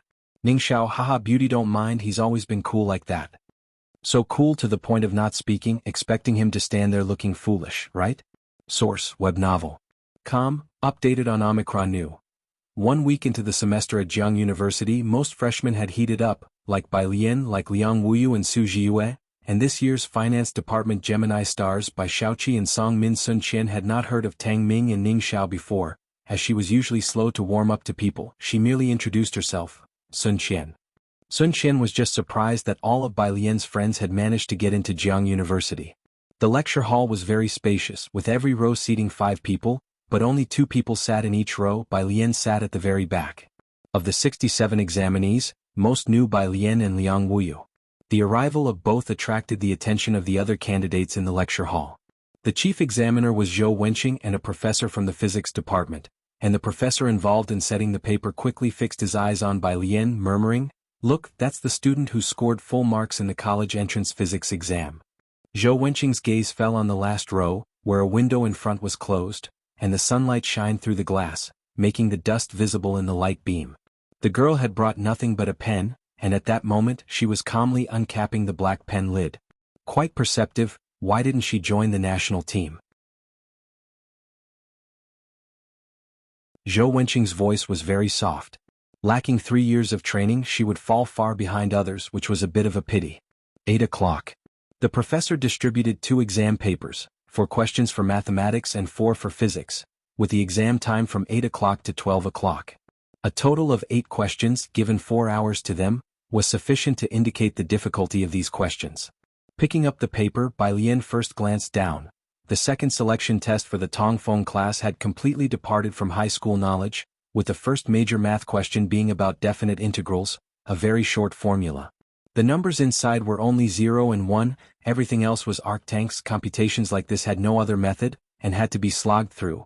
Just unfolding this integral used up half a page, followed by the harder integrals that involved differentiation with respect to a parameter. Bai Lian proceeded to write down each question. Her handwriting was neat and pleasant. Zhou Wenqing came around to the last row several times to look, but he didn't see much and he didn't want to affect the students' emotions. 11 o'clock. Bai Lian capped her black pen, handing in the 4 sheets of answer paper. Next to her was Sun Qian, who still had 1 mathematics question undone and was calculating the 3rd physics problem. The calculations this time were overwhelmingly extensive, with 1 question essentially requiring an hour to complete, so seeing Bai Lian hand in her paper at 11 didn't faze Sun Qian, and even Liang Wuyu, who sat in the back row on the right side, lifted her head. Zhou Wenqing, sitting at the front, watched her hand in the answer sheet and then calmly walked out the front door. Bai Lian walked out of the lecture hall, and didn't immediately leave, standing instead at the entrance and looking back up at the inscription in the sunlight, where the handwriting reflected a cold glare. After looking for quite a while, she finally took out her phone, which showed a missed call. It was from Yen Lu. She called back and it was picked up after just 1 ring by Yen Lu. "Miss Bai." Yen Lu's voice was as usual, only today it carried a cheerier tone. "We've arrived." Yen Lu had come with the Zhang family. "All right." Bai Lian's hand rested on her forehead, blocking the light as she estimated the time. "Ning Xiao and his group will need another half hour." Inside the lecture hall. 11:20. Ning Xiao stood up and handed in his paper. Another person submitted early, and like the other examinees, Sun Qian looked up and was stunned to see it was Ning Xiao, whom she recognized as Bai Lian's high school classmate. 11:30. Tang Ming stood up to hand in his paper. The questions produced by the Tongfeng class aimed to make this group of current-year college entrance examinees unable to finish, to feel Tongfeng class pressure in advance. In previous years, even when the questions weren't as difficult, no one would hand in their papers early, as this was more important to them than the college entrance exam. It was bad enough for this year's freshmen to be so audaciously handing in their papers early, but how come there were 3 of them right off the bat? The numerous academic gods in the exam room began to feel disordered. Zhou Wenqing looked at the 3 answer sheets in his hands, the answers written densely across them, and he couldn't help looking for the other 2 students' names, Ning Xiao, Tang Ming. No, who were these 2 popping out of nowhere? If you find any errors, ads pop up, ads redirect, broken links, non-standard content, etc., please let us know reports so we can fix it as soon as possible.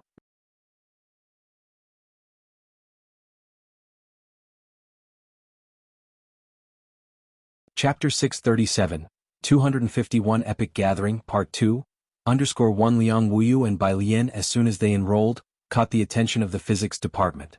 Both of them were frequently mentioned by the professors of the physics department. Although Liang Wuyu was not in the Tongfeng class, he had already started working in the lab. Bai Lian's perfect score on the college entrance examinations science comprehensive section was also unexpectedly impressive. If you say she turned in her test early today, that's somewhat acceptable. But Ning Xiao and Tang Ming, the professors haven't even heard of them? Zhou Wenqing pushed his glasses up and looked down at Tang Ming's exam paper. This handwriting, it's too messy. He shook his head, criticizing the handwriting. Zhou Wenqing had barely set down Bai Lian's answer sheet, and as soon as the professor took it to look at Bai Lian's answers, he heard this and went to look at Tang Ming's paper. The handwriting of science students is often squeezed together, and many teachers have to look in the gaps to find the answers. Although Tang Ming's handwriting had not been specially trained, it had become fairly neat under Bai Lian's influence over the year, much neater than that of most science students. Zhou Wenqing, after spending half an hour on Bai Lian's paper, had already begun to disdain other handwriting. The professor thought about his own illegible writing. Forget it, he didn't echo Zhou Wenqing's remark. Source, web novel. Com, updated on Omicron New. Jiang University Affiliated Hospital. Ji Mulan had undergone major surgery and had a special blood type. The baby was still in the incubator and it was going to be several days before discharge. Su-en went to handle work matters, and only the old Madame Su and 2 nannies hired by the Su family remained in the hospital room. These past 2 days, old Madame Su had been watching the baby closely, almost never leaving its side, often going to the incubator for a look. After hearing from the butler that Ji Xiaojun had come to see Ji Mulan, old Madame Su turned and went to the hospital room. She had been much more polite to the Ji family members lately. Upon entering the hospital room, she saw Ji Xiaojun, Xin Qing and an old man sitting in the small living room of the hospital room. This is... The old lady leaned on her cane and looked toward the butler with graying hair. Ji Xiaojun stood up and said to the old lady, "A distant uncle from our family." The butler gave a friendly nod to old Madame Su, who warmly invited him. "Next month is the baby's full-month celebration, you must come." They didn't stay long, and after seeing Ji Mulan, the butler went with Ji Xiaojun to the Shanghai apartment. A single room. Xiaojia was waiting outside for them. When the butler came out, he was somewhat surprised. It seems that Mr. Ji's sister lives much better than Mr. Ji does. As the butler approached the elevator, he didn't speak. Xiaojia knew he must be thinking about Bai Lian, so he did not disturb him further. Shanghai apartment. First floor 103. As the butler and Xiaojia passed by the elevator, they both hesitated. Xiaojia remembered the last encounter at the elevator door with Shanyu and suddenly thought of something. "Do you think, last time Principal Shi, was he there to visit Miss Bai?" The butler did not answer, only followed Ji Xiaojun into 103. When they entered, Ji Heng was chopping large bones. As Ji Xiaojun and Xin Qing took over to help, Xin Qing smiled and invited the butler. "Butler, Xiaojia, would you like to have lunch here?" Usually the butler would have declined. But today the butler didn't refuse. As Ji Xiaojun and Xin Qing took over, Ji Heng didn't crowd the kitchen. He put down his knife and came out, pulled out his pipe and glanced at Jiang He. A sun umbrella was set up in the yard outside, but since the sun was strong today, Jiang He wasn't playing outside. He was sitting on the carpet by the glass door at the entrance to the yard, with a small table in front of him. On the table was a chessboard. The butler glanced at the living room. Apart from a delicately featured child, there was no one else. His gaze fell on the chessboard with an incomplete game of Gamoku, and he didn't continue to look. "Where is Miss Bai?" The butler had been sitting on the sofa for a while and finally couldn't resist asking. He hadn't seen Bai Lian since Mu Yining returned the last time. Today is Saturday and Jiang University just started the semester. The freshmen should have no classes. With Ji Xiaojun and Xin Qing both present, and Shanghai apartment so close to the school, Bai Lian should not be staying on campus. Her? Ji Heng opened the glass door and stood at the entrance, looking down to light his pipe. She had an exam this morning, went to lunch with a friend and will be back after lunch. An exam in the first week of school? On the road next to the entrance of Jiang University. Ning Xiao and Tang Ming received a message from Bai Lian to look for Jiang Fulai's car. He drove the Jiang family's business car today, with a license plate from Xinjiang district that started with an A and ended with a 1. It was easy to find. When the two got into the car, Yang Lin was already in the back seat. Bai Lian sat in the passenger seat without rolling down the window, her elbow resting on the window ledge, her posture relaxed. She raised an eyebrow at them as they entered the car. Tang Ming, upon seeing that the driver was not Ming Dongheng but Jiang Fulai, cautiously perched on the edge of the seat. If Ming Dongheng were driving, his first choice would have been the passenger seat. Jiang Fulai's cool eyes glanced at the rearview mirror, his slender fingertips resting on the steering wheel. His tone was casual and lacking warmth. "How did your test go?" With such a cold tone, it was definitely not a question for Bai Lian. Ning Xiao instinctively sat up straight, his dark, cropped hair falling over his brow. "I've gone over similar questions during the summer. I finished all the ones I knew how to do." His knowledge was not as broad as Bai Lian's, and he had yet to learn certain things. Tang Ming sat next to Ning Xiao, quietly raising his hand. "I did the same." Jiang Fulai's pale eyes swept over Tang Ming, and he started the car towards Yunxiao district. The Zhang family had reserved a private room at the Yunxiao Hotel. Upon arrival at the hotel, Jiang Fulai parked the car at the entrance and he got out of the driver's seat. The valet at the Yunxiao Hotel hurriedly came over to collect the keys. The valet took his place in the driver's seat, having driven countless luxury cars at the Yunxiao Hotel, yet he seldom drove ones with such distinctive plates. Just as he parked the car and returned to the main entrance, another car pulled up, this time a government vehicle. The valet looked surprised at the car. Was there some VIP holding a banquet at the hotel today? He hadn't heard of it. The general manager of the hotel came out from inside and startled upon seeing the person who alighted from the car. "Qi Lu, what brings you here?" Qi Yundai often frequented Xinjiang district and seldom appeared in public, so few people knew him. Qi Yundai handed the keys to the valet, seemingly in a good mood. "Just some business. Private room on the 28th floor." Pu Xiaohan was already inside, chatting with Zhang's mom. She was supposed to have military training today, but she had asked for the afternoon off from her instructor. She patted Zhang Shi's chest. "You seem to have grown taller, what happened? It's a pity Beibei isn't here, or he could compare heights with you and see who's taller." Zhang Shi's had been out of touch with society for a while. Rubbing his bald nape, he asked, "Beibei?" Pu Xiaohan paused for a second before laughing. "Yeah, it's like that with Wang Qi." The two young people put their heads together as Pu Xiaohan explained the origin of Wang Qi's nickname and then scrolled through her phone to show him the video she had saved. Meanwhile, Yen Lu placed her fisherman's hat aside, sitting with Zhang's mom. As the two schoolmates conversed, Yen Lu didn't interrupt their conversation with Zhang's dad and mom. Pu Xiaohan, halfway through her story, suddenly remembered, "Yen Lu, could you give me 2 autographs later? My roommate is a fan of yours." "Sure." Yen Lu had been with the Zhang family for the past few days and hadn't brought any photos with her. She looked down and sent a message to Xiaotian, asking her to bring a few photos over. Just at that moment, someone knocked on the door of the private room. Zhang Shi's, who was sitting on the sofa, sprang up. "It must be Sister Lian and the rest." He rushed to the door and opened it. Outside stood Bai Lian and Jiang Fulai. Zhang Shi's, who hadn't seen the sun in a long time, had a pale complexion and a buzz cut. Seeing Bai Lian, whom he hadn't seen for a long time, he beamed with joy. "Sister Lian. Brother Jiang." Bai Lian was in the front, wearing a simple white t-shirt, her dark almond eyes slightly squinting as she listened to his voice. She reached out to pat his shoulder, much like she did the first time she stepped through the door of Class 15, as if looking at her 1,000 riders under her command, and let out a soft chuckle. "Congratulations, Zhang Shi's."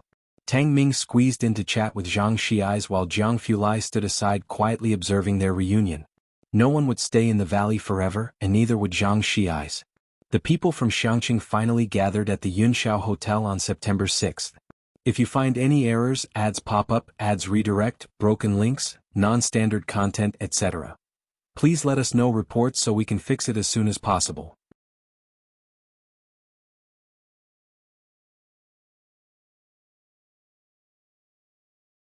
Chapter 638, 252 strong subordinates have no weak soldiers, oppressive feeling, first update, _1 Jiang Fulai still stood lazily to one side, holding Bai Lian's book in one hand which he casually rolled up, his face as calm and downcast as ever. He didn't interrupt the gathering of the few of them. "I don't have anything good to give you." Tang Ming handed his own high school error collection to Zhang Shi's. "Here, this is the empire that I built for you." Zhang Shi's took over the heavy empire. Yang Lin handed Zhang Shi's a fresh lily, still covered with dewdrops. Receiving a gift from the class genius, colder than the front desk, Zhang Xiai's felt surprisingly flattered. As he took the two gifts, his gaze suddenly drifted to Jiang Fulai, standing indifferently to the side. "Brother Jiang?" Jiang Fulai, with one hand in his pocket, heard him and glanced over with his pale eyes. Tang Ming got startled by Zhang Xiai's "the kid." Sure enough, someone who had spent a year in jail was different, daring to stir up trouble over teacher Jiang's head. He quickly hugged Zhang Shi's arm. Come on, tell us about your legendary year. How did you get several months off?" "It's all thanks to Brother Xing," Zhang Xiai smiled. "But there's one thing I still can't figure out why he," Tang Ming said casually. "Don't worry if you can't figure it out now, there's no rush. You'll forget it in a few days anyway." Source: Web Novel. Com. Updated on Omicron New. Kai Yundai hadn't arrived yet, and these young people were sitting on the sofa chatting. Bai Lian sat on the far left of the sofa, leaning gently against it with her legs casually bent.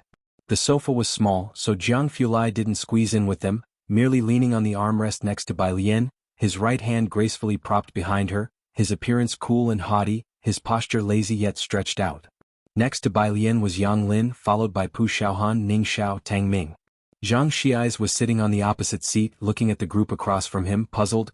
"So you're at Jiang University, and you're at Jiang University too?" His eyes finally landed on Pu Xiaohan. "And you're at Media University?"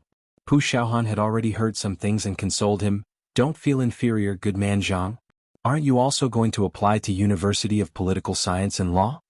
"Ah," Zhang Xiai's was somewhat bewildered. 10 years? What 10 years? There was a knock on the door from outside. Zhang's parents had only invited a few familiar people over. The visitor was Qi Yundai. Today was Saturday and he had a public lecture, having just finished speaking to the freshmen, still dressed in formal attire. Qi Yundai greeted Zhang's parents and Jiang Fulai and Bai Lian before he leisurely turned his attention to Zhang Xiai's.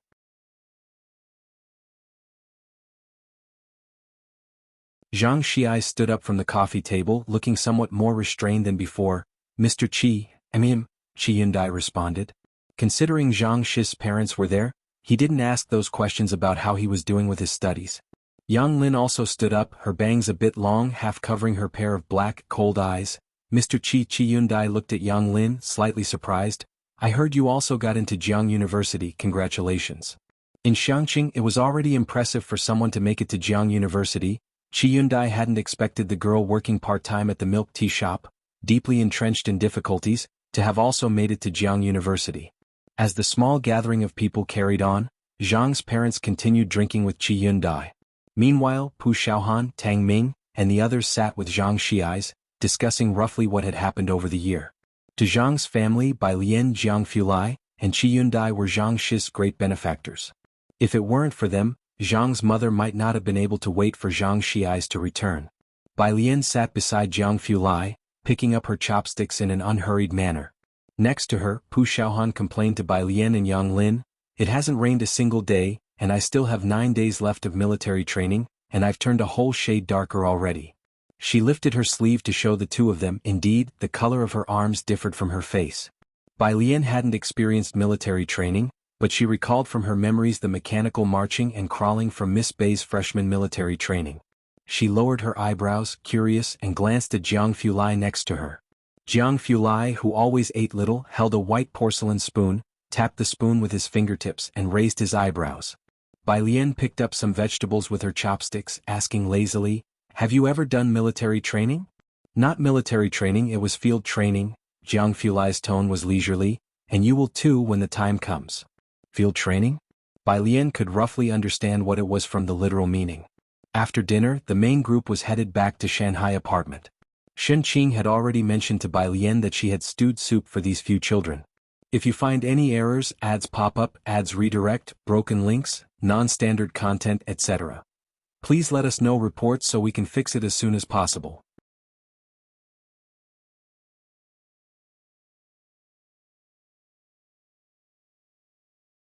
Chapter 639, 252 strong subordinates have no weak soldiers, oppressive feeling. First update, _2. It was mainly Tang Ming and Ning Xiao. Qi Yundai walked at the back, glancing at Zhang Xiai standing beside. The defiant, bloodshot-eyed yet unyielding appearance of Zhang Xiai during their first encounter in detention was vivid in his mind. "Are you starting school tomorrow?" Qi Yundai asked him. Zhang Xi's nodded, then asked Qi Yundai in a low voice, "Do you think I can now get into the University of Political Science and Law?" The two had already stepped out of the Yunxiao Hotel. The sun shone obliquely through the gap between the Yunxiao Hotel and the surrounding buildings, casting a hazy glow on the youth's figure. Despite everything he'd been through that year, his sharpness remained unblunted. Having gone through so much, Zhang Shi's mentality remained stable, a testament to his strong psyche. Qi Yundai was silent for a moment. "I believe in you." This sudden praise baffled Zhang Xi's, making him think that Teacher Qi had drunk too much. So he turned around and went to talk with Bai Lian and Ningxiao. Having drunk alcohol, Qi Yundai did not drive but stood waiting for the designated driver to arrive. His gaze followed the group including Bai Lian and Zhang Xi's. He knew Zhang's background well, how he had scraped by indifferently with abysmal grades for many years. Zhang Xi's was not like the prodigies Qi Yundai had met before. He was like someone wielding a rust-covered long sword, reluctantly blundering through life. Source: Web Novel. Com. Updated on New Omicron. Most people would perish on this nameless journey. But Zhang Xi's, Qi Yundai watched the girl in the white t-shirt next to him, who lazily listened to Zhang Xi's speaking. With someone to guide him, Zhang Xi's would eventually shed the rust from his long sword. The designated driver arrived and Qi Yundai got into the back seat. He watched the group in the rearview mirror. From Yen Lu, who was initially surrounded by negative publicity, to Yang Lin, this was the first time Qi Yundai had such a direct realization of the energy of Bai Lian's core team, these young people. No one was holding them back, not even Zhang Xi's, who seemed the most out of step. Shanghai apartment. Xinjie was already downstairs waiting 5 minutes ahead of time. She held a stack of photos of Yen Lu, standing downstairs with a Huang beside her, surveying the nearby scenery. "Does Sister Lu's friend live here?" As the two had walked over, they encountered quite a few Jiang University students, which made a Huang feel pressured. Xinjie nodded, her gaze fixed on the end of the road. Soon 2 cars arrived one after the other, a van and a Volkswagen. Xinjie immediately noticed Bai Lian getting out of the van's passenger seat and took a step forward to greet her first. "Miss Bai." From the driver's seat, Jiang Fulai pulled out the car keys and bent over to get out. He had a carefree air about him. Xinjie instinctively stood up straight and greeted him. "Yen Lu asked us to deliver the photographs," Xinjie said as she flipped through the stack of photos. "Sister Lu is so nice." Pu Xiaohan hopped down from the back seat and explained to Bai Lian, "I asked Sister Lu for 2 signed photos because both my roommates are hardcore fans of hers." How popular was Yen Lu now? Even at Jiang University, pick any 10 people and 5 of them would be casual fans of hers. Bai Lian nodded, glancing at the photos in Xinjie's hands, and thought to herself that later she should get one for Kong Wei and Yu Ximin too, as both of them were hardcore fans of Yen Lu. The kind who would curse at Jiang University's internet for not getting her album. The list of nominees for the Huaqiu Award came out. Seeing Bai Lian, Xinjie naturally brought up this topic. For Best Composer, Lyricist, Arranger, several songs are shortlisted. "Have you spoken with Dean Jian about it?" She looked at Bai Lian. The organizers surely hoped that both Bai Lian and Dean Jian would attend. The influence of the Huaqiu Music Award isn't as great as it used to be, but if someone like Dean Jian, an industry titan, appeared alongside the composition god who arranged music personally, their combined influence certainly wouldn't be any less than Yen Lu's, and could also set off a new trend in the Chinese music scene. Xinjie couldn't help but think that such a scene would be a rare spectacle in the entertainment industry. "I don't know," Bai Lian said lazily as she looked at the sun umbrella in Jiheng's courtyard. "We'll see about the timing." Nowadays there were hardly any outsiders in the building where Bai Lian lived. Yen Lu got out of the car wearing a long coat and a fisherman's hat, which didn't attract anyone else's attention. In this group of Bai Lians, her presence wasn't the most outstanding. Not to mention Bai Lian and Jiang Fulai, even Ningxiao had a unique charm. The aura of academic elites was too strong among them. Especially Jiang Fulai, just as Zhang Xi's had described long ago, just one look at him could make you doubt your own intellect. Zhang Xi's himself was once the heartthrob of Xiangqing No. 1 High School, and the year's experience had honed a noticeable aura around him. "Okay." Xinjie sighed as she watched them. She chose not to follow them in and disturb them. It wasn't until after they had entered the building that a Huang dared to speak up. "Xinjie, who's that guy who was walking next to Lu Jie? Quite handsome. Is he a new face entering the entertainment industry?" He had seen Bai Lian and Jiang Fulai before, but this was his first time seeing Zhang Xi's. He didn't dare to ask one thing. It seemed like he saw Yen Lu walking very close to that guy. A newcomer? I wish I could sign him. Xinjie got back in the car and upon hearing this laughed, but to vie with the University of Political Science and Law for talent, Qi Lu is probably not going to let our entertainment industry off the hook that easily. After, "Come here friend," Qi Yundai rapidly became popular online. Even if he didn't show up in public, netizens dug up his impressive achievements on their own. The International Lawyers Group was led by Qi Yundai. His law firm was in a league of its own. A Huang got into the driver's seat and started the car, still confused. What does this have to do with Qi Lu? Xinjie leaned back in her seat and spoke at an unhurried pace. That's the apprentice Qi Lu has his eye on. A Huang? He looked in the rearview mirror. Are they all that incredible? More than that. Xinjie inwardly clicked her tongue. The group included 4 high-achieving students from Jiang University and 1 from Media University who secretly had 60 million followers and countless official collaborations on their accounts. In the office of the physics building at Jiang University, several professors were grading the morning exam papers. Zhou Wenqing stood to the side with a teacup, waiting for them to produce the results. The matter of Tongfeng class quota was not to be taken lightly. They had to discuss the performance outcomes each year before finalizing the quotas. This year was no exception. He taught general physics and he wasn't sure about most of the questions, so he just stood there watching the professors discuss the scores. Math and physics combined had 8 problems, each worth 50 points, totaling 400. Most students scored around 240, with the occasional 290 considered a high score. Zhou Wenqing watched the scores being written down. Math 171? Over 150, let me see. Liang Wuyu, I knew it was him. With physics he should be over 300. When they heard 171, several professors came over to look.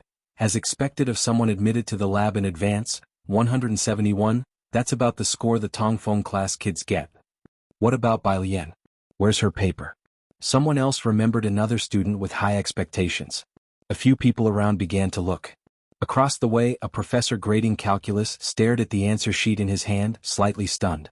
The handwriting was neat, the exam sheet clean and attractive. He had been grading this question for a while and knew the steps and logic very well. A quick glance was enough to tell that the student had made no mistakes. Despite the orderly handwriting, he felt an overwhelming pressure emanating from it. If you find any errors, ads pop up, ads redirect, broken links, non-standard content, etc. Please let us know reports so we can fix it as soon as possible.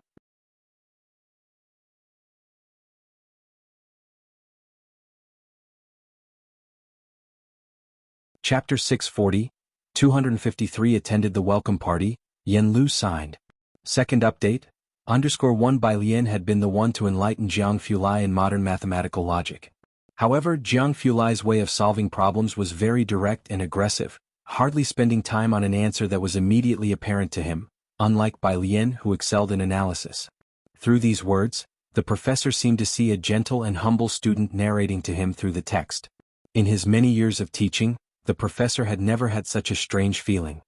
He flipped over the papers, looking down to find the name of this examinee, Bai Lian. Indeed, just as he had expected. Hey, this student got 182 in math? Another professor, after adding up the points of the last problem, pushed his glasses up in surprise. Let me see who it is. Ning Xiao. Upon hearing the name Ning Xiao, Zhou Wenqing walked over directly. He had asked the HR department to check on Ning Xiao and Tang Ming during lunch. They were both from Xiangqing.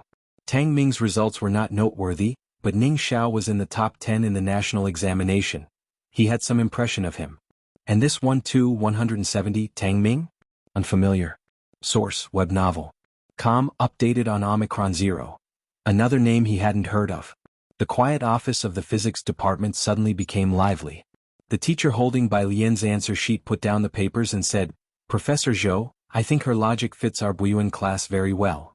Nonsense, Zhou Wenqing said, pressing down on the papers in his hand. That's simply preposterous. Shanghai apartment. 303. Ning Xiao and Tang Ming were in the study, receiving a mental baptism from young Master Jiang. You've written the Galois group as an inverse limit. If L ranges over all finite extensions of K, GK becomes a non-Hausdorff space that's not totally disconnected.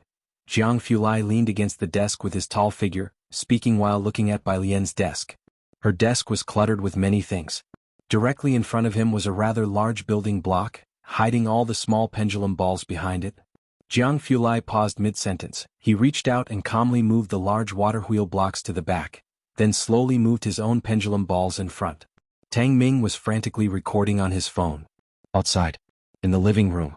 When Zhang Xiais came down with his luggage, Pu Xiaohan had already been getting Yen Lu to sign autographs, while Yang Lin and Yen Lu played Gamoku on the white jade board on the balcony.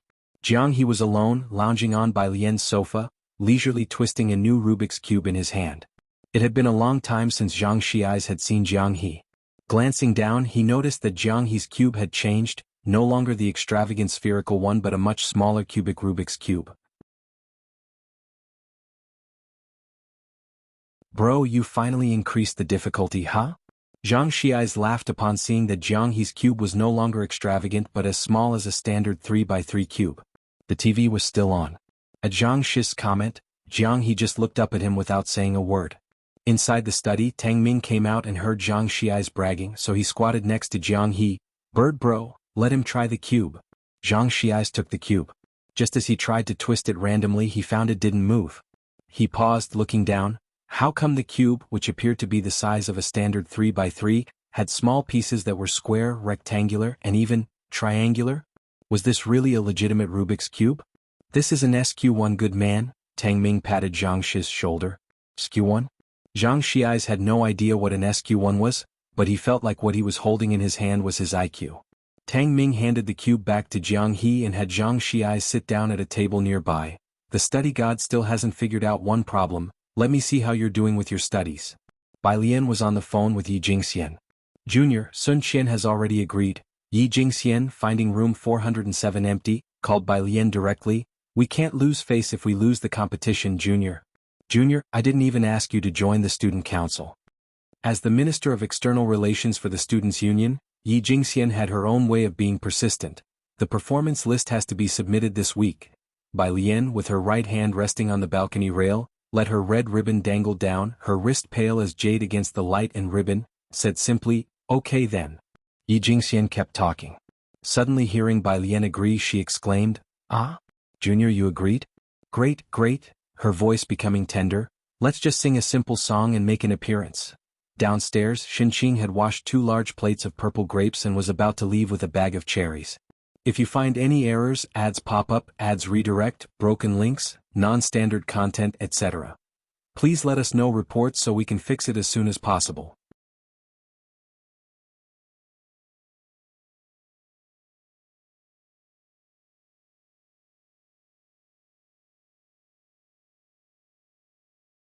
Xiaojie was waiting for the dormitory butler at the elevator entrance. Seeing him emerge from the lift, he came over. Dormitory butler. The dormitory butler followed him outside. Let's go back first. Xiaojie, holding the car keys, heard the dormitory butler's voice sounding a bit heavy. What's wrong, dormitory butler? Didn't you see Miss Bai? No, the dormitory butler shook his head. He had heard that Bai Lian had been taking the Tongfeng class exam that morning. Sunday evening.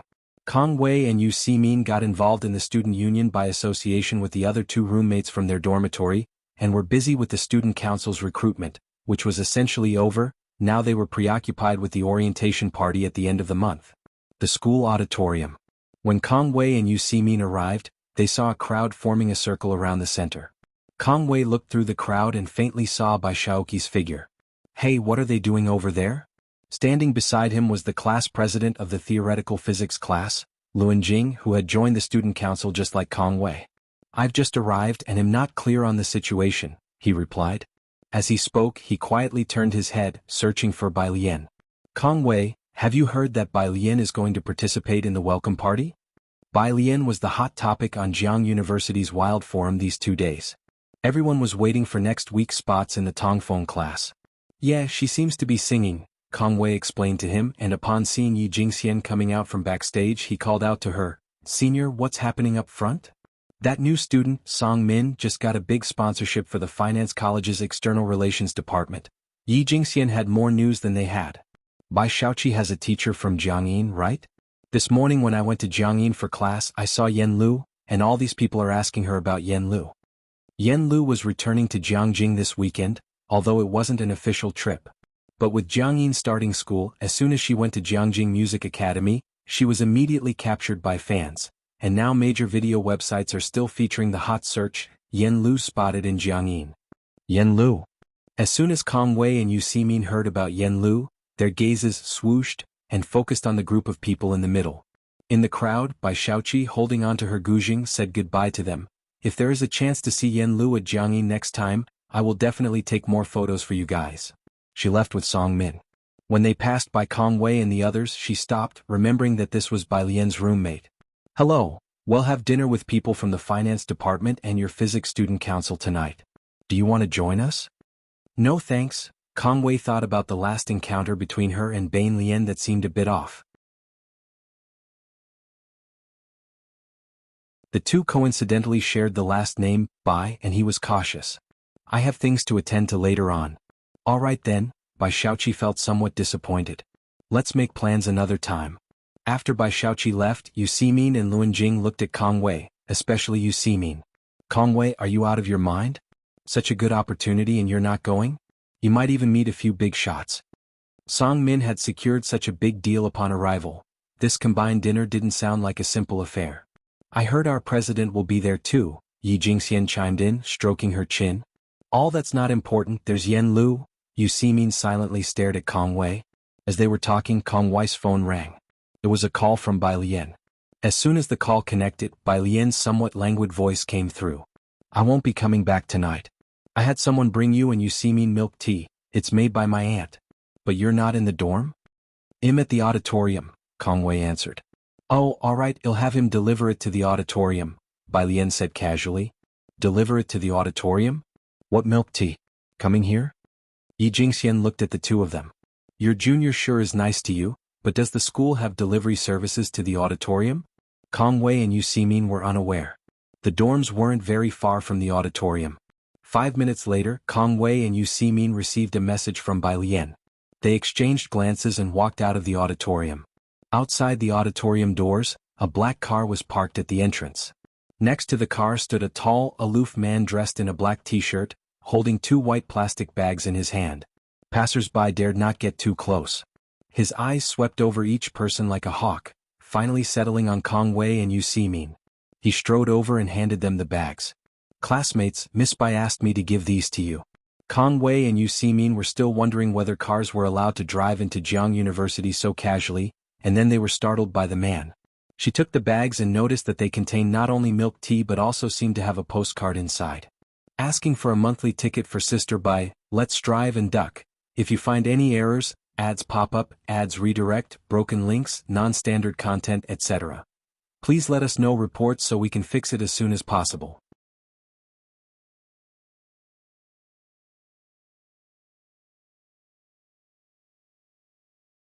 Chapter 642, 254 Break Out of the Encirclement, Part 1.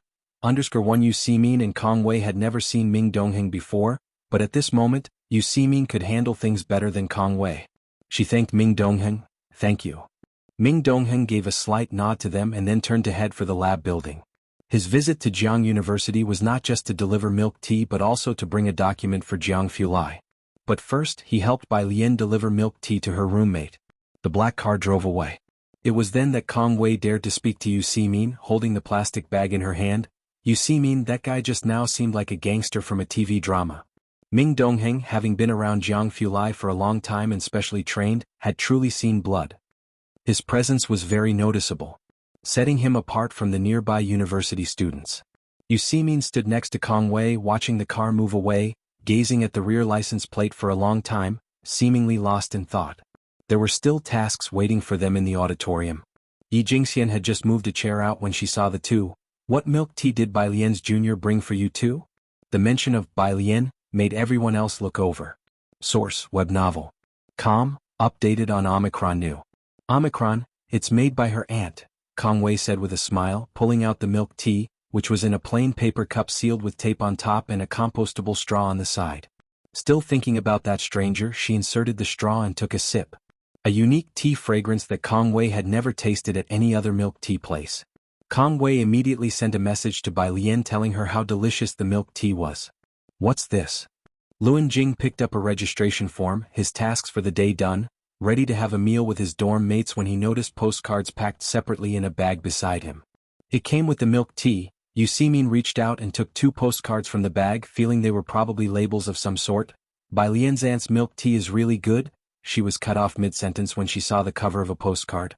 It was a signed photo of a woman with misty blue short hair, dressed in a white tank top, with a leather jacket draped over her, turned sideways to the camera, with all her blue hair slicked back behind her ears. Golden marker flourished around the edge of the blue hair, signing the name Yen Lu. Damn, Lun Jing exclaimed, looking at the signed photo. A Yen Lu autograph? Everyone knew the impact of a blockbuster drama, especially since Yen Lu had personally endorsed it, and now the name Yen Lu was stamped with Bai Xiangjin's label. Any mention of this historical figure first brought Yen Lu to mind. The appearance of the Yen Lu autograph caught the attention of the boys and girls present. A crowd from the student council gathered around. Yu Simin and Kong Wei realized what was happening and each clutched a postcard close to their chests. You two are so stingy? A girl squeezed over. Let me see my wife's autograph. Is it really real? Where did you two get these? After the crowd caused a commotion, Yi Jingxian saw Yu Simin pulling the signed photo out of the bag. The milk tea had been sent over by Bai Lian. So, the junior sent each of you a signed photo? Yi Jingxian clutched her chest. Kong Wei gasped. Yes, the first time we met was at a scramble for an album. She knows I and Yu Simin are fans of Sister Lu. Yi Jingxian forced her eyes away. She rose wearily to go backstage. I don't feel quite right going out first. Yu Simin, Kong Wei, senior sister, it's the body. But the milk tea was really good. The two of them bowed their heads and took another sip. At Shanghai apartment, when Ming Dongheng returned to report, he looked expressionless at the old Banjiang tea base. Shenqing was stewing for the milk tea. Xiaoming, would you like some? Shenqing held out the last cup of milk tea to Ming Dongheng. Ming Dongheng took it. Thank you.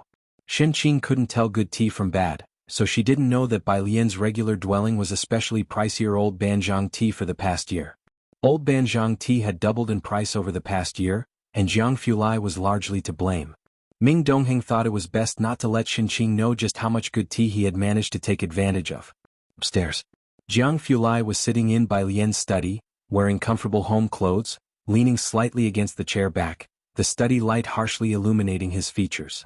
He wore a Bluetooth earphone, tapping a light-colored graphite pencil between his fingers unhurriedly, using its top end to adjust his glasses on his nose bridge, briefing the team members. So, none have been confirmed? Jiang University online meeting. If you find any errors, ads pop up, ads redirect, broken links, non-standard content, etc., please let us know reports so we can fix it as soon as possible. You're tuning in to the Han Li's Wuxia Chronicles YouTube channel. We're so grateful for your support, and don't forget to subscribe to join us on this incredible journey through captivating stories. Your generosity through donations truly makes a world of difference, as it's the primary source of revenue that allows me to expand and enhance this channel for you. Thank you from the bottom of my heart for being a part of this adventure.